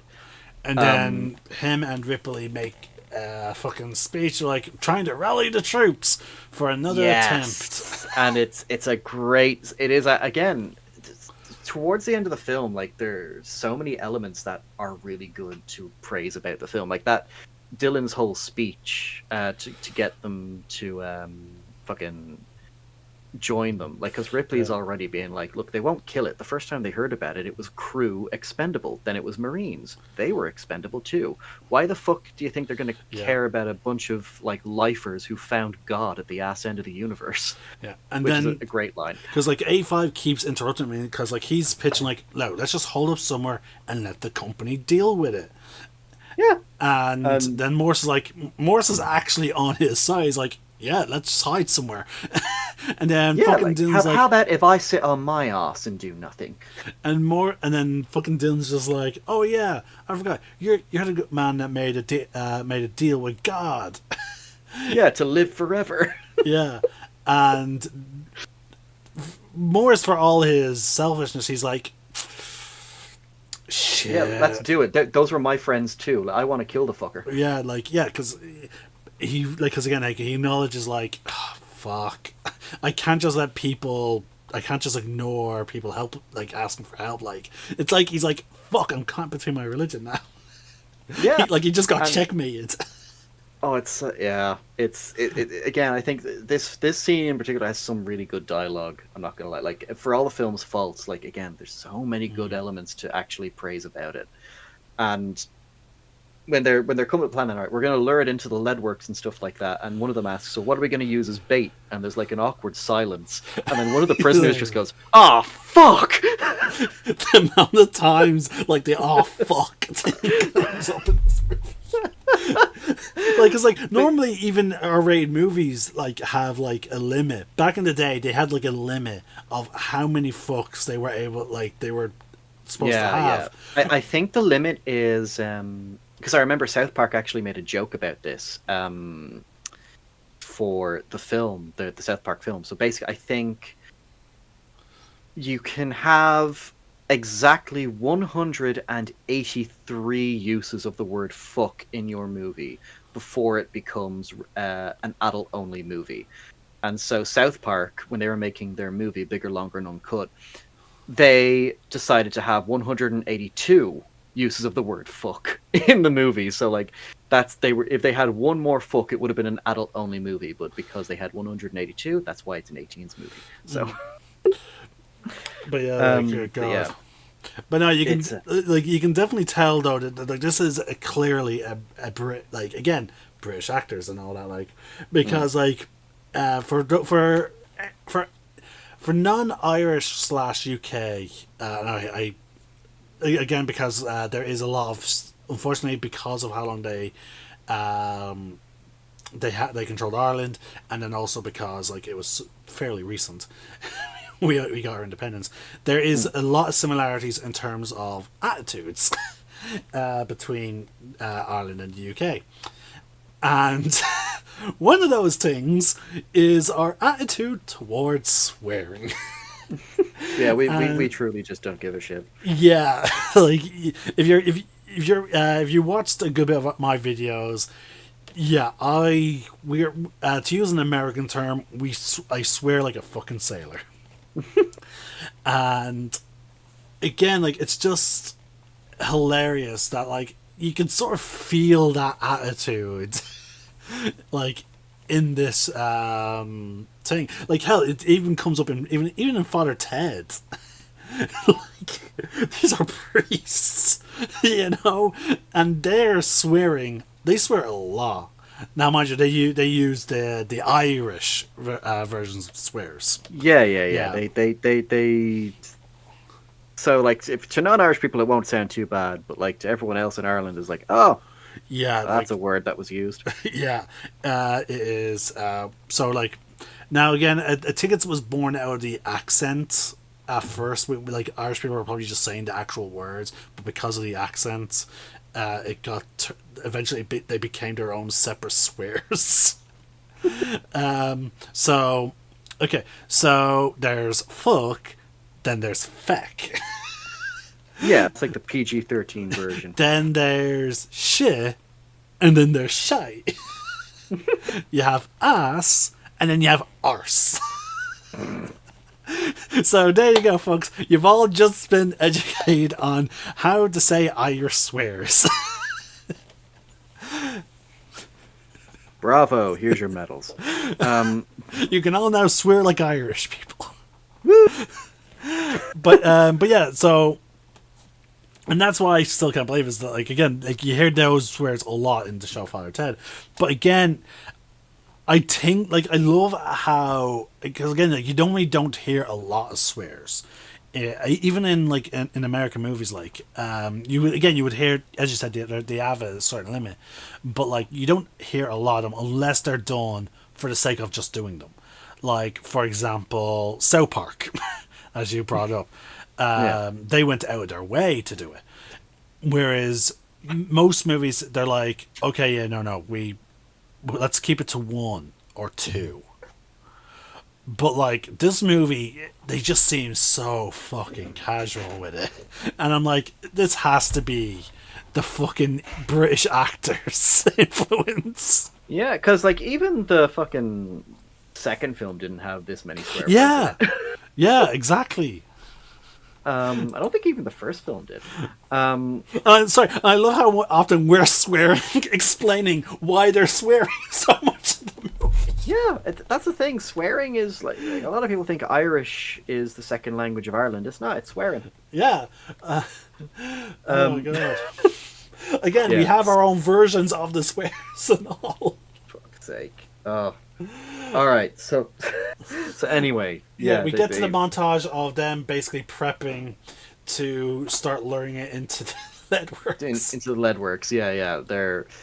They're mapping out the tunnels. They have a plan. Like their plan is basically like each one will lead it down a corridor, and someone else will be locking all the doors behind them as they're going, which is a great idea. It is. It's basically kind of like the next level to what they were trying to do on the Nostromo, close off all of the air vents to lead it into this one particular area. It was a genuinely clever idea. And however, this time with the Nostromo, they were trying to herd it with fire. In this case, it's more like, okay, no, we're going to use live bait. yeah, and it is a good scene actually, and it's cause the first time we actually get the xenomorph POV. We kind of see what they're like, and I will say, like, I wish they could have put a bit of a filter over the eyes. I think that could have been done better, but actually kind of getting like the shot where the camera is upside down on the ceiling chasing after them and stuff like that. I thought that it's a really well shot sequence. Yeah. Now, mind you, there is a bit of a hiccup. Morse is like, guys, my fucking door's not working. Oh yeah. Some of the doors are starting to, like, because it's an old facility, so not everything's going to work 100%. So, like, to my recollection, they actually don't really solve that issue, but like they're like, okay, clearly, we need to keep in mind this. Don't go down this hallway. we then have a guy looking around. He sees the runner killing someone, and again we have like we get to see that the runner is scrawny. Yeah, Like, it's a very we get gangly. yeah, we get like a good clear shot of like of it like together. Like now, don't get me wrong, the drone that we seen. The drones that we seen in Alien and Aliens, like yeah, okay, they were quite thin as well, but like proportionally, they kind of towered over you. Yeah, is the thing. Like they were still very much like massive kind of creatures. Yeah, but with this the one, runner, though, like with the like, runner, yeah, it is actually the smallest of the Xenos, I believe. Yeah, you think it's a skeleton. You look at it, you'll just think it's a skeleton. But yeah, then we get it, as you said, POV. It's running, it's chasing after him. We're on the ground, chasing after the prisoner. It's actually really fucking cool. I feel like the screams of terror, like it's on the fucking ceiling. again, more swears. It helps with the fact that they're prisoners. Like that's why they're like there's literally no fucking discipline. No. But I do agree that they could have done a filter over it, so like we actually see the way they see. It's not like colored and whatnot. Another interesting thing is, imagine if this movie came out today. I would have been like, they need to do this scene 3D. It would have been so fucking cool. That actually, yeah. Actually, I'm. Because I do remember actually the 90s, that was the time where they were trying to do their own little like 3D versions of films as well, like Jaws 3D and stuff like that. So, oh, we do get to see the power because like the runner does run into it does, like it barrels into someone like a fucking bullet, and like, the door gets properly in. Now it can't break through them, but like you can see the actual power that's behind them. So now the plan's in full swing. So they're like, okay. So now someone else now has to find it and lure it in and stuff like that. Yeah. So like, okay, we got it this far. Now we need to get a bit further in. Like, so I like the idea that they sort of trade who it's chasing. Yeah. It's like a very, very dangerous game of tag. You're it. Basically. Yeah, and one guy's even starts mocking it. He's like, "Hey, fuckface!"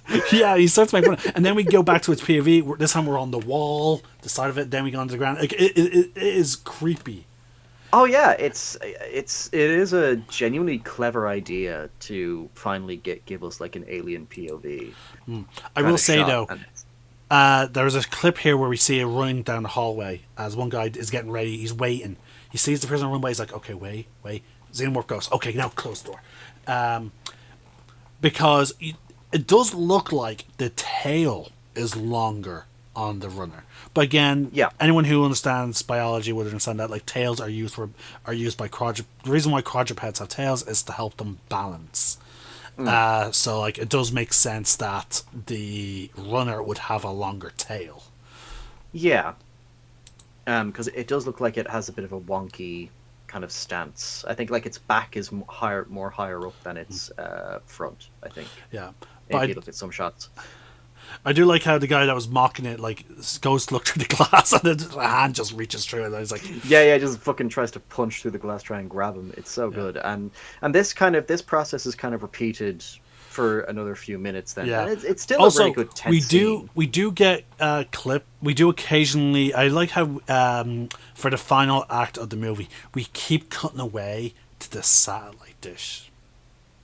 Yes, like because that's what's going on. Like the way you people are almost there. Yeah, like it's a good way of like, okay, yeah, we're reaching the final act. They're dealing with the xenomorphs, but just to remind people that there's a run like that Ripley has a timer.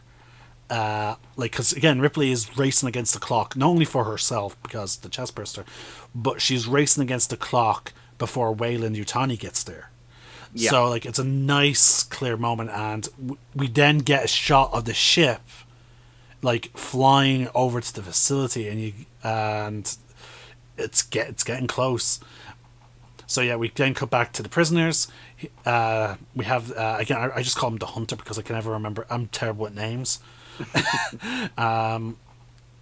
So like I just call him the Hunter because I only ever seen him in I've seen him a couple of times and other things, but I only really recall him from Jurassic Park Lost World and this movie.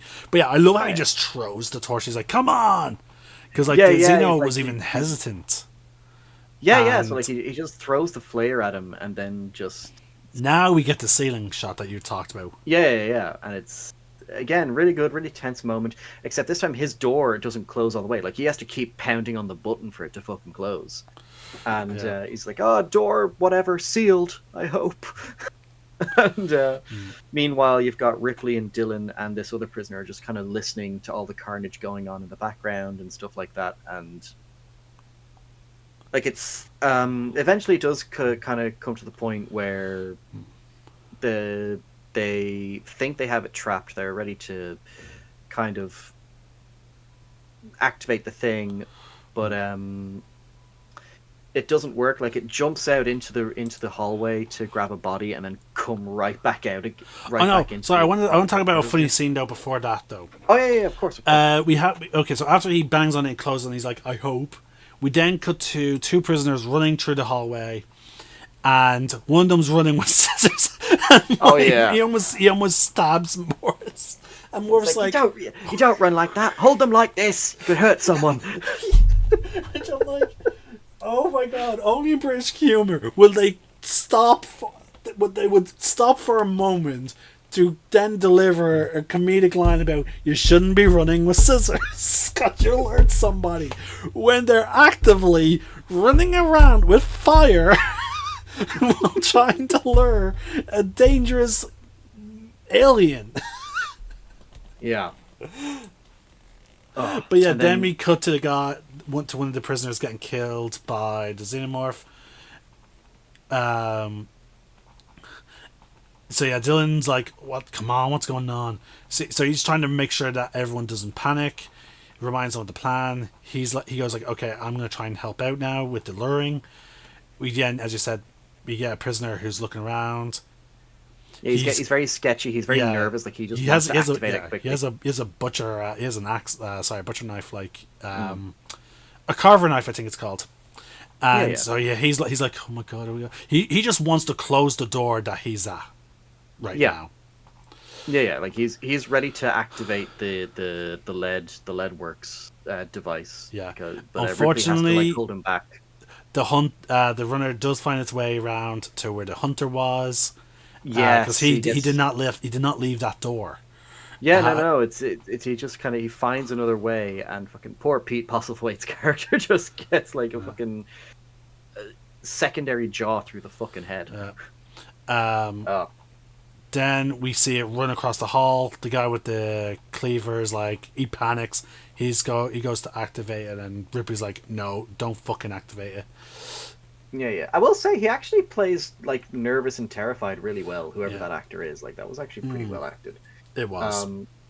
And so yeah, they have to. I think they have to wait for it to come back out again.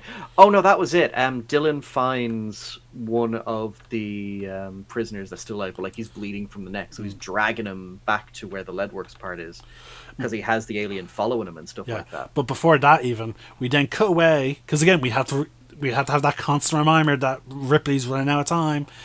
We see that the ship has landed, and we see people walking around. Oh yeah, it's like a team of like Marines and stuff like that. Yeah, we see a team walking around. We then cut to another prisoner, not Dylan just yet. You keep jumping to that scene, but there are other scenes before it. But yeah, this guy's looking around, gets killed because he's literally directly underneath the xenomorph. Then we cut to Dylan with the axe, sees it being the xenomorph being attacked, throws his axe away, and prioritizes just pulling the guy away. Yeah, just like what's the word? Yeah. So just pull him away, and I think he's shouting like profanity at the alien, like like trying to get him to take the bait and stuff like that. And it's again, I love Dylan, but it brings him to the leadworks chamber, and he's like steps back to give the alien a chance to grab the thing. Ripley, Dylan. Well, no, they're not even. Dylan's not the one that's trying to let the guy grab the body. Like he's trying to save the person, and Ripley's telling Dylan like he's dead. Oh yes, that was it. Oh yeah, sorry. And she pushes him away. Yeah, she literally has to pull him away. Yeah. Well, no, she pushes him once, and then he's like, then he realizes, okay, and then he backs up. She's like, "Come on, take the body," and come out and get it. but then it does that, but then it quickly goes back in. Yeah, it kind of just goes a yoink, lol, and then just fucks off. Yeah, as the prisoner activates the thing, then yeah, because like again, this speaks to even the level of like the runner, which is born from a quadruped, that like it knows a trap. So like again, like it's just the level of intelligence that xenomorphs seem to like exhibit is just crazy. Absolutely. Like they've been shown throughout the franchise to kind of strategize and stuff like that, and find workarounds to get past like obstacles and find ways to, and even toying with their prey and stuff like that. Oh yeah, they're like I said, like that time when it's like that time with when the xenomorph like peeks over the fucking railing at the guy going back down for the flare. It could go down and kill him. It's the guy's as good as God. You know, but no, it decides to pull back and wait for him to come to it. Yep, exactly. And it's kind of a, what's the word? No, I don't know where I was going with that, but yeah, no, they're just very intelligent beings. And then with this sequence, then the Leadworks have now started. Yeah, and everyone is losing their shit. Yeah, I think they only have a few minutes now to actually get the alien back into the chamber. And in their panic, it's making them, fuck up even more. And so, like, everything's gone to hell. Like, more and more prisoners are dying now because they're all just panicking. Because like they're like, oh shit, we have less time than we thought. I think there was like one guy where we get the POV of the alien chasing after this one guy. Yeah. He's trying to close all the doors and none of them are closing, so the alien is just constantly coming after him. And then just as he steps into the woodworks, we then just see his legs fly forward. Like, like Dylan's waiting. He's like, okay. Then he just sees the guy's legs go up into the air and then back into the hallway. He's desperately calling out for him. You can make it! Come on, you can make it! And then it's just this this very gruesome kind of death. Yeah. Then he's like, fuck, closes the door because he knows like he doesn't want to get then caught by the xenomorph as well once it's done killing him. And like, so he's like, fuck, boom. Because like the xenomorph is trying its hardest not to actually go in that area. Like it absolutely knows. And I think during this entire point, then we get Morse and another prisoner running into each other, and Morse like, oh yeah, not yet. Oh, not him. Oh, not yet. Then we cut back then to the team actually entering the facility. Where 85 is waiting for them. Yeah, it's a spot. Well, no, they're entering as like 85 is waiting for them. Because they had to go down like this like circular disc thing, like because it's an underground facility, so it's like a metal disc thing on the ground, sort of like in Fallout 4. Pad. It's like Fallout 4, but instead of an elevator that brings them down, it seems like there's like a part of it opens and they walk down like a spiral staircase, I guess. Which then brings them then into the lobby proper, which is where 85 is waiting for them. Yeah, like he's informing them that Ripley is down in the Leadworks with the Beast. I think he refers to the alien with the Beast, which I think is a bit of a stupid line. And the scientist is like, "Take me to her." Yeah, and then we get the silhouetted figure with the long brown jacket and the glasses. We don't know who he is yet, but he's clearly important. We then cut back to the Leadworks prisoners. Now we cut back to Morse running into the guy with the bandages over his head. And he's like, oh, you fucking scared me. Yeah, like they're having a bit of a laugh. Yeah, I'm like, really? Like, again, you can tell that these guys are friends. But, like, I'm just like, really, guys? Now? Levity at a time like this? Like, see, for me, if that was us, and we're running, we bump into each other, I'd be like, you fucking moron, I would then be like, get up, grab you, punch you, and be like, get fucking moving. And then just start running. Oh, it's nice to know. It's nice to know that your response would be violent. No, yeah, but the thing is, I would help you up, punch you, and then get you to start running again. Yeah. I wouldn't sit there on my ass having a laugh with you. No, yeah, obviously, yeah. I'm like, and of course, your man pays the price anyway, because like, yeah.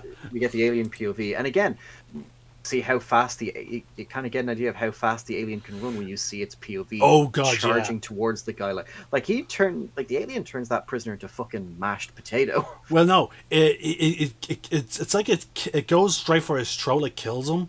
He then just slides down.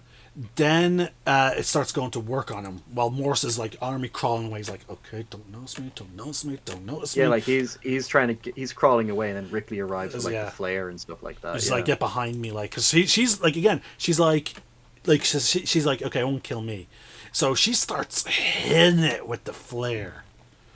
Yeah, like she's trying to get it to come, like she's grabbing the tail and everything and trying to pull it away, and the alien's just having none of it. Yeah, like the alien is clearly caught between two of its instincts. One, to protect the queen because it's a warrior, and then second, it's like, defend itself. Like, Yeah. So it's swiping at her. It's trying to use its tail, but like it keeps its tail curved at such an angle that it's the tip that like the tip won't go near her. But now she clearly does hurt it a good bit because you do see that she pulls back the torch and it is melted, like the top of it. So she then tosses it aside, and that's when she grabs hold of the tail. Yeah, and then then the xenomorph is backed into a corner, so it can't actually get away from her.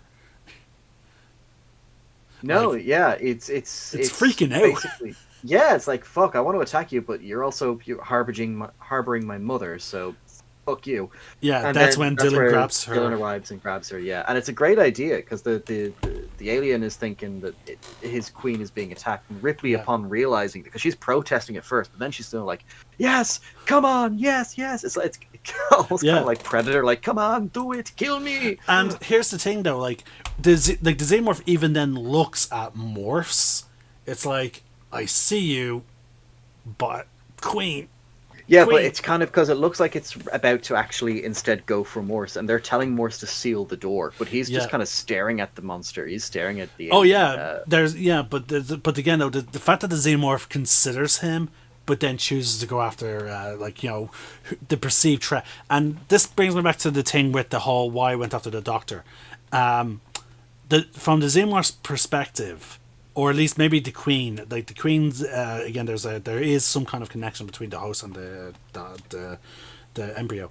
Like, it is possible that one of the reasons why maybe the queen had such a delayed birth was because the concoction that Ripley has been getting injected with by the doctor, and as such, the queen sent out a command, because again we know for a fact that they communicate telepathically, and then that's when the runner's like, okay, yeah, no, fuck you, leave the queen alone, and kills the doctor.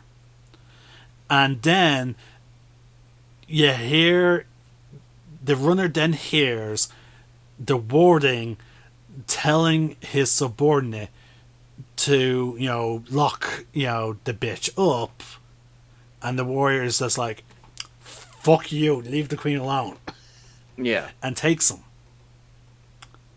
So like there are two you could consider those as two moments that the xenomorph had previously showcased instincts of protection towards Ripley.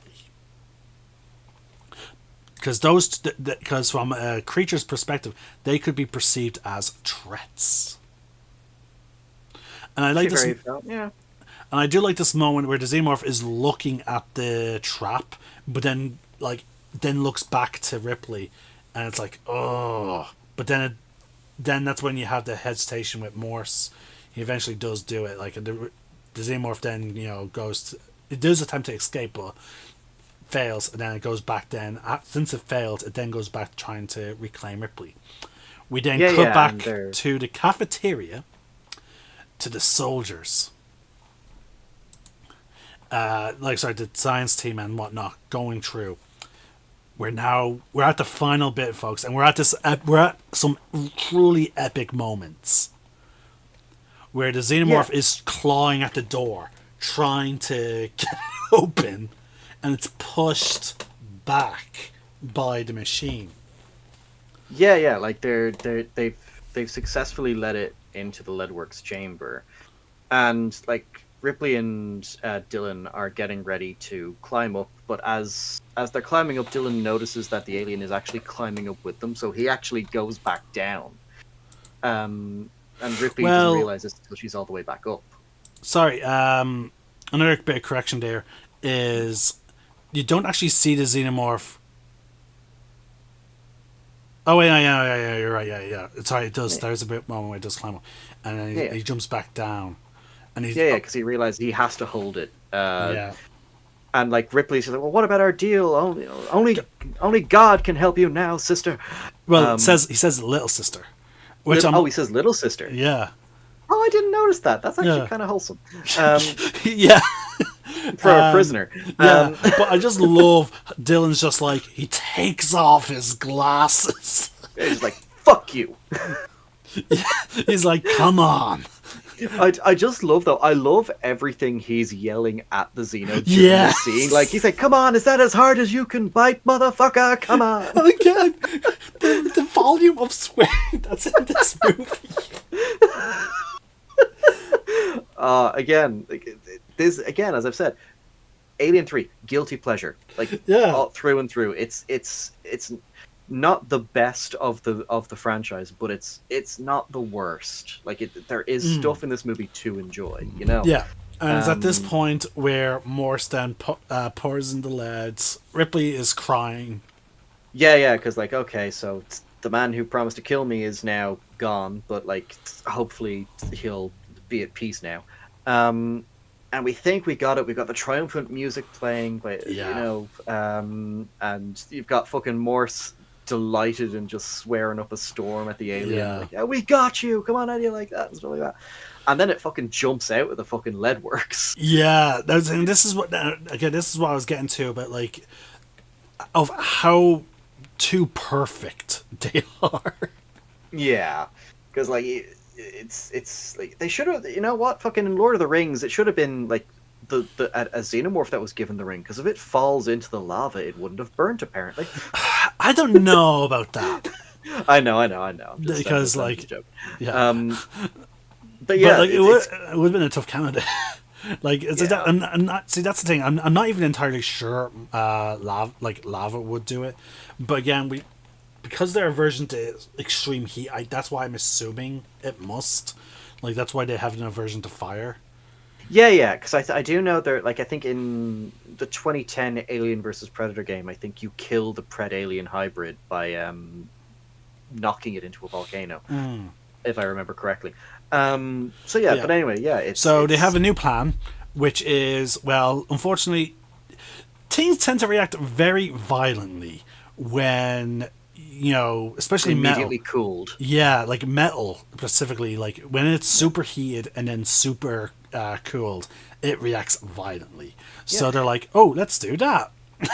And I kind of just realized I don't know if it was intentional, but they kind of foreshadowed this earlier on when their first plan fails. Yeah, the bucket. The bucket when it's hit with the super cold water, it cracks open. It's like, okay, and I'm only just thinking this now, so maybe that was intentional. Mm-hmm. But yeah, like Ripley uses the sprinklers, and it just explodes. Yeah, it's no acid blood apparently, but it just explodes. And again, I would say, like, as far as killing an alien is concerned, I have to say this movie has the most creative method. Until Alien Resurrection. Actually, to be fair, we'll get to that at some point. Oh yeah, but yeah, it was a genuinely creative way to kill off the monster, and it was really good.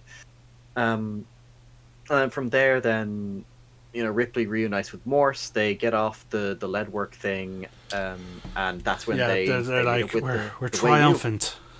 Then Wei Yu shows up, and we apparently meet the designer for Bishop.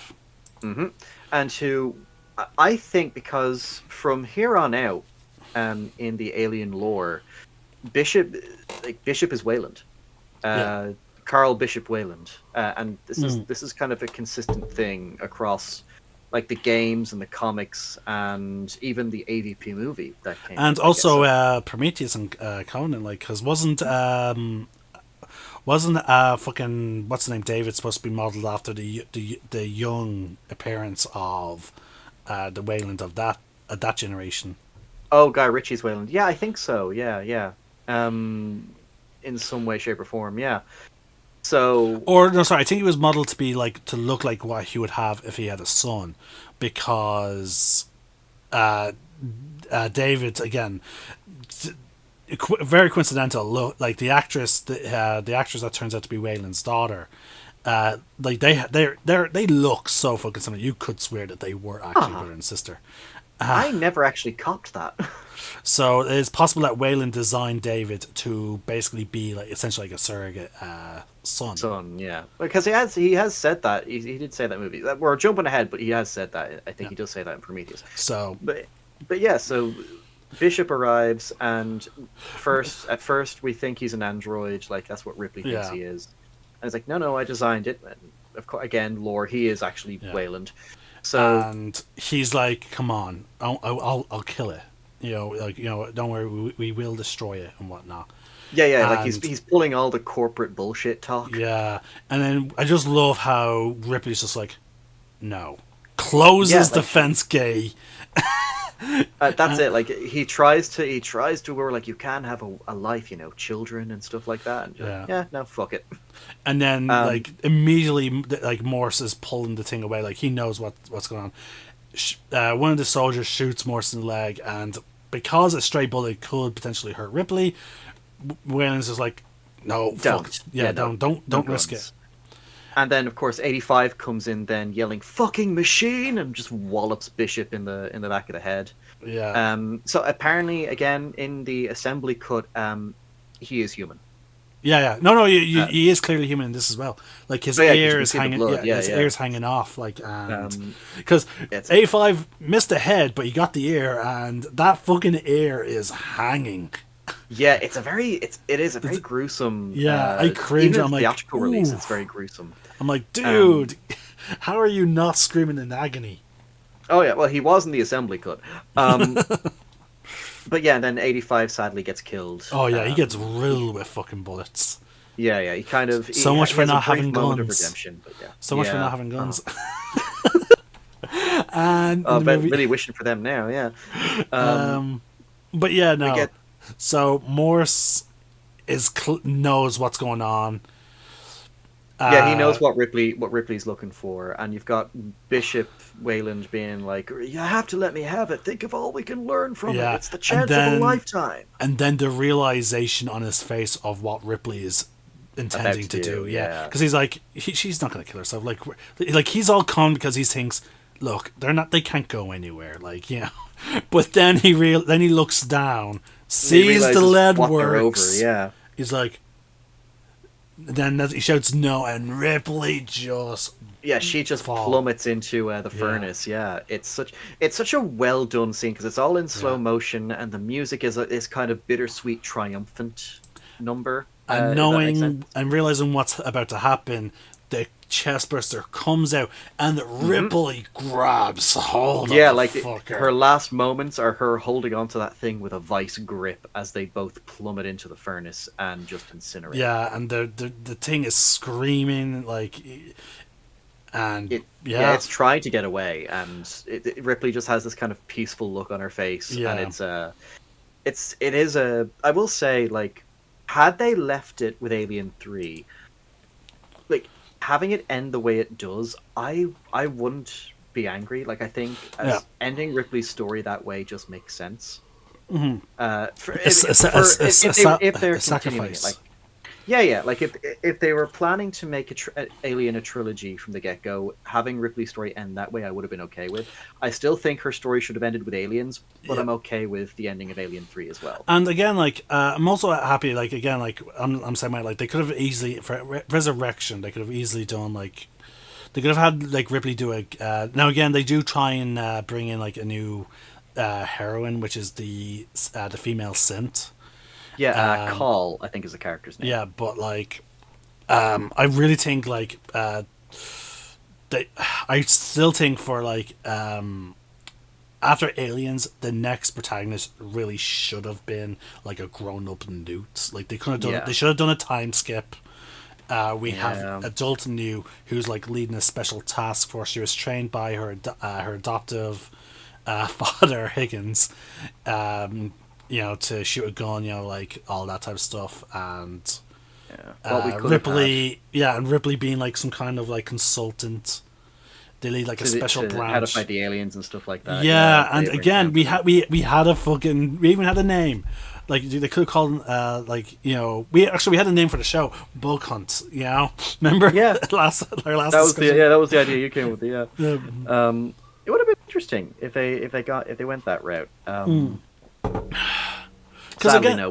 This is what we got. Yeah, because so Alien. Fire. The fire team is clearly meant to be the special task force that deals with xenomorphs. Fire team is a cool name, but bug hunters or something like that, or something like as a homage to like Ripley could have been cool as well. We could have had something like that, but yeah, the following scenes is just the furnaces of this prison being shut off. Yeah, like everything is shutting down. The prison's being closed down. Yeah, it's everything getting is locked being up. like Morse is the only survivor of the prison. And he's now laughing. Being taken away. Yeah. He's remembering the memories. I think he's kind of happy he's leaving as well. Yeah. And we get one final line from him where the guard's like, keep going. He's like, oh, fuck you. That's the last we hear of it. And then I think the film ends, I would say, quite hauntingly on Ripley's final Nostromo transmission. And like the final line of the film is, "This is Ripley, last survivor of the Nostromo, signing off," and that's it. Like it just, we get this final thing, like end transmission or something like that from the computer screen, and then we just get great music from Elliot Goldenthal. I think again the ending is kind of what saves the movie for me in many respects. Like it's the opening. Is the opening half of the film? Yeah, there's a lot of issues regarding like, okay, what the fuck is an egg doing? What the fuck is like? Why is any of this happening? Why does any of this need to happen? But like the film is saved by the cast and the soundtrack, as far as I'm concerned. For me, anyway. That's why. It's again like I would if I'm going to watch Alien movies, I will still watch Alien 3. Yeah, like it's definitely one to have in the rewatch. Oh yeah, like again, like there are aspects of even fucking Prometheus that I still enjoy, and even with Covenant, again, like because for me the only big fault with those movies is connecting the origin to David. Like it's not a bad way of like exploring the origins of the Xenos, but anyway, the movie as a whole. Guilty Pleasure is the weakest of the Alien trilogy. Now, okay, technically there are more movies now that are in terms of I should just say franchise at this point because we have Resurrection and Romulus. And then in terms of the Alien franchise, it is to me the weakest. Actually, no, you know what? I would still say it's the weakest because they're writing into now. Don't get me wrong, it's due to the fact that as you said, they had so many different rewrites and whatnot. So I do have to be leaning on it, but I do have to also judge it by its final result. It is the weakest, followed by Resurrection. Absolutely. Yeah, unfortunately, as much as people gave Resurrection shit, at least. Like parts of it made sense. Yeah, and one thing it does that one thing Resurrection does that Alien 3 doesn't really do is Alien Resurrection tries to do something different in regards to the aliens themselves, like with the human alien and stuff like that, and even with Ripley herself. But with Alien 3, it feels like they tried to rehash the first film again on a different just on a prison planet. And while yes, there are some things they do they're cool. Like again, I do like the runner. I do like that it is a vicious alien and stuff like that. Well, they're all vicious, but this one has a bit more of a vicious cycle to it. Like there are elements in this movie that they do get right, but it's bogged down by like some really just weaker elements. It gets bogged down mostly due to the plot. Like exactly. And again, like and unfortunately, like the fact that they chose to linger on the egg for like I'm like, really, you decide to linger on the egg for this scene, but then have no explanation. Yeah, Like you sort of can't ignore like that big, huge, massive plot hole. exactly. And again, it's why I do think the royal facehugger was a better idea, because you could at least make the argument it might have been attached to the queen. That's why it was there. Yeah, You know, like that would at least give you, as an audience member, like, at least it's not a good explanation, yeah. but it's an explanation. Yeah, it's a for like what we got was at the start of this movie was a very forceful reason why the movie happens. Yeah, yeah. It's Like that makes you absolutely no sense. Like because as we said, we talked about how okay, let's say if it was a genuine electrical fire. No, you're like again. We talked about like how in that time and age, yeah, no, and like the fact that I was taught in what is the equivalent of high school in first year what to do in case of an electrical fire.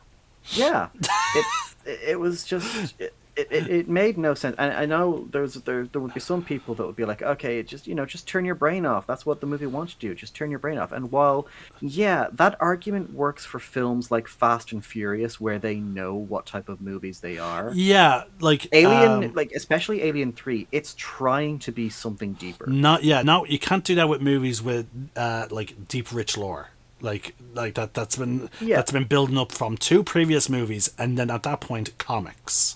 Yeah, and I'm not even just talking about lore. I mean, the film itself is trying to be like this deep kind of because it does have themes of like religion, like religious undertones and so forth. So it is taking itself seriously. So this whole idea of, well, if you want me to take you seriously, then do a better job. Of also, yeah, plot, that's another thing. It's a horror movie. So it was well back then it was labeled as a horror movie before people started really diving into like subgenres. Now it's just a thriller. Yeah. But like back then, it's a horror movie. With horror movies, you can't really turn off your brain. Because you do genuinely kind of have to put some thought into like the logistics. Where Fast and Furious movie, that's just an action movie. Yeah, the you can be like, okay, so why is Vin Diesel flying through the air and catching someone midway and then landing on a tank? It's a fucking Fast and Furious movie. The last film had them dragging a safe through Brazil. Are you really going to question this right now? Whereas, like, and again, like, and here's the thing though, they don't even do anything like to like, okay, that they are extremes, but they don't break like logic extremes. Like again, like the egg being in the cryo. Room, yeah, because there's no conceivable way it could get in there from what we saw in the last film. Yeah, at least with the Fast and Furious, like they build on shit. Yeah, that's why it's easy. Try to. That's why it's easier to turn off your brain with those movies. Because it's just kind of you're just if you'll pardon the expression, with the Fast and Furious movies and movies like it, you're just along for the ride. Yeah, with movies like Alien, you kind of. Like with the first movie, like there's so many details that you can even miss on your first watch. But now, like they are there when you pay attention. Now, before anyone even brings up, because I did the comparison to Resurrection, if someone tries to argue the whole isn't cloning a forceful continuation of the story? Well, yeah. Like, okay, no, you're right. However, it's done fucking better than what we got here, and also no, because at least you can argue, because I think in Resurrection they're like, oh yeah, we used hair samples and skin follicles. I mean, yeah, okay, it makes sense. Ripley shaved her head in Fury 161, so of course. Oh, hold on for a second, being called. Now in 3, 2, 1. So, so like, again, we're talking like technology. Like in every sci-fi setting, when technology gets to a certain point, cloning does get fucking brought up. Like, and clearly, like, from the like, very quickly in terms of Alien Resurrection, it is established that it's like, what is it? Like several, like it is very far in the future. Like Weyland Yutani is even gone at this point. Yeah, I do have thoughts on that. We'll talk about it when we get to it. But yeah, it is one of those things where, okay, 200 years later, fair enough. They give an explanation. Yeah. You know, I'm willing to be okay with it. I still think it's stupid, but at least they try. Also, like, Um, yeah, no, and again, like, we're also dealing with, like, it's again, we're given like a fairly decent explanation 200 years into the future, and again, already we were already far into the future that we're terraforming fucking planets, folks. In terms of the Alien franchise, so cloning, like, is not too fucking far off. Like, we can make androids that appear so fucking realistic. You know, the only way you can really tell them apart is if you cut their fucking finger and see white and stuff. they bleed milk. Yeah. Yeah. So you can't really turn your nose up at the prospect of cloning. You know? Yeah. And again, like, so. Hold on. Okay. Your dinner is downstairs in the kitchen. Dawn is doing a video. Okay. So yeah, folks. So before you even try and bring in, like, oh well, cloning is a forceful continuation, keep in mind they let the error, the jumps in time and the evolution of technology to take into consideration, as opposed to, we're just going to put some xeno eggs under the table. Just slide them in there. Deal with it. Yeah. So, and again, like, Resurrection, like, that's why, in my opinion, Alien 3 is the worst of the Alien franchise. Like, because, like, even with the fuck up of trying to connect the xenomorphs to the creation, like, to David. Okay, sorry, if I'm going to bring in Promethean Covenants, okay, I will say Requiem actually technically should be the worst. Oh no, Requiem's a horrible. Yeah. Okay, so it goes Requiem, then Alien 3. If I'm being brutally honest in the Alien verse, if it is Alien versus Predator Requiem, then Alien 3. If I'm being brutally honest. Yeah. Well, and again, I'm only counting the movies that feature aliens. So I'm not going to get into fucking what's the Predator. To be honest, I actually did not mind that. To be honest, I haven't seen it. Oh, okay. Well, when we get to the Predator movies, I look forward to hearing your thoughts on it. Yeah, I just know that your man Shane Black directed it, and he played your man with the glasses in the original Predator film. Did he now? Yeah, Billy, I think was the character's name. No, Billy was the guy with the big knife. Oh shit! Okay, wow, yeah. that's something I did not know. Yeah, Shane Black's character was the one that kept telling all of the ladies' parts jokes. Ah, yeah, okay. Oh yeah, he tells the joke to the guy, and then the guy that's Native American starts doing his laugh. Yeah. That's him. Yeah. Yeah. Okay. So yeah, in terms so as I said, is the worst. Is the second worst Alienverse movie that features an alien. But like, and it has nothing to do with the acting. It's purely just on plot, folks. That is it.